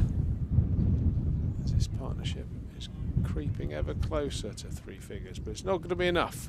You need these two to bat long. The break may have just helped the Gloucestershire side a little bit, getting a little bit of a breather and putting the feet up for half an hour. Yeah, potentially. You can, the switch off, the on and off of concentration can be a bit, disrupting for the batter sometimes, and like you say, the Gloucester bowlers can have a little breather, have a shower, change a shirt, freshen up. Always used to like, when you come off for just been bowling, come off and even a new pair of socks on, something like that, just to give yourself feel, doesn't it? It feels nice. A new pair of socks. I mean, it's hard to articulate to someone who hasn't played a day's cricket or bowled 25 overs in a day, but honestly, it's a glorious feeling. A fresh pair of socks at tea time. It can, I know it sounds silly, but it can really sort of raise the spirits in some way. So yeah, you can have a bit of an advantage to the fielding side to have a disjointed session, but the way the Somerset batters have started this session, looking promising.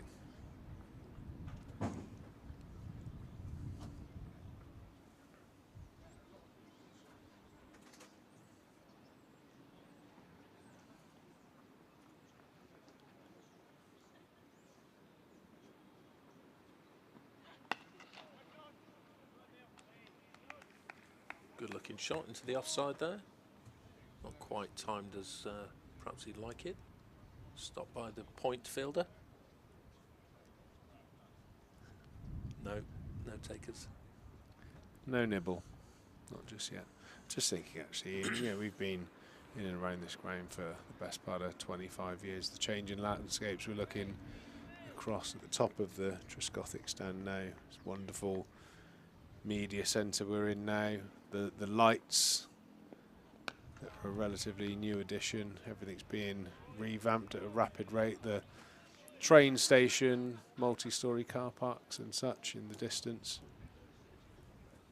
Really is quite a magnificent It's view. interesting to see, a building going above 3 stories in Taunton, because generally it is a pretty flat county in that respect. Only a couple of buildings sort of any higher than that. Well, the church has always dominated the skyline here in Taunton. A lot of famous photos of the ground and the 2 churches in the distance.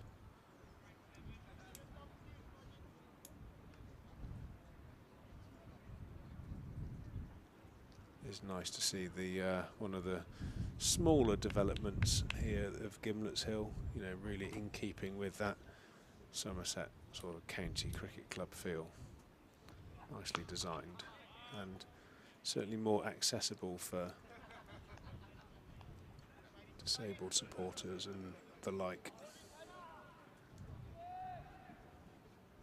Have a bit of Singdale coming on. He's doing a few stretches. He bowled with a bit of lively pace first up. Yeah, he had quite a sort of slingy action, didn't he? Sort of a bit of a point of difference. Looked like he could easily skid one under the bat. Bowled with a decent amount of pace yesterday. Bit of bounce there from Payne. Just getting a bit more out the surface than other bowlers. Yeah, it looks like Imam's just copped that on the back forearm. It's just leapt up at him. That'll be sore. That has no protection on that back forearm.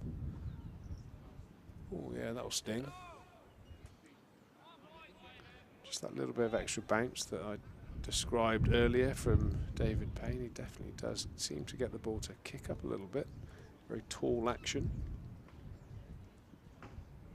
Pivotal time here as Imam Ul-Haq moves closer to a 3-figure score on 89 at the moment. That run will take him into the nervous 90s on his debut here at Somerset.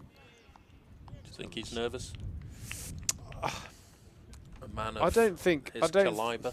I'd be surprised if there was a cricketer out there that isn't aware of moving into the 90s. How special do you think it'll be for him to get 100 on debut for Somerset? Oh, I think it will be very special. Taken into the context, the connection with the club, how famous the club is in terms of overseas players. Babar Azam playing for Somerset in recent times. So I know in Pakistan the club is certainly very well known because of that. Azhar Ali playing here as well. So there is a Pakistan connection with Somerset over the past sort of 5 or 6 seasons. So yeah, I'm pretty sure that he'd want to follow in the footsteps of his captain, Babar Azam. Like I said, #1 batsman in the world across most of the formats, if not all the formats at some stage. So yeah, I'm sure a little 100 and a text tonight back to his mate saying, "You didn't do that on your debut, did you, mate?" Could be on the way. Who knows? You never know. I think we're all. There's not a batter alive that doesn't like a debut 100 or 100 in general. Format. I was going to say, yeah, it's a special moment. Doesn't come around that often, and unless you are, absolutely churning them out, which I've had a few players over the years do that. Well, I know in modern times, Ian, you cricketers do play for a number of different counties now, but you don't make too many debuts in your career, do you, really? So you only get one chance to make a debut 100. So Imam Ul Haq has certainly forged himself a great opportunity here this evening to become an instant success with the Somerset faithful and us here at the live stream. Have you had any debut 100s? No, I don't think. I can't imagine I would have. I probably bowled and went for 100 in my debut. I would have thought. There's a chance that might have happened. That's very true. Don't know yourself. 2. One for Durham against the MCC, and then one for the MCC against Lancashire the year after. Nice. Can you count that one for the MCC? Yeah, I suppose first class game. I'd count everything. I was just about to say I have. I think in I made a debut 100 play for Devon. Yeah, that's about as swanky as it gets, I'm afraid. But yeah, hundreds, great moment. That's what we play the game for. Hundreds and fifers. Oh, that's out. Nicked it. And as we're talking about debut hundreds, we're not going to have one for Imam Ul Haq. He is tickled one through to the wicket keeper. Imam Ul Haq is out for 90. Somerset now reeling at 157 for 5. Again, it's a hard-working Tom Price. I think he's bowled exceptionally well today. Bowled in good areas, getting a little bit of assistance out of the pitch. And he's now got impressive figures of 3 for 34. Yeah, 3 for 34, including the overseas star. A little tickle through to James Bracey. He's played magnificently well. There's no doubt about that. Incoming batsman is Lewis Gregory, who is the star with the ball. The second half of the Somerset bowling innings, he was outstanding, picking up 4 wickets. But how we need him to show some form with the bat right now. 157 for 5 here in what is a crucial game in the context of Somerset season in terms of trying to stay a First Division club. Be interested to see how Lewis approaches this. He's a combative batsman, and we've seen before he comes in and plays some useful cameos, but unfortunately Somerset need more than a cameo from him. At 157 for 5, he's got time to bat, possibly just stay there with James and try and eke out as many overs as today as they can and accumulate what's on offer. But say it's not been easy. Gloucester have bowled pretty well, and yeah, he'll have his work cut out for sure. Yeah, Lewis has got so much ability as a batter, but his application, do you think? Yeah, well, no, he plays some outstanding knocks, no doubt about it. But I suppose the big scores are probably a little bit too far spread apart for someone of his quality. It's so difficult though. He's an enormous workload, but he's certainly more than capable. He's already scored 4 first-class hundreds in his career. When you see him play and how well he can play, you think, this is a serious player. So hopefully that could be one of those days. averages in the mid-20s, which I think very will low. improve over his career. So I think he would be pretty keen to show what he's about, because, like I said, his ability with the bat doesn't really match the numbers. I think for me as well, if he didn't bowl, I think he could play as a batter. Given that chance of him saying, right, I'm just going to bat, I think he's good enough to play as a batter. And equally, I think he's obviously outstanding with the ball. So what you'd say, a genuine all-rounder. And that surprised with those stats. And I know the last 4 or 5 years playing here has not been the easiest. And to average 24 just over is a little low, I feel.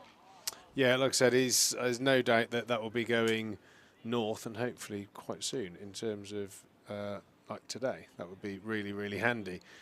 Yeah, I think it's one of the toughest things as an all-rounder. You come into the side as a bowler that bats or a batter that bowls, and you find your feet within the game, and one often sort of slightly takes over. Obviously, in Lewis's case, he's a bowler that bats, but if you've got the ability of Lewis Gregory, he certainly wants to knuckle down here today and show his worth as he edges his second ball through to the second slip, and unfortunately that's not going to be the case today.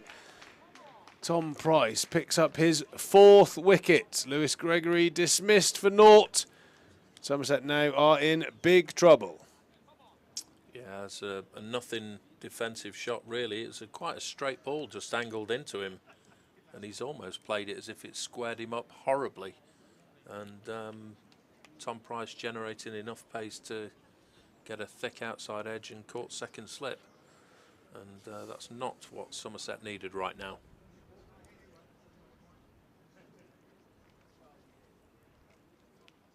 Yeah, hard to really describe that. It looked I wouldn't say a Jaffa, but obviously it must have maybe straightened off the pitch, but it just looked like it angled into him a little bit. Well, I think that's where I kind of have a technical, not gripe, if you know what I mean. It's not a gripe. It's just I think I have a technical awareness. I think the white ball game requires leaving the left side out the way, and you use a lot of your right shoulder to hit the ball through the leg side, pull, pick up off of a length.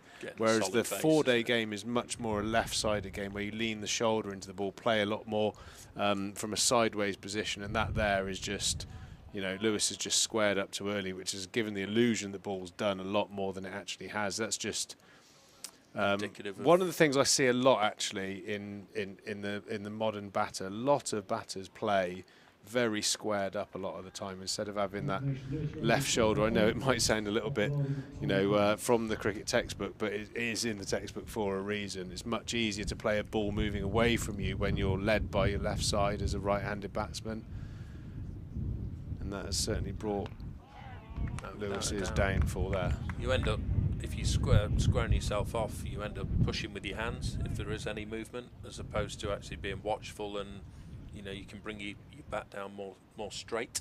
And I noticed that in Tom Abel's innings earlier. He looked very open. I know he's facing David Payne, who's obviously a left-armer, but he's looking to obviously swing it back into the right-hander. And I really noticed how open Tom was, and I don't know if that's something he just changed for the left arm over, but obviously I didn't see him long enough to see if he was doing it to the right arm overs as well. So that was an interesting one for me, that watching Tom do exactly the same as what Lewis has done there. Yeah, the thing I think from my technical understanding, if you're more side on, you'll naturally take the bat back to maybe first slip and then back down the wicket, and the more open you are, your bat path goes from maybe third slip gully, and you've actually got to reroute it back down the ground, and that's where, unless your timing's in, you do create the opportunity to outside edge the ball in particular, and actually it's probably the most famously in modern cricket, it's the struggle that Josh Buttler's found. Arguably the best white ball player in the world really struggles with the ball moving away from him because he's so right shoulder dominant. He can hit all these brilliant ramps and scoops and whacks down the ground, but when the ball's swinging like a red ball will away from you, you've got to be led by that front shoulder and stay more side on and play the ball next to you rather than in front of you, because like you say, you just end up pushing your hands at the ball, don't you? Yeah, I think, you know, first and foremost, that has to come from the head. I think if you're not, as Payne comes in, it's a good line and length again. He's been pretty metronomic today. But I think Roux is a great example there. You know, James Roux, the way he's played that ball there, he's leaned his left side, or sorry, his right side, because he's a left-hander. He's leaning that side and his head into the ball, and he's got into a real textbook position. He's able to negate that movement where he's not been tainted yet by. Yeah, he hasn't been ruined by franchise cricket yet. Not yet. But no, going back, I think it has to come. I know you talk about the front shoulder, but for me, it comes from the head. When I played 4-day cricket, and like yourself, for me, it wasn't so much leaning with my shoulder. I nodded to the bowler. So for me, it was front foot slightly open, head forwards, and my weight was almost 60% coming forwards. You know, and if it was a short ball, I knew I could push off the front foot and rock back. Whereas, you know, today it just looks like guys are just, you know, getting real open-chested for balls that haven't done a great deal. And I think that has to come from, like you say, white ball cricket, and not actually getting into the ball with your head and your front shoulder. Yeah, I think I don't know what the coaching philosophies are at the professional level. I haven't yet been in that environment, but I think just having an understanding of playing the ball moving away from you, as opposed to a white ball, which, let's face it, after 2 overs it doesn't move away from you, it's always in on the angle. And I think the top players that do manage to, you know, flip between the two formats successfully, I think they're just aware that is a thing that you need to be watchful of and conscious of. And like I said, you know, red ball day, okay, I'm led today by my head and my left shoulder. Today it's white ball, I'm going to open up and I'm going to get my right hand, my power hand involved a bit more. You know, just having that awareness, I think. How much of that do you believe should be player awareness as opposed to coaching led? For me, if I keep making the same mistake, I'm probably going to change something. And, you know, I don't just want the coach, and that's an edge and down. It's been a very tidy over this so far from David Payne. James Roux's got away with one there. Quite a big, expansive drive, quite out of character. Maybe the situation getting to the young man, but he's edged one towards second slip.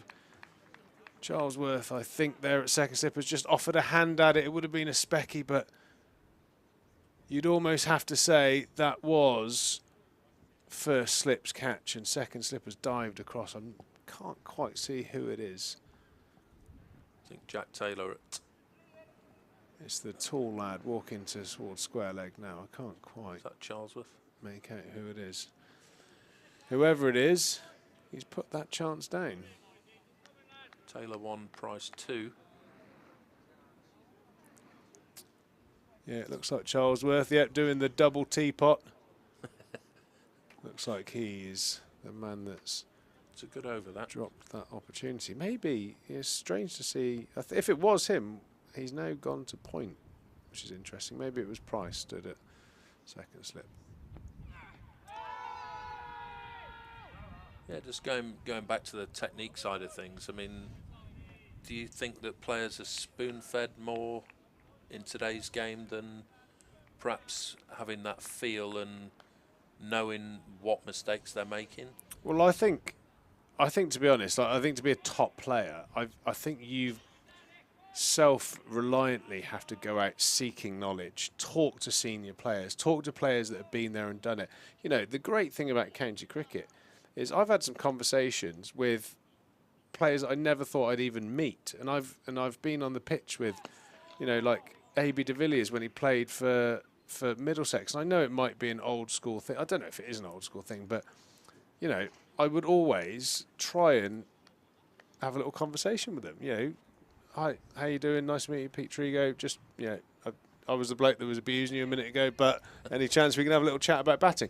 You know, pick the brains of players that you perceive are very good at something that you want to get better at. So, and then you take that information back to your coach, whoever throws the balls at you, and you go, right, you know, I spoke to so-and-so, they think that this is a good way of playing a certain situation. I want to get better at it, let's go. So I think as a combination, you need a relationship with the coach, built on trust. But I think you as a player, it's up to you to go out and find those little idiosyncrasies in the game that are out there, and try and gain that knowledge. I think it's a difficult one in today's game, I suppose. Being an umpire, you see what happens during a game and after a game. You see guys come in, play the game, and then as soon as it finishes, they're off. You know, when we played, we went down into the bar and chatted and had a drink, and you mingled that way. And I don't think that social aspect is there in the modern way. And that's where you'd be able to talk to the opposition, unless you had a superstar on your own side to actually chat to and get that information from. It was difficult to talk to somebody during a game unless it rained. So for us, it was vital. I mean, all the twos games I played growing up at 17, 18 years old, I was talking to Peter Sleep and to Andrew Flintoff and Steve Titchard and all the guys that have actually done some wonderful stuff, and you can actually learn from. And that's where I think sort of certainly took a bit of knowledge from, knowing I'm nowhere near where I should be, or I'm nowhere near the standard that I need to obviously work harder at this or do that. But you only get that from those chats, and they seem to be few and far between in the modern game. Yeah, and the crazy thing is, from my perspective, is normally the greater the player, the more humble and free with their advice is. I can remember playing, one of the famous things for county cricket is the tourist matches. Casey Aldridge plays a very, very accomplished back foot drive through the offside. He's going to pick up 3 runs to get himself off the mark. Somerset reeling here at 162 for 6. A lot of responsibility on the shoulders of James Rue here to try and post us a total that is competitive. Yeah, I mean, we played against India, and I can remember having a chat about batting. I mean, it seems insane to even say these words. But I had a chat with Rahul Dravid and Sachin Tendulkar about batting, and Rahul Dravid his philosophy was very technical. He was very technical, and Sachin Tendulkar, I was expecting some absolute gems to take to the nets the following day, and all he talked about was the tempo of his breathing. He was obsessed with, he used to say that if he kept control of his beats per minute in terms of his heart rate and the tempo of his breathing, he could see the ball clearer, make better decisions. So when he was under pressure, he just had a consistent way of breathing that he would resort to, and the rest would take care of themselves. I mean, it took me a while to sort of think, was that impressive or not? But then actually when you put it into practice, when you are under pressure, every time I've been under pressure and feel like I'm out of control in my game, what was I doing? Breathing like a madman. Heart rate going through the roof. Yeah, absolutely. And all of a sudden everything's in hyper-speed motion, and you don't have that time to make the right decisions when the ball's coming towards you. So actually I was like, you know what, this bloke, Sachin Tendulkar might be onto something here. And I wish I'd have known that back in the day. Yeah. And we had a psychologist here, John Pitts, and every time I scored a 100 or a decent score, how did you feel, Trees? I said, you know what, just felt so calm. And being calm and controlling your breathing was my mechanism of getting into that state. And yeah, fascinating stuff. But yeah, asking questions is absolutely the key, as David Payne is bowling a superb spell here. Unlucky not to pick up his second wicket of James Rue in the previous over. Gloucester on top here. Somerset 163 for 6.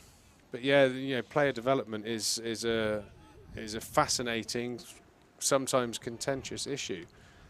A lot of people work with the lads, but I suppose the question is, are you telling people how they should be play, or are you facilitating how they want to play? And I think they sound like two similar questions. I would suggest they're very different things. Yeah, completely agree. It's you know, as a coach, I think that's how you assess people, and you want to get the best out of people, and you know that you probably have to badger certain people on different things more than others. It's Payne in again and just strays onto leg stump, and a good shot there from Rue, sadly for no runs. But I'm sure it's a very difficult job because you can only do so much as a coach, and it's trying to tune into what the player may be needing or wanting at a particular time. If he's out of form, does he just need a back tickle and, you know, a few half volleys in the nets just to feel bat on ball, or does he want to work at something technical? As we all know, during the season it's very difficult to actually work on your technique because of the time frame between games. It's just not possible. But equally, if you're out of form, you've got to try something, and you know that's where a coach earns his money, I think. Yeah, my personal view of coaching two sons, hopefully having an influence on some young cricketers within this environment and others I've been involved in. I think there's some real honey to be had in watching people like Steve Smith and Shandapal and Lara. I mean, we're talking elite players, but they play the game in quite a unique way, and that leads me to believe that, and actually very similar to the rabbit hole that I've gone down with the golf swing. I can remember seeing something. It was quite a poignant moment for my development as a golfer. You had 24 of the Ryder Cup players, and they showed a still of the top position of all 24 players, and every club was in a different position. And I think batting's very, very much the same. Shivnarine Shandapal to Thomas Rue to Steve Smith to Labuschagne and all the crazy leaves and all this kind of stuff. So in games like cricket in particular, I think you have to somehow individually marry technique with method, and that takes a lot of thought and a lot of thinking from the individual. No coach can give you a method. I think you have to find out your method of how you want to play. You have to make a decision on where you think your strength areas are in the ground, and then you have to create a technique that facilitates you maximising those scoring opportunities whilst having a defence against where your weakness is. That, for me, takes a combination of a relationship between a coach and a player. Yep. And that relationship's built on some background, a lot of trust, and a lot of hard work. Yeah, I also agree that I was taught from a very early age from one of the coaches at Derbyshire, and he just said one line to me. He said, "Find a way." And you know, it sounds simple, and you know, I'm thinking, well, what's he mean by find a way? You know, and then for me, if one particular thing didn't work, not necessarily I chopped and changed, but as soon as I knew what my strengths were, that was my way of accumulating the runs that I needed, or playing in a situation that. And as Josh saw replaces Tom Price, he's managed to get Casey Aldridge, who's dragged onto the stumps and is bowled, and that's Somerset now 163 for 7 and in real trouble here. Yeah, again, quite an innocuous delivery outside off stump. Just ran back a little bit maybe, but certainly not there for a... No footwork really. I think he was looking to mirror the shot that he played in the previous over through the cover region, and he's dragged that on to off stump. Every time Somerset seem to get a partnership, there's that dreaded cluster of wickets. Casey Aldridge back to the pavilion for 4. Incoming a very technically capable batsman in Josh Davey. Certainly someone who's scored some valuable runs down the order in the past, and actually has played a number of first-class matches a lot higher in the order when he was at Middlesex. So I know JD has a lot of belief in his batting, as I do. I think he's a really fine player, actually. So not all is lost. Somerset are in trouble, though. 163 for 7, but having a man like JD come in at number 9 is an advantage. Somerset have got to do some serious work here. Yeah, and sadly for them, they're still 31 shy of the follow-on, and yeah, it's 194, I believe. So yeah, there's still work to be done here, and like you say, JD, very capable batsman. He's been a thorn in many side. Down at certainly down at 9, he's better than that. That is for sure. But in the pressure situation coming in, how's he going to react and cope with what's going on? And yeah, Gloucester have the tails up now, and yeah, they're looking to be ruthless and finish this innings off. Yeah, I mean, sadly, and I think I was really enjoying where our conversation was going, and I genuinely mean it. I think I find the game of cricket, you know, the older I've got, fascinating about how different people do it. And like I said, I always had the confidence to go and have conversations with the opposition, because, you know, I think over time people know that I was probably a bit chopsy on the field, but quite a sound chap in general. And yeah, we passing on information. You know, it was fascinating talking to a number of players, and I can't remember ever thinking, oh, he does it the same as him. Everyone does it slightly differently. So unfortunately, that sounds more like a podcast episode than live commentary on the live stream. So we won't go too far down the rabbit hole. But all the listeners here, if you have your social media, if you want to tweet in and put your 2 penneth worth in, any coaches in different sports that have a idea of, you know, what is the perfect relationship between the player and the coach in terms of self-improvement on the field. Josh Shaw coming into bowl to Josh Davey. Back and across, solidly in behind the ball. Yeah, solid defence there from Davey.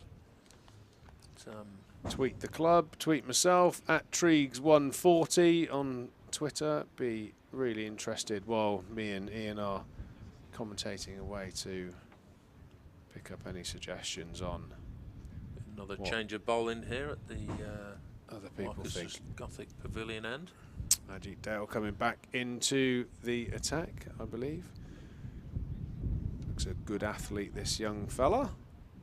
Bowls with some good pace. Slightly, he's got one of those what I would call a point of difference action. You know, yes, he is right arm over, but I think he does it slightly different. A bit of a different load, quite a low load, a bit of a slingy action.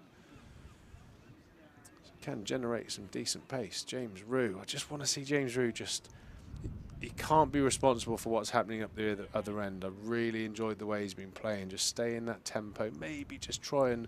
Just thinking maybe you can slip up one more gear now. But yeah, if he can just up the sort of singles and rotate the strike a little bit better. But you know, it's such a tough position, but he's played so well. Don't give it away. I think that's my message. Don't give it away. Absolutely.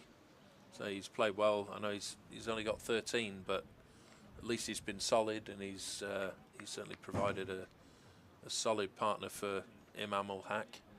But he's probably now got to do the lion's share of the work, and it's tough for a young kid coming in, only playing his handful of games in the first team, and he's certainly got that confidence to do it though.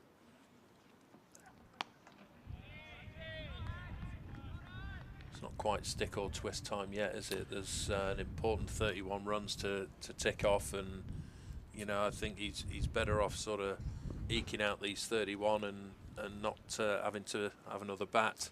Yeah, and there is a second innings. There's another couple of days left. Sajid Khan, Jack Brooks. We know Jack Brooks can be very, very valuable down the order. Already got a first-class 100 to his name. Always remember opening the old Cricinfo app and seeing Jack Brooks 100 and going a bit wide-eyed for a minute. But I do remember bowling a number of times at Jack Brooks when he was an opponent at Yorkshire. He used to come out, play a couple of sort of quite bizarre-looking blocks, and then whoosh, whoosh, whoosh, 3 4s over cover. Great competitor. What you tend to see as well when you've got 9-10 Jack coming in, you tend to see a bowling side, if they get hit for a couple of 4s, just bowl completely different to how they've bowled for the entire innings. Bouncers and Yorkers, heads gone, spread the field, no point.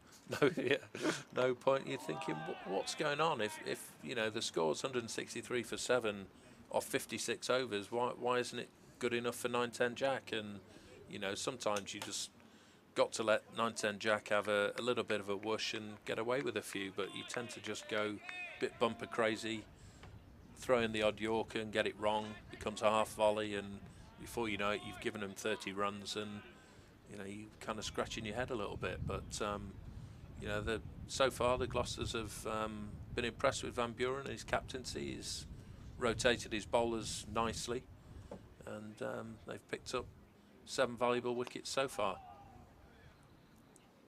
That one squirted down to fine leg, courtesy of an inside edge drive. One of those classic cover drives through square leg for 1.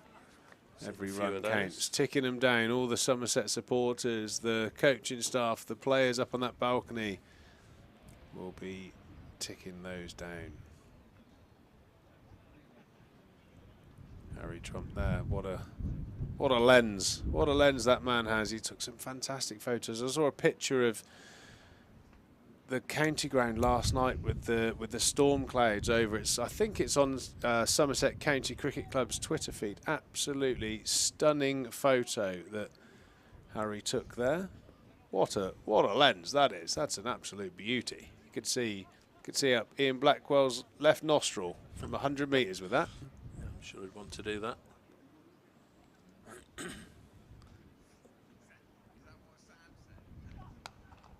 Well played, Josh Davey. Middle of the bat, off the back foot, down through the gully area. Pick up a couple of runs. Nicely played, Ajit Dale. Trying to go a little bit chin music there. Didn't quite get it high enough. No, Josh did well there. He got on top of the bounce, which Tom Abel wasn't able to do earlier on today.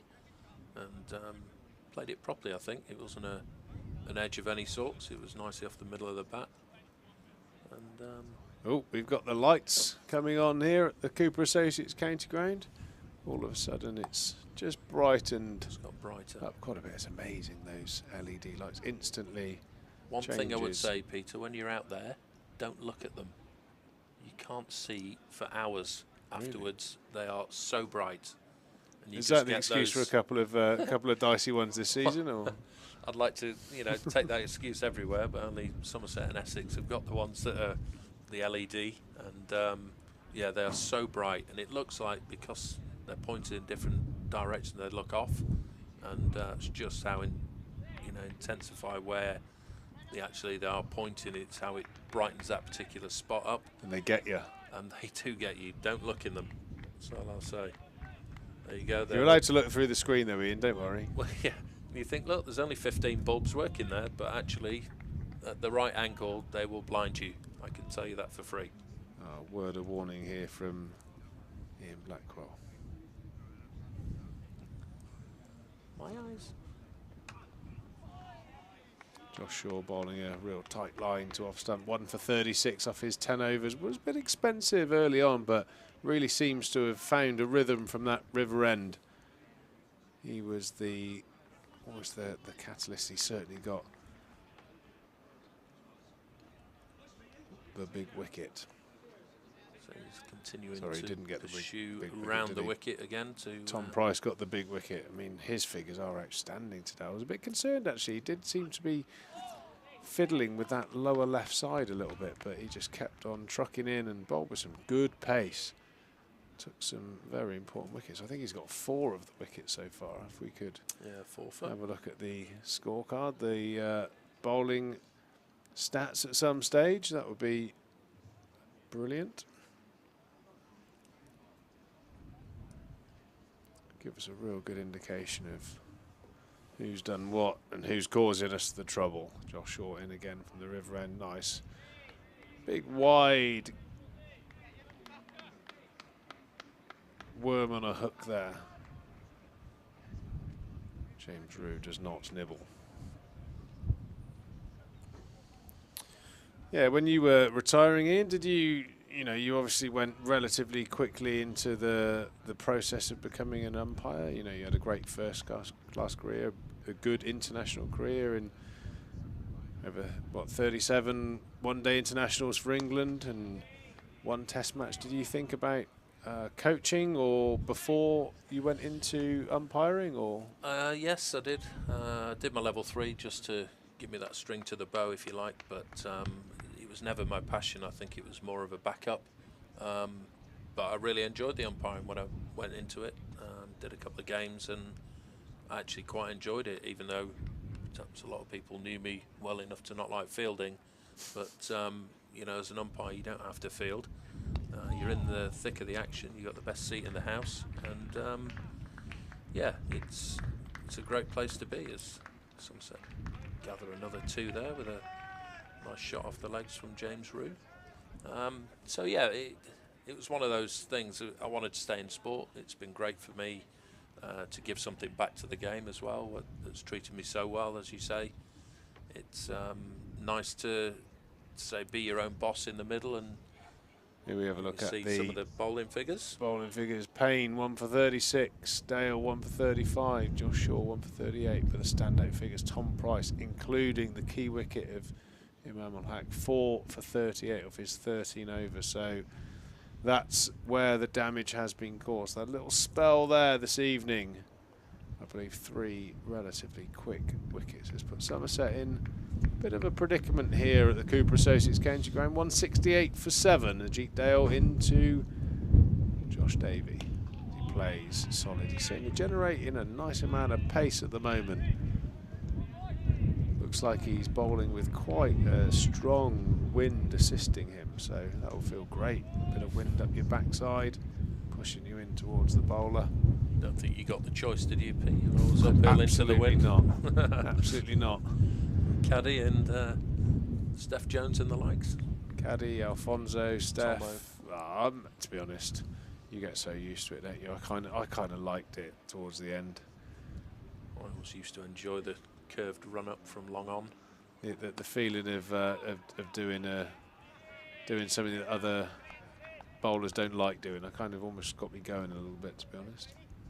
Oh, you and me both. We always got the raw end of the deal, so to speak. The shend. Yeah.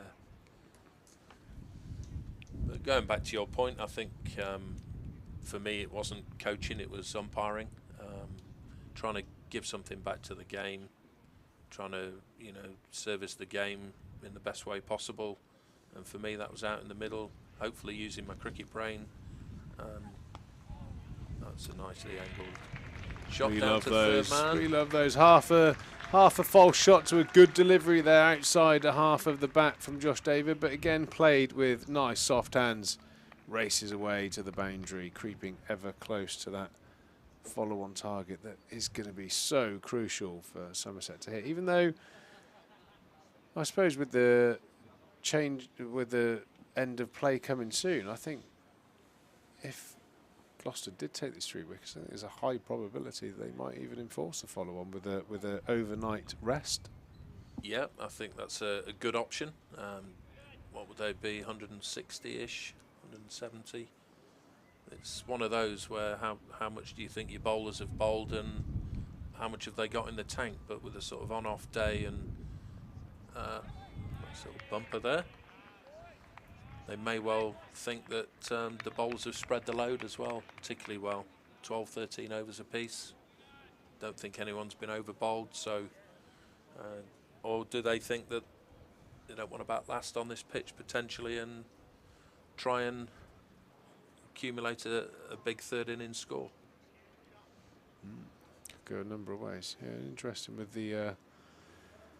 Yeah, you get a sense at the end of your career what you'd like to do. Obviously, you've made the right decision now, having a very successful umpiring career. For myself, always loved talking about the game, pretending like I know what I'm talking about. We all do that. Commentate like I'd never made a mistake and had a perfect technique, all this kind of stuff. Better players up here for sure, and I seem to be a better umpire up here as well. So, well, I think as well from a very early age here at Somerset, I was always sent down. I was always the Q&A man. Any sort of interviews, this, that, and the other. I was always the one. Stick your hand up. Sent down to do it. I actually always really enjoyed it. Always gave a relatively frank and honest appraisal of the day's play, which I believe the press enjoyed. People like Richard Latham, Richard Walsh, Anthony Gibson, all those chaps that I spoke many times to. And yeah, years on, you sat in a commentating box. Worst places to be. yeah, it's really nice to have a reason to be back here at the county ground. Nice to still be young enough to have a couple of old teammates out there working hard for Somerset, so still feel very much part of it here, even though I didn't finish my career here. I went away and played a couple of years as the rather interested looking balcony is peering on. Rolf van der Merwe in the front there. He'll be the one, he'll be ticking these runs down in his head. Will they change seats, or will they have to sit in the same Well, seats still? know, It's a not bit of quite a cup final, but it's quite an important passage of play. Not quite club cricket, is it? You know, where you do a lap of the ground, right for runs, left for wickets, or whatever it is. Josh Shaw into bowl again to James Rue. Round the wicket, leaves well alone. Nice piece of bowling there. Gloucester, to be honest, I think Gloucester just stayed in the right area longer. I mean, the way Gloucester have bowled, for me, in these 60 overs, is the way Somerset bowled in the second half of the bowling innings. The first innings, I think, in fairness, Jason Kerr did mention it in the interview. You know, they didn't get it right. You know, conducive conditions, and the bowlers didn't get it right those first 2 sessions. And then, you know, from tea time to bowling Gloucester out, Somerset were magnificent. They took 8 wickets for runs, less than 100 runs. They bowled beautifully, exactly how Gloucester are bowling now. It was just those first 2 sessions that really let Somerset down so far, and the quality of Marcus Harris. Let's not forget that. Yeah, it's a superb innings, wasn't it? Sort of set the platform for Gloucester to amass the 340, which I know they'll be disappointed with. Dale Benkenstein, the coach, I know him very well. He'll have wanted harder cricket played at the back end of that innings, and he'll certainly know that they threw a big opportunity of getting 400, 450 on the board. And I'm sure Marcus Harris is a little disappointed as well. Not only getting out in the second to last over of the day as an opening batter, seeing all bar 2 overs of the day out, he'll be very disappointed, having done all the hard work.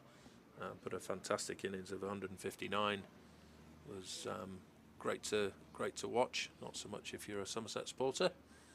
As Shaw goes in again, and short ball swayed out the way by Rue. So it's been a hard-working bowler here. Shaw slightly into the breeze from the Lord Botham stand end, but he's kept banging away at a length, and I think he's bowled particularly nicely. Yeah, I like him as a bowler, actually. Like I said, I have seen him, played against him a couple of club matches, and I don't know, I just like these type of bowlers. They run in, they're wholehearted, they hit the pitch nice and hard, got decent skills. I don't know how his career path has gone. I haven't tracked it that closely, but I don't know, something about him I do really enjoy watching, actually. He got the chance from Yorkshire, going down to Gloucester on loan initially, and then played quite a lot. I think they probably over-bowled him from their quite thin on the ground squad at the time, and he ended up doing quite well. I think he looked tired towards the end of that particular season, but he looks like he's maybe strengthened a little bit, and he runs in and wholeheartedly aggressive.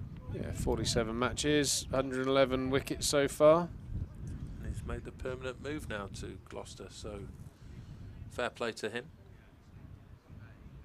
Young man still as well, still 26 years of age, so plenty of time to develop those skills even further.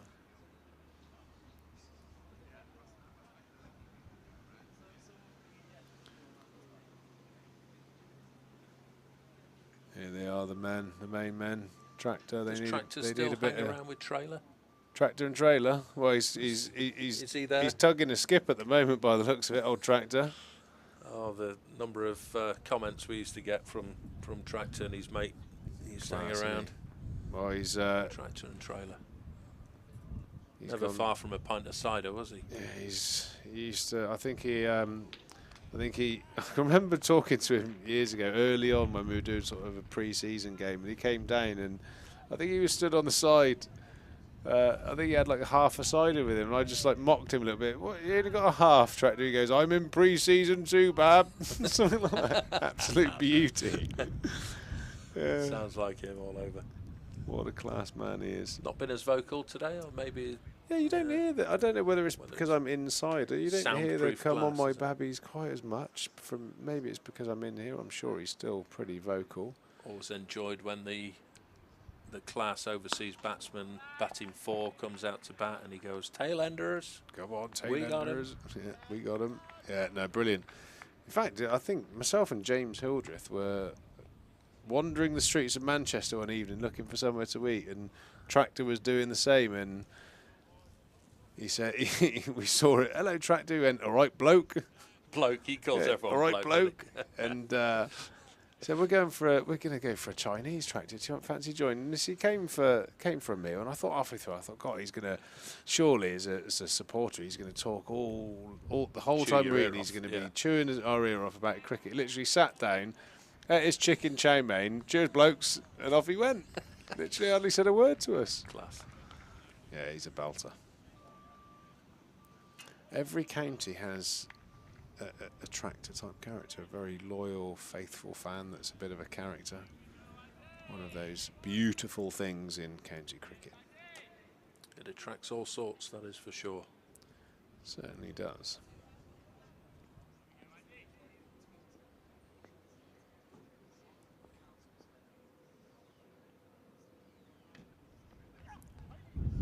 Josh Davey leaving well alone that bouncer. Awful lot of acreage out there.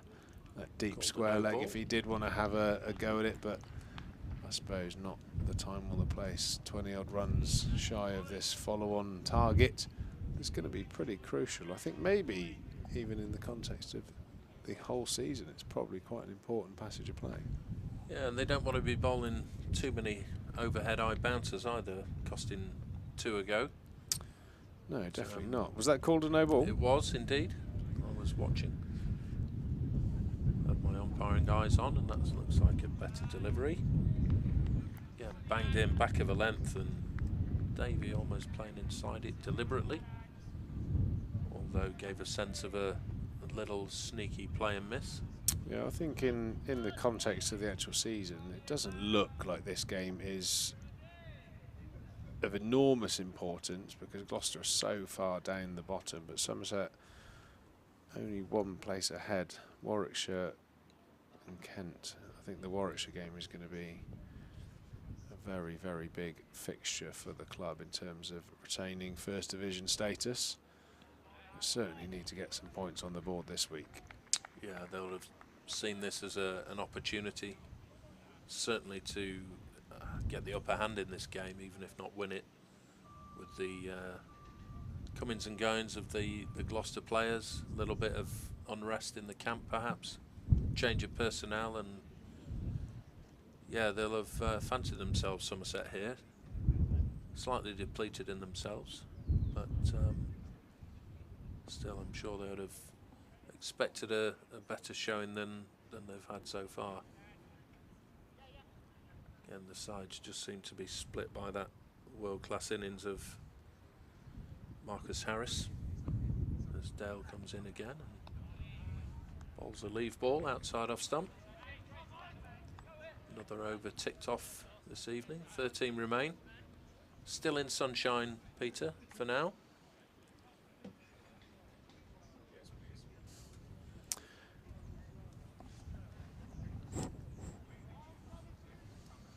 Yeah, it's actually turned out to be quite a nice day. I mean, we have lost a little bit of time to the rain, but to be honest, when I got up this morning, looked on the old weather app, it wasn't looking good. You know, it was literally a write-off from about 11:30, so we've actually got a lot of good quality cricket in today. Thought Imam ul-Haq played really nicely for his 90. Such a shame. I mean, it's hard not to talk about a player playing beautifully to 90, but you kind of feel semi-responsible that you're talking about him playing well and then he gets out. That old dreaded commentator's curse. That is certainly the highlight of the Somerset batting innings so far. I thought Lewis Gregory was fantastic. Certainly the final session last night into this morning, doing what Lewis does. He has that knack of taking clusters of wickets, and he certainly did that this evening. Just a reminder to anyone in the ground watching or local enough to pop down 20 minutes after the close of play. I'll be having a question and answer session with the great James Hildreth. Obviously, sadly announced his retirement last few weeks. Have a chance to celebrate and talk about elements of his Somerset career. Lots to talk about. One evening won't be enough. No, it probably won't be, but I don't think he'll be going too far, James. He's well rooted here in the southwest. But equally, knowing James, he won't want to be talking too much about his career either. No, no, I think you've got to humble guys you'll ever meet. Yeah, you've got to you've got to tick all the right spots with James. That's for sure. Someone that's achieved an enormous amount. He's very, very humble. Isn't he? Just be really interested to get his. You know, you wouldn't say that James was necessarily a technician in terms of batting, so it'd be interested to get his thoughts in terms of method and technique and where they marry. And you know, like I said, to score the amount of runs and hundreds in particular, it was not just the amount of runs. He scored a lot of hundreds, 54 hundreds, I think, for Somerset. You know, to score that many hundreds, to have a great understanding of your own game and how to build an innings and score runs. That's a valuable commodity that hopefully all of those young batters in that dressing room are spending the last few months and weeks with James Hildreth, picking his brains, trying to extract a little bit of gold out of that mind. Very true. Free advice for the youngsters, that is for sure. At the end of this over, myself and Ian are going to leave you for the afternoon, leave you in the capable of hands of Sam and Harry to see you through to the close of play, while I prepare my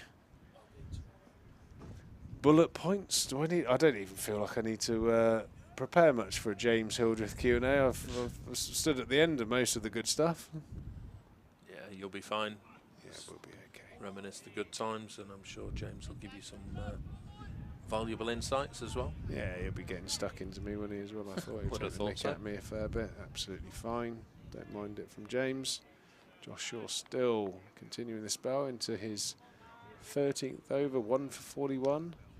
I feel like both the bowlers here, both got 1 for 41. You kind of feel like they've bowled a little bit better than that, actually. But yeah, it's nearly fours, isn't it, for Singdale? yeah, young Only Tom bowled Price has picked up the rewards. It's a wide delivery, that. It's unusual for a wide to be called in Indeed. 4-day cricket. That's one of those ones at AMF 10-pin bowling when you've got to put the sides up. Get the bumpers up, yeah. Get the safety bumpers out. Creeping towards that 194. They're 178 for 7 now. 13 overs, or 12 overs and 1 ball, should I say, remaining. Maybe Josh Shaw doesn't want to bowl straight away again. Maybe not. But they're probably erring in the sort of depths of maybe having another bat. I think you'll probably decide that as well on the wicket and what it's doing, and I believe that this is a wicket where you can get 20 wickets without too much of an issue compared to some grounds and what other wickets do. So they may well feel that they can have another bat, certainly with 2 days left to play, but I'm sure they'll check the weather forecast as well just to make sure they're making the right option and the right choice. I'm going to leave you the afternoon. Sam's going to come in and replace me, and Harry's going to replace you, Ian. So it's been absolutely delightful. Hopefully, well, I won't see you Somerset tomorrow, and James Rue can keep going. We won't see each other tomorrow, but we will see each other very soon. Shall be here. Hopefully, Sam and Harry can bring a flawless last half an hour or hour or so the rest of the day.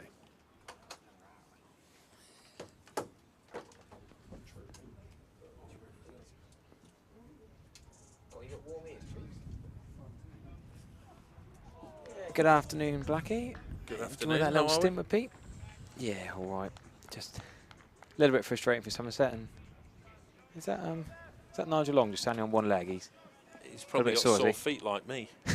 Is that what you get? Is that from Yeah. Sore standing there feet too? and back, just stood around on the outfield. And there are a lot of hard squares in the country as well, so that doesn't make life easy either. Pins and needles, is it? You just need to keep wiggling. Yeah, just movement, lack of blood flow probably. There you go. We should You start a stay campaign still. to get chairs for the umpire, shall we? The shooting stick maybe, Yeah. something along the likes, but yeah, it's tough on the old back and feet, certainly this time of year when you've been all over the place. Well, and Josh Davies has to go, edge behind. Dale's got another wicket. Rinse and repeat. Somerset lose another wicket, 179 for 8. And Somerset love missing out on batting bonus points in the first innings and bowling bonus points in the first innings. And it looks like they might not even get to 200 here. James Rue, will he go into a different mode now? It's probably that time, isn't it? I was just going to say, how's that miss? But he's obviously nicked it. Nicked it and I walked thought off. he might have been almost bowled there as well, but Davies, he had a little bit of support there, but sadly he's got to go, and that's now 179 for 8, and then Somerset in real big trouble here as I sign off, and I'll catch you guys tomorrow. Yep, thanks for your support and, well, encouragement and trying to be positive, and enjoyed the expert analysis from former England international, Somerset, Durham, Derbyshire, throw, all-rounder, and umpire, of course, now. Thank you.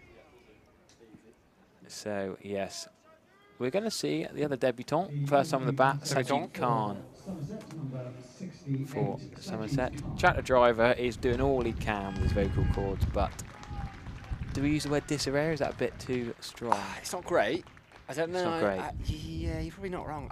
Not far off I'm disarray. a bit sad to be back on. I mean, I love being on, but I could sit and listen to Ian Blackwell and Pete Trigo all day chatting about batting and all things Somerset.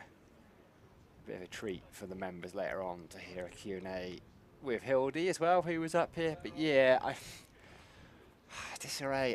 Gloucestershire have bowled very well. I have to say, they would. Blackie and Triggs were just saying that Dale's figures probably don't reflect how well he's bowled, and that second wicket he deserved, really. Started up from the river end. It was very lively. And Davey can play a bit. Just nicked to that one. So Rue, he's been out there for 2.5 hours now for his 18. It's been a real patient knock. But mighty run out of partners. Sajid Khan out there for the first time with bat in hand. He can bat, Sajid Khan. So I think I want him to be obdurate and just hang around. Well played, first ball. Used his feet a little bit, almost came down the wicket. But, I mean, if you look at his first-class batting stats, he averages 17. He's got 100, isn't he? Yeah, I've got 105, 350s. It's not. I don't think he's not quite an all-rounder. I don't. No, he's an 8 or 9, I think, rather than a 10 or 11. Yeah, I think that's probably fair to say. I mean, we'd say Josh Davies one of the best 9s in the county game, but he's sometimes flattered to deceive.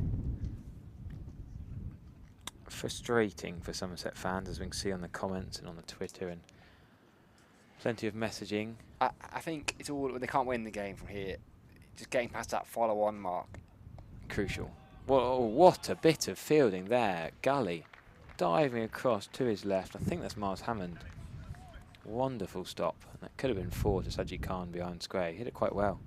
Placed it. You'd have thought in the gap, but great bit of fielding. Gloucestershire, remember they're missing Zafar Gahar and Ryan Higgins. I know Ryan Higgins isn't their player anymore, but Zafar Gahar is a massive loss for them. Most county teams have got 2 overseas. They've only got the 1, who did pretty well for them yesterday, Marcus Harris. But real credit to how well they've bowled, as you said. 193, and is that follow-on mark. Somerset really need to get there. They don't want to give Gloucestershire that chance. What a take that is down the leg side as well. They're fielding well. There's that one drop off Rue, which could be fairly crucial, perhaps. It's not like he's scored loads of runs since, but over 107 balls now faced for James Rue. 18 off 107 balls, and you think it's sad that he's had to play that kind of knock. He's done well, he's dug in, but you'd like to see a free-flowing James Rue with someone else staying there with him. But if you look at that scorecard so far, you know, I'll hack 90, next high score 33, and then it's Rue, and it's just not enough runs up top again. It's difficult to keep saying it. I feel bad saying it again. Oh, well played. Sajid Khaja's in Said Khan just inside the line, withdrawing the bat. It's difficult not to say it. Yeah. That's the problem. Not being easy. Batting. There he is, man. Well, he will be the man at the moment. James Hildreth was up here for a bit, working his way towards the Colin Atkinson pavilion. He's up there with Jason Kerr and Andy Hurry. No more. Sad to think of it, isn't it? Really sad. Won't see James Hildreth bat in a Somerset shirt. It's kind of take a bit of time to sink in. Won't see him with bat in hand for Somerset again. Sure then. From the River End, Rue left-hander is on strike. Still an attacking field from Gloucestershire, and why not? 8 down. Yeah, absolutely. Short of the follow-on. Couple of slips in. No point. More a deep backward point. As Rue, as he has done so well in this innings so far, leaves that one alone. Good encouragement from tractor driver, desperately trying to keep the Somerset faithful positive and keep James Rue out there. I think the first task, well, it's to avoid that follow-on, to not be bowled out tonight.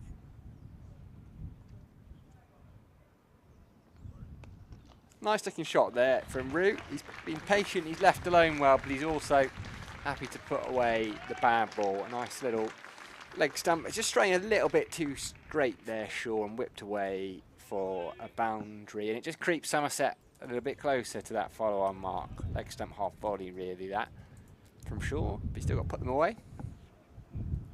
Just had a message from Anthony Bevan, a Gloucestershire fan, saying him and his boy are listening to the commentary and really enjoyed my despondent commentary of the 8th wicket. Gloucestershire fans enjoying the Somerset demise here in the West Country Derby. And well, they might. Very much on top. It's been a very accomplished performance, hasn't it? We looked at the scorecard at the start of the game and went no Chris Dent, no Gohar. Higgins is gone. Leaves that one alone outside off stump, and you think, okay, and it's not just a Gloucestershire side bottom of the table, it's an understrain for Gloucestershire side, but they've done very well. I was impressed by Charlesworth and Price with the bat yesterday. I think they bowled quite well as a unit. Somerset missed that. Somerset bowled really well in the last hour or so last night, and this morning they bowled beautifully, but for too long, for 80, 90 overs, other than Sajid Khan, they were just a little bit too expensive. Not building that pressure. Lamman be aside perhaps for his 6 overs. Deep square leg goes out. Point comes up. Could the factor here be that Gloucestershire don't really want to bat with 5 overs running tonight, do they? As Rue takes on the pull shot, but all along the ground, it didn't really get up. Just picks up a single. Yeah, I was thinking that. Do Somerset. I think it would be it would soften the pill a little bit if they did get bowled out tonight. If Somerset were like, oh, we've got 5 overs of them with the new ball, but I don't think they really want that. Somerset need the bonus points. You take one batting bonus point for 200 over a couple of wickets tonight, I think. Yeah, absolutely, absolutely. If they can eke past 200, that's a good result for Somerset. Yeah, there's no way Somerset want to be bowled out. I mean, it would just, if they were, it would soften the blow, but they can't be thinking of anything other than, as you say, sneaking past the follow-on and then bonus points. 3 slips in for Khan, who's happy to shoulder arms to that one. Zips through a little bit low to James Bracey. Couple of prices in slip at gully, slip and gully. Marcus Harris is in there too.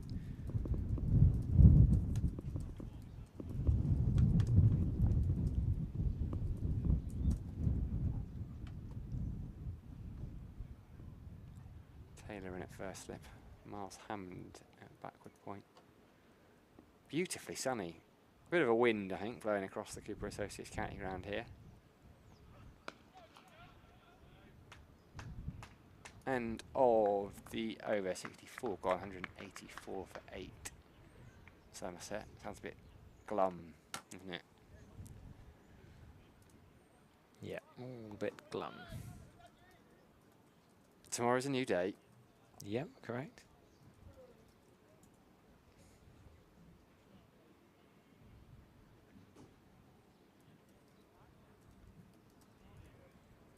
So They don't really need to bowl spin, have they, Gloucestershire? Because they seem to bowl pretty well.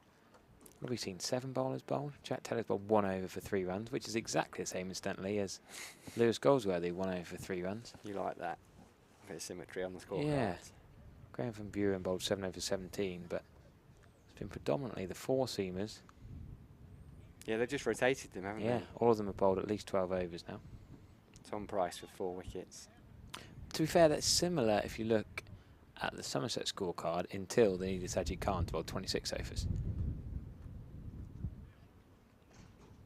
Gloucestershire seems to have offered more control than the Somerset counterparts did. So Dale will continue from the Trescothick Pavilion end. What a ball that is, what a catch. Oh, has it gone down low? No, it's not Carrington, sorry. I got a bit excited for Gloucestershire then. You did, you were up. Something despondent. You were up for that wicket. I think it just short. Dropped short of Harris, yeah. I thought it was a great catch, great ball. Let's have another look, shall we? And Rude just short the gully fielder. Oh, I can't quite see on that camera angle. That's just what I could see.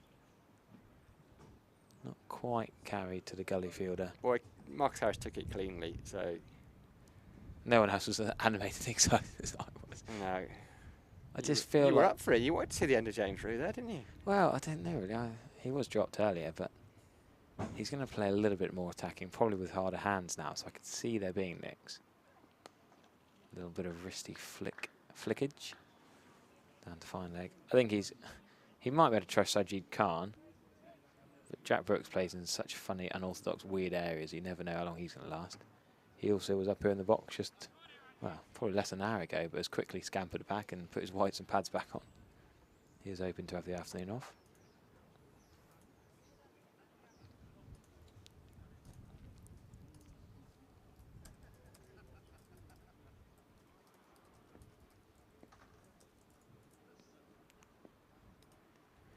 Three slips and a gully to the overseas spinner number 10. Lovely shot. Whipped to fine leg for 1. And these two suddenly are like a little bit more control, a bit more authority.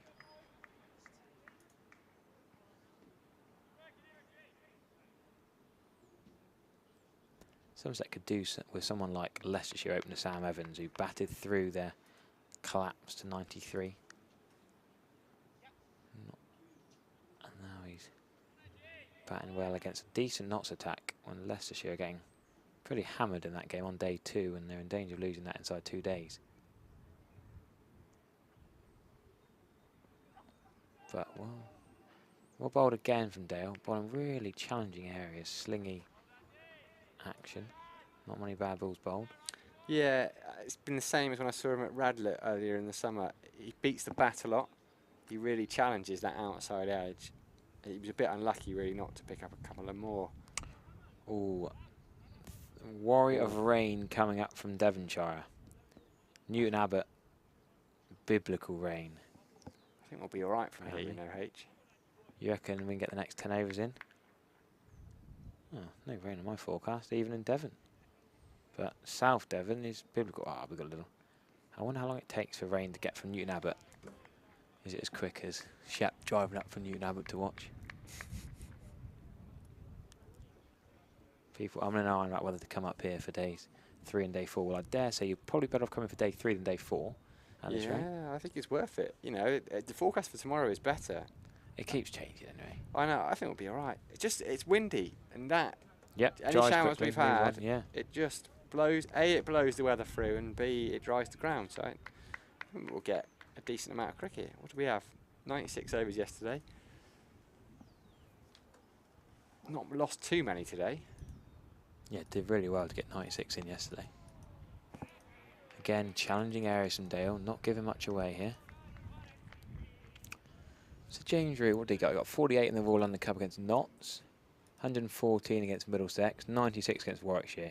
He had a seriously good Royal London Cup, coming into this game with a bit of confidence. But very different, isn't it? Back with Lewis Goldsworthy, that great partnership at Edgbaston. Very different batting here with a collapse around you in the red ball game. Now on to 24. He's scoring a little bit quicker now that he knows he's running out of partners. Oh, paying it down in Willicombe now. So South and North Devon are wet. Sunny in Weymouth. Well, it's good to know. Either way, I do love it when we get weather updates from across the southwest. Weymouth's a funny one for weather though, because sort of the coastal weather's never quite the same, is it? North Devon being Willicombe could have the same argument, but I'm not going to pretend to be a meteorologist. We'll just stop it there, shall we? We banned weather chat. Didn't I ban weather chat? And now I'm falling for my own rules. Sure. Is it Sure? It's Price, I think, actually, isn't it? Changeable. Price still Yeah, it's going, Price. Fourther so far. Tom Price. 3 slips in to Sajid Khan. He just turns it into the leg side. To Josh Shaw, who's now fielding at square leg. Just in front of square, really.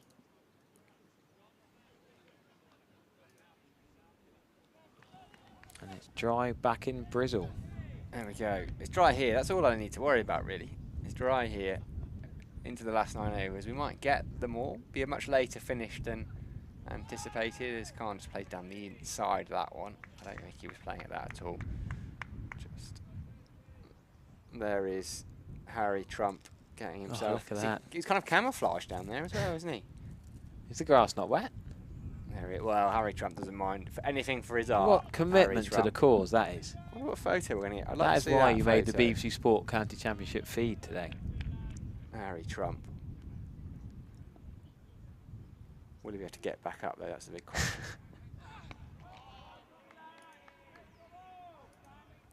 Khan in behind that one nicely. Price searching for 5. 4-4 already.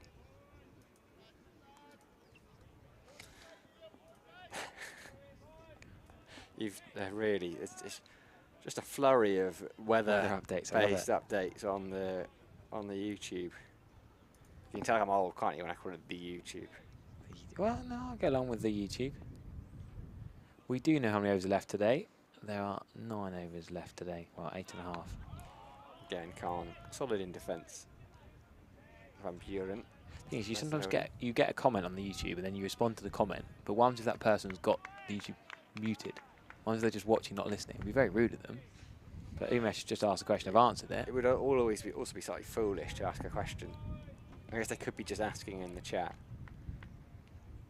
I don't have that chat capability. I can never subscribe to. I know you do. You just need all you need is an account for YouTube. So I'm sure you can. No, manage that. I keep trying. You've tried for me. The YouTube. Bit of effort there from Price, straining for that 5, for which he deserved actually. He's bowled very, very well here into his 14th over, 4 for 38 so far. Tom Price, one of I think 5 Oxfordshire players from Oxfordshire in this side. It's not as far as you think, Oxfordshire to Gloucester. I drove back from Oxford. It's just Friday good night. representation there, isn't it? Yeah. I like it.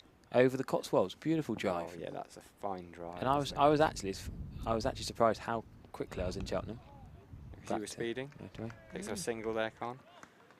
He's got 5 for 4, Tom Price, but 5 for 58. So if he picks up 1 more here, got a chance of beating his career best as he ends the over. 186 for 8. Somerset trail by 156. So just ticking their way towards avoiding the follow-on. I know that's quite a low bar.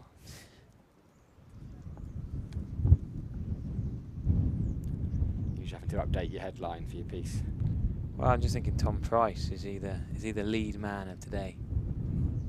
I know he didn't get 100, but I think Imam is still your lead. I think you're all right with your opening line. The 2 of them have had the best day today, you'd say, but the right-handed Sajid Khan is 2 not out, as you can hear the wind rustling in our effects mic. 3 slips on their knees in the shade. Lovely shot from Sajid Khan. He's good for the leg side. He loves a bit of whippage. It's going to be at least 3. Yeah, it's going to hold up, bit of rain. Just the 3 as 2 fielders give chase. And I like that. Refuses to throw the ball in. Picks it up and just runs. You know, like when you're coaching under 11s and they decide that they're just going to, I'm just going to run it in. We're going to save our arm, or we can't throw. Who's that with the fielding? I think it Josh Shaw's 5. Josh Shaw, yeah. Josh Shaw just picked it up and jogged back.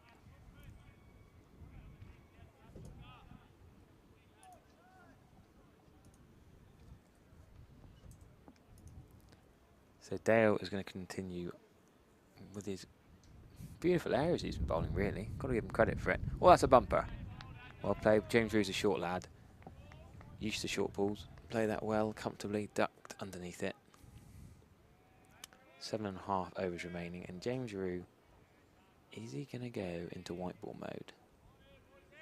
I don't think so. No. I don't think so. Don't think he needs to yet. No, maybe 9 down. I mean, Jack Brooks will be in white ball mode. Yeah, full stop.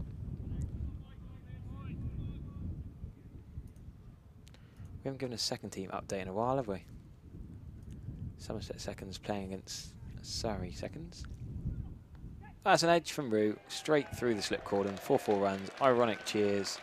Well, I think it's cheers to take Somerset past the follow-on too. It does. I was also thinking 4 nearer to the bonus batting point, but that follow-on target is pretty important. Could save Somerset in this game. 194 for 8. And of course, it was an edge through the slips.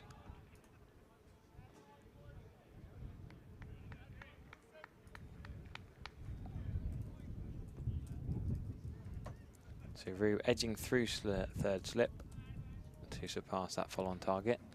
Not going to be a change of field. Not going to think about third slip. Still 2 slips in the gully.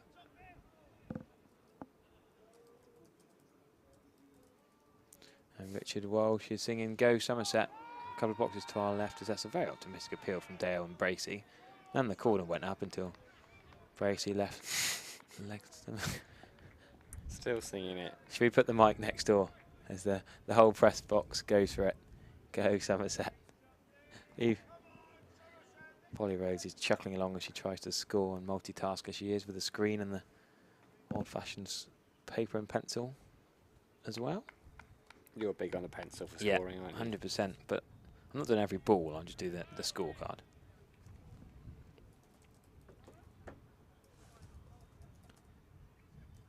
Well past 6 o'clock, and we've still got 7 overs remaining. Despite being September where we start at 10:30, it feels like quite a long old day. We didn't actually start till 11:15 today. Oh, another beauty from Dale. Poor old James Rue. He's faced well over 100 balls now, and he's never going to feel in. Yeah, I'd love to know how many times Dale has beaten the bat, actually. He's bowled beautifully. We think of pitch is flat. We thought yesterday it was flat. Looked it, didn't it, for 80 overs. Yeah, Todd's going to get us a stat. We like a stat. 120 balls now James Rue has faced. Been a bit of a vigil, hasn't it? Yeah. Impressive young man, James Rue.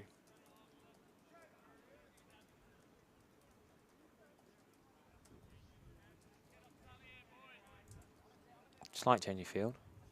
No deep cover. Point's going to come up into the ring. I guess they don't want to give him the single. Yes. Rue's not going to take a single to keep the strike. 9 times Dale's beaten the bat. But it's been more the way he's bowled good areas. He's bowled very few loose balls. He's been quick and very impressive. Oh, still rain at Guildford. Play to resume tomorrow. So Ben Green's still 35 not out. And no further update for the twos, I'm afraid. Oh, we've done so well up here, haven't we, to get this much cricket in. Somerset trailing by 149 now.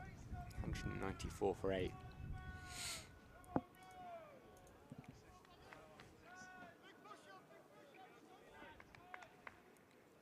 Tom Price continuing. 3 slips in and a gully. Dale had 3 slips and a gully in for Rue. It's Sajid Khan on strike now. Quite happily tucking off his hips for a single. Harry Everett's off.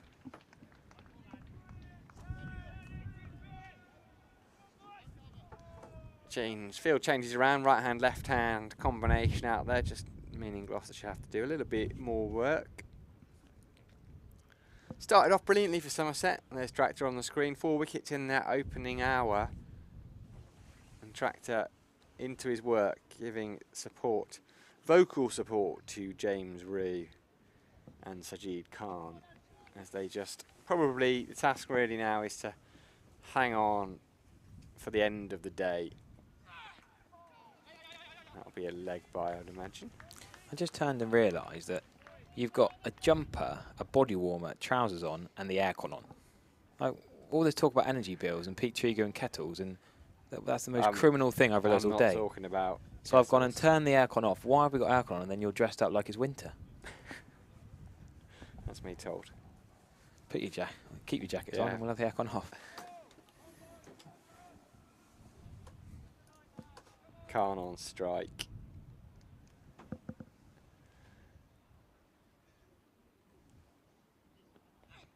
Short ball, Khan plays it well, watches it all the way and just sways underneath it. Impressive so far. Khan with the bat as well. Looks tidy and organised.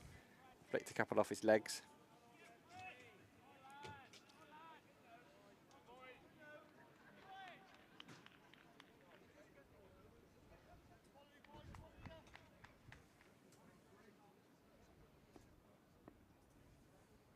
James Hildreth's been being made to wait for his Q&A with Pete Trigo. 20 minutes after play today. Pushed back into the ground. A leap from Tom Price. You going to pop along to that? Yeah, I suppose you may as well. Spend as much time here as possible before the season ends. Yeah, it's always a tinge of sadness, isn't it, when you move into September. Desperate for the county championship to come back, but it's a long winter. Very long winter. In 3 weeks' time, we'll be counting down the days till the first ball in, what, next April? How are you going to count down? Probably in my diary, cross off the days. Single there to Khan, well run. Just pushed it to Charlesworth, right. Scrambled through. Tractor drive. We've got to get tractor on comms one day, haven't we? Would that be allowed? You probably hear him with the effects, mate. Probably hear him from here, but that'd be wonderful. Tractor used to write a column for the old, when it was the Norwich Union 45 over league. They used to do programmes, and I'm pretty sure Tractor was did a weekly column, a column every game. I reckon he might have stopped now, based that his website has not been updated since 2007. I reckon he might have had a website. Yeah, you've never been on the Tractor Driver website, Sam. We've surely had this conversation before. No, I don't think we have, but we'll Maybe continue it. Charlie. Rue's just flicking one into the leg side. They'll pick up at least one. They'll come back for a second. Comfortable in the end. Somerset tick on over to 199 for 8 off 68 overs. What can I find on the Tractor Driver website? So in fairness, he has updated some of it. He's got the first 11 fixtures of 2022 on here, actually. He accepts no responsibility for any inaccuracies, but he helpfully links to Mr. Bird's Grockle website. He links to the Somerset CCC website, links to the weather. What's his weather? There it is, Tractor. He's just got a weather heading on his website. Met Office. This is tractordriver.co.uk. Right. He hasn't done reports since 2007. Should we delve into those old reports for a bit? You can email him. He's got a programme heading. He's on since 2005 as Dale is driven down the ground by Dale. But you've got a programme heading? Yes. So that's probably... There we go, so we found it. 04 and 05 season. Yep, the Tote Sports Sunday League home fixtures. And he's still got that song. Do you want to sing the song for him? I can't read, I can't write, but that really don't matter. The Tractor Driver song. Get Richie Walsh singing that with Go Somerset soon, but of course, not only Tractor Driver, but of vocal support down below. Yeah. Can hear a few other voices.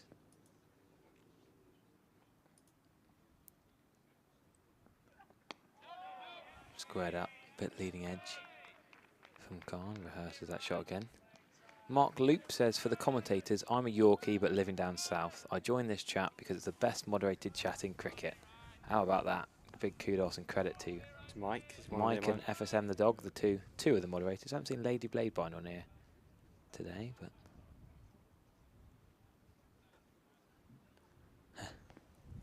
Polly Rhodes' daughter Amy Matthews has joined us, getting ready for the new university semester up north.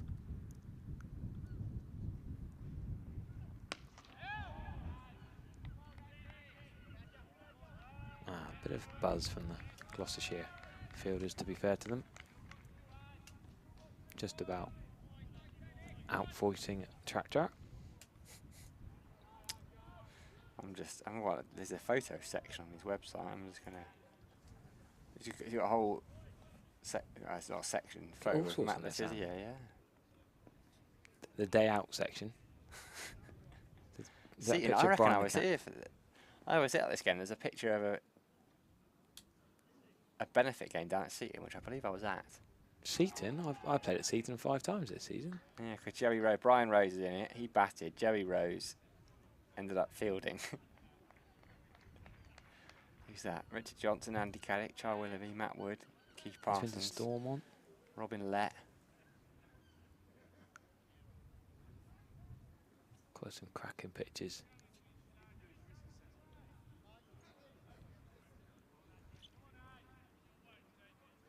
Well worth a look at Tractor Driver's website. He's been to all sorts of different grounds.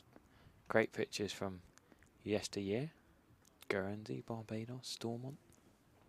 Got some stragglers pitched on there. We should give the Somerset stragglers a shout out. There's a picture here for Edinburgh at the Grange, I think. Somerset Yes. had just played Scotland. Ian Blackwell's there, a very young-looking James Hildreth. Should have mentioned that when Josh Davey was on. And Blackie's in that picture as well. Yeah, he is. Talking of spotting people, pictures, old legends. Pete Trigo's going to go and have a chat with the players from the two West Country teams in the dugouts on his way to Q&A, as that's a well-played bouncer. Yeah, Trigo and Hildreth just wandering around towards Colin Atkinson, ready for the Q&A that won't start till at least nearly 7 o'clock at this rate. There's not many people here either. No, unless people are coming especially for the members' Q&A. 5 overs left then on day 2 here. Been a very good day's cricket, particularly if you're a Gloucestershire fan. They are in the driving seat on this one. Despite losing 4 wickets for 23 runs early up this morning, they've got Somerset right where they want them, 199 for 8. Tom Price has done the bulk of the damage, 4 for 43 from 15 overs for him. It's just been a very accomplished all-round bowling effort from Gloucestershire. They'll be looking to knock over these couple of Somerset wickets quickly, get out there and then just bat the game beyond Somerset, if it's not already. It's the outside edge, just flew through to Bracey, that one, that kept him a little bit low. There's Pete Trigo's helicopter on screen. Should give a shout out to our friend Jacob Lunt. This Sunday, the Somerset Disabled team have their end of season celebrations at Taunton Dean CC. Appreciate any support. I'll go down and watch at Fivery Park, Taunton Dean's ground. I've got the last weekend of the ECB's new Disability Premier League on Sunday, which I'm very much looking forward to. It's been brilliant comp so far. Where's that to? That is to Neston up in Cheshire, a long way away. Had the first weekend at Loughborough at the ECB Academy. That's an impressive setup. I hadn't been there. You never been to Loughborough? I hadn't been, no, it was beautiful. I interviewed all the England ladies team there a few years ago. There was no sign of a hosepipe ban on the ground there.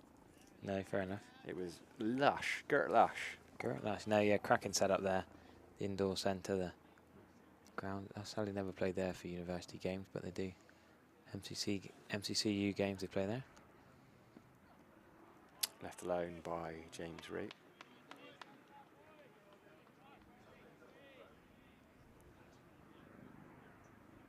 Can hear Richard Walsh in the background. On his way out for the day, do you think? He might have a football commitment this evening. Well, Champions League night tonight, isn't it? Chelsea must already be playing, hadn't they? They started early. Oh, is that the they playing in a foreign country with different time zones? 5:45.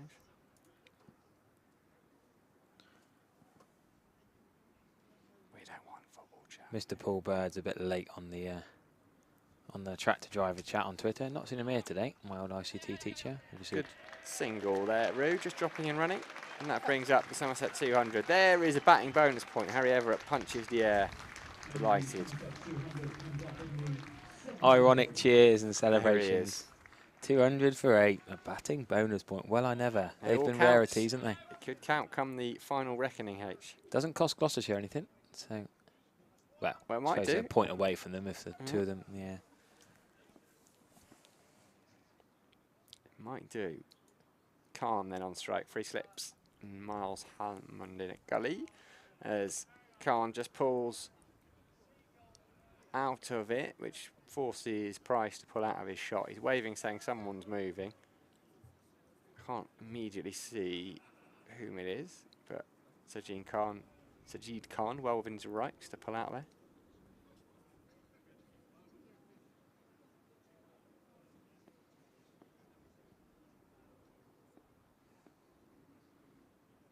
Price 4 for 44 so far Comes in again. Edge and taken. He's got his 5 for... Oh. Was he dropped He it? dropped it. Wow, put down. Looked like Well, he that's caught a it bit of a cleanly. shocker. That- 2 hands to his right. That's the second one that Marcus Harris has put down at slip. The first one didn't cost him anything. Let's have another look at that. It looked like he got 2 hands into that comfortably. They just juggled. Easy Hit height, in. wasn't it? It was. Marcus Harris. The previous one was Tom Lammonby, Somerset opener. Very next ball, tickled one behind of David Payne to James Bracey. That one, Marcus Harris. It is dark out there, but that was straight in and out, really. This one straight down the leg side. End of the over. A bit of frustration from Tom Price, who should have had his 5-foot. Doesn't. Sajid Khan should be out. Isn't. Somerset 200 for 8. Yeah, a bit of dramatic over that in an otherwise quiet evening session. Batting bonus point for Somerset and the drop catch.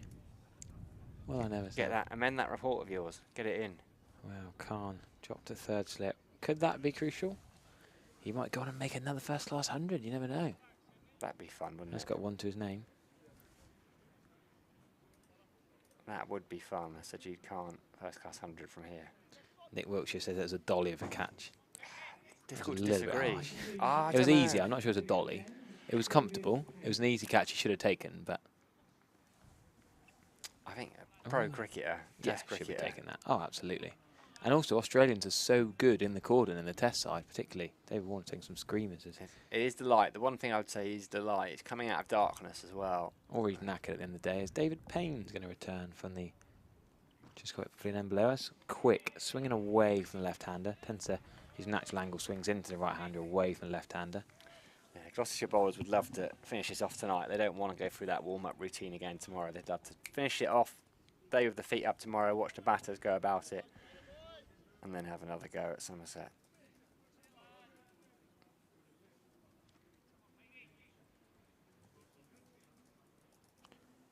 Three slips and a gully.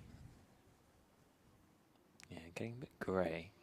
It's a short ball. Why is Payne bowling short balls at James Rue? I don't think that's a good tactic from a Gloucestershire point of view. You're not going to take wickets with a short ball. Why's it pitch it up? I think he's composing, isn't he? Is that music? That's I say that's music, I staves, think. isn't it? Yeah. Five staves.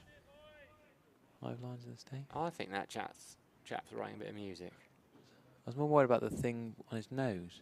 I think it's a mask, isn't it? Is it? Oh, and James Rue, how's he got that there? A leading hedge. If point was in the ring, it was still gone over his head. See, Spooned up to he had no point. idea. His head went all the way around. See, where's that gone? It shows how hard it is to bat and how good the bowling is that James Rue's been out there all this time. He's faced 130 balls now and he's still not looking comfortable. Big credit to the knock he's played. Now, this is interesting. Article on the Times here. You were talking about Nick Madison's Yes. bat. If it is found to be too big, the club could be docked up to 16 points, which is the equivalent of a charity championship win. That would be a serious penalty. That's ridiculously harsh. See, it does sound it, doesn't it? For a bat being 2 millimetres too big. That's what it's saying. That is That's the shocking. headline. It Some does of them- seem. But then again, I suppose it was a 2 point. No, McKinnon wasn't the 2 point deduction, was it? That was Leicestershire. Another short ball. Why is David Payne bowling short balls? I'm mystified by two There's wickets. a lot going on. Yeah, That's you're not liking Why right is Payne now. bowling short balls if he wants to get the last 2 wickets here with loads of, 4 slips and a gully? Don't bowl short balls. And why on earth would you deduct But well, so many that points? might be the maximum penalty. Yeah, but that's ridiculously harsh. He got out for 8 anyway. It's not like he went and scored 200. I'm with not a quite sure fat that. bat. I'm not quite sure that's how It's you not like can. David Warner and Chris Gale's railway sleeper, is it? It's not quite that big. From a couple of years ago, they used to bat with ridiculous sized willows. Good single into the leg side because there's very little. I think you to the left need to leg scrap side. that match report and write to the ECB, Harry. I agree with you. It would Well, they seem, wouldn't listen to me, would they? It would seem a disproportionate penalty. 16 points.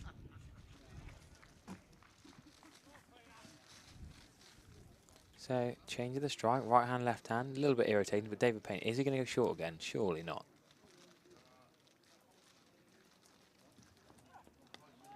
Well played at the leg side, ticking over the strike here at Somerset.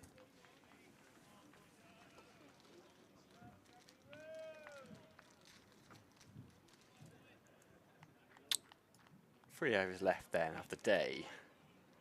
Nearly time for the Q&A. Nearly. Nearly. We've been talking about it for ages. We're closing on. Is it going to happen? Is it real, or is it just something we kind of would? What do they call it these days?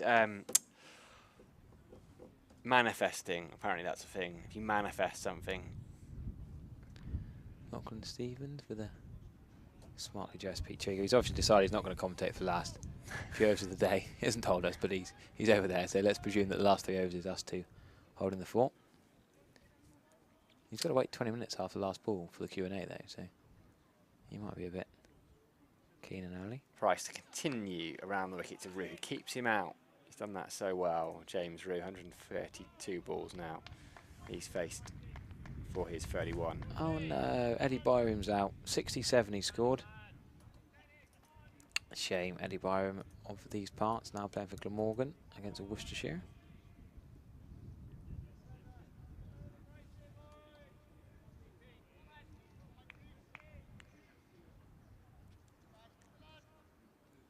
Still those free slips into Rue.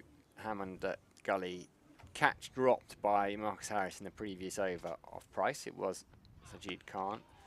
Through again, pushes forward defensively, and Khan just jumps over it, lets it go between his legs. Fielded it mid-on.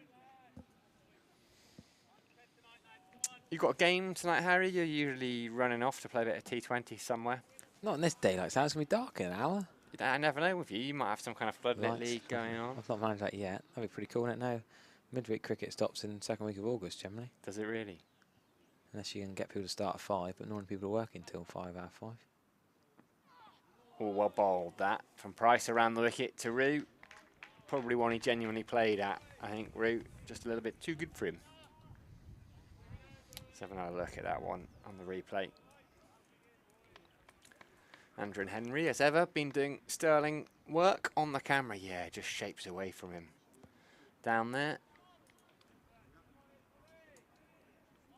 Not easy. Long days for them on their feet for the entire days.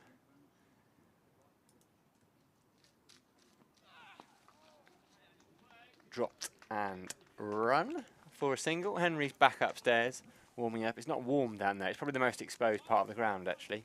No chocolate there cake, he is. though. We could do a bit at this time of days only when chocolate cake gets delivered or scones left over from the Clonackerson Pavilion. Mr. Warren appeared with a tray of the things earlier, didn't he? It was magnificent. And then we can zoom in on someone devouring them in the crowd. Well, if there is chocolate cake, Andrew, I think, cuts it off at source. He doesn't let it get up to the top deck. The top decker.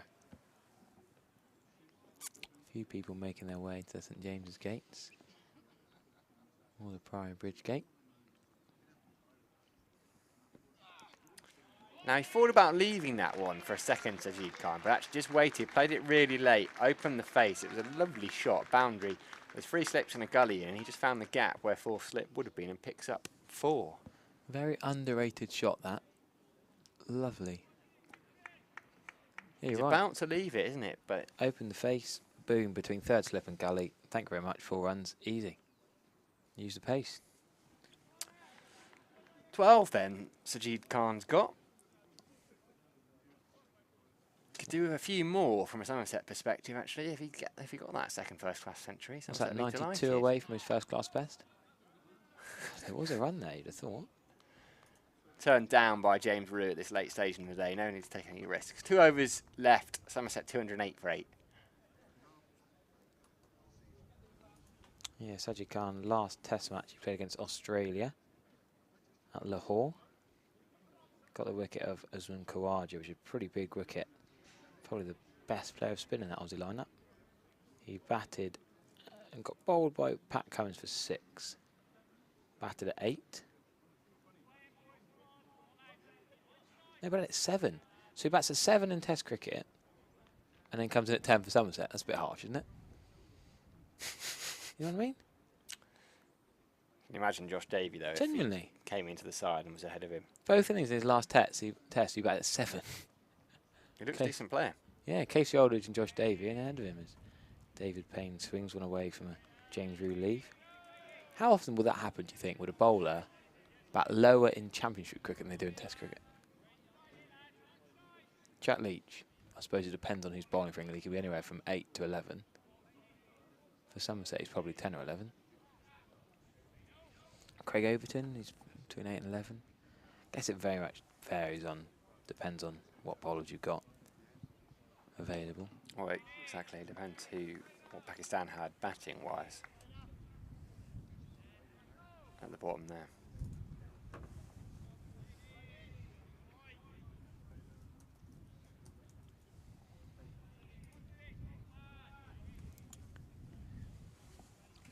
So James Rue is not playing any more attacking. He's sensibly backing through. Trust in Sajid Khan, these two. Handy little partnership, this. 29 runs they put on together so far. Time taken out of the game. If they're looking for a draw, it's good to bat time. If they're looking to win, it's good to score runs. So whatever happens, this is good for Somerset. The longer they take out there, the more runs they score.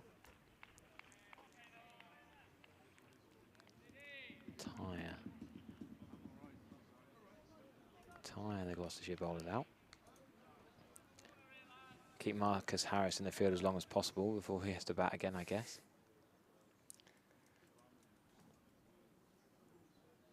Oh, some lovely comments coming on the YouTube stream. Neil Rushton, thanks for that. Thanks for the fabulous quality of the stream, he says. Commentary and mods. I've really enjoyed watching all day from Liverpool as a Somerset supporter. Hope the weather holds tomorrow. And Will T is very understating, saying these probably aren't the two strongest sides. Well, if you look at the division table, they're actually the two bottom sides. So, yes, anything is possible. Very polite way of putting it. Yeah, two sides very much looking not to be in that bottom two, though, come the end of the month. We should have celebrated Somerset's 100th point today. 100th point in the league table in the County Championship Division 1. Was that the bonus point? Yeah. Or the bowling this morning? Having been on 99. Well, no, they probably would have picked them up yesterday then, if that is updated daily. This is updated at 1:30 today. Oh, okay. So at 1:30 today they had 99 points. Playing a miss outside off stop. Yeah. God, James Rue's played a miss. But then it would have it should say 11 star. When there's a game in progress, it would have ticked up to 11 and had a star next to it. I'm not confident, Harry. I'm confident. Somerset have played 10 games. Yeah, but if there's a game in progress and they're adding points in, it would say 11 star. But it also it says at the bottom, on this on the BBC, it says last updated 6th September at 1:33. You got to trust it, Sam. I don't. You know, I don't trust the weather forecast from the BBC. I'm not trusting the County Championship Division 1 table. I think they're slightly different departments. They are different departments, yeah. I think the weatherman doing the championship table. Well, these days, multitasking. Try to do the same BBC thing. budget cuts. The Chief Executive of the Met Office is doing the County Championship Division 1 table. Meanwhile, James Rue's ticked another single, which is good to see James Rue take the strike. You want him to take the strike for last over. Now, in old-fashioned terms, he'd block it, leave it, and see out the day. But you never know, the modern game, what he'll do in the last over.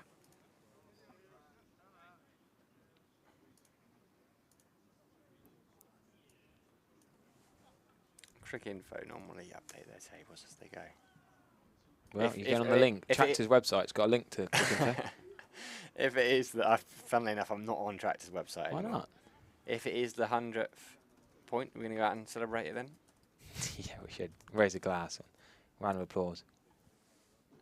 Around the wicket to Rue. Tom Price just comes off the bottom of the bat there.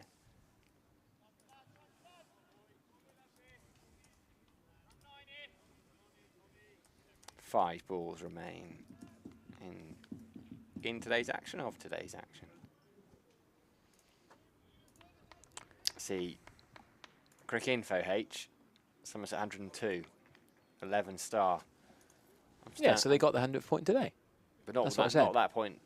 They just had. No. All I said was this afternoon they got the 100th point. We were arguing. We were both right, and you were just trying to be argumentative. No, I thought you said you got it with the. We can both be right. Batting point. So we should celebrate then the 100th point. I celebrated it with the bowling wicket about 3 hours ago. Did you? Yeah. 3 hours ago. Yeah, about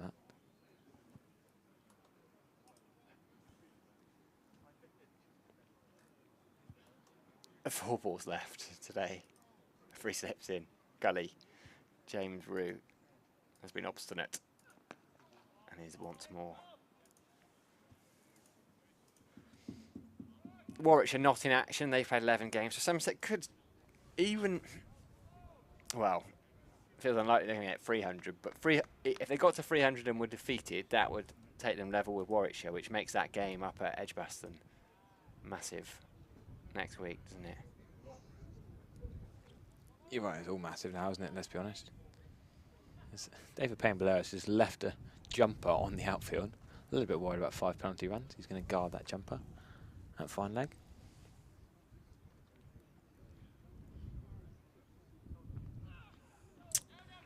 Tries to tuck it off his legs and get it crashed into the thigh pad. Sajid Khan said no and then realised he probably should have said yes. Apologises because there was a run there.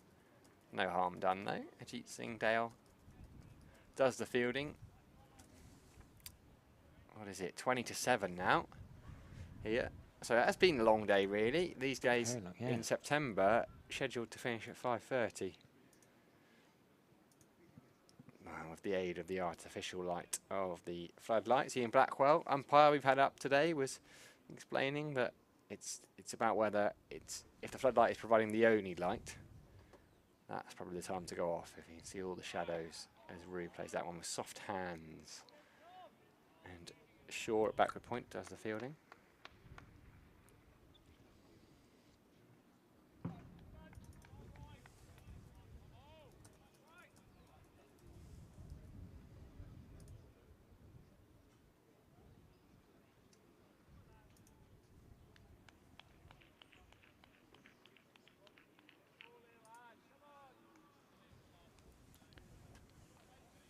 One ball remaining in the day. Yeah. What's going to happen? Leave, I'm going to go. Let's find out. Ooh, left zone had a little nibble because it was in 2 minds. Yeah, it was a bit close to the stumps for comfort, I think, Rue. That brings day 2 to a close. Somerset then 209 for 5. Gloucestershire this morning bowled out for 343, so they added 23 runs for the loss of 4 wickets. Imam ul Haq batted beautifully, I thought, for his 90. Not had an awful lot of support. George Bartlett made 33. James Rue ends 35 unbeaten. He's occupied the crease for a good 3 hours. Somerset avoid the follow-on, pick up a batting bonus point, but Gloucestershire high fives, because it's been their day, really. Yeah, Gloucestershire have been good, particularly Tom Price. Superb with the ball. Dale, been really impressed with. Really good bowling in good areas. And Somerset's top order have struggled again. Imam ul Haq, yes, quality not with 90, and James Rue's dug in well. But other than that, George Barlow with a nice looking 33. It's pretty standard for him, sadly. Well, potentially positively, but sadly that he often doesn't go on.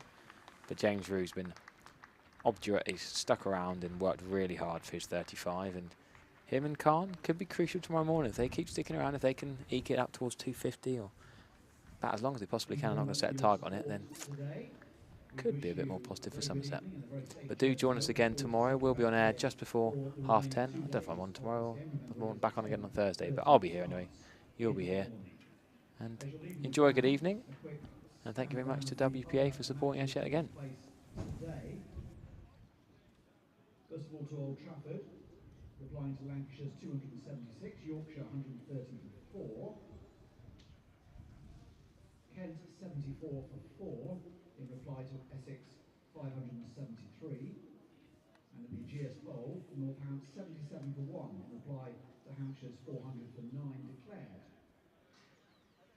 In Division 2 at Trent Bridge, Nottinghamshire 201 and 390 for 7 declared. Leicestershire 93 and 20 without loss. So Leicestershire trail by 478. And they have all 10 of their second innings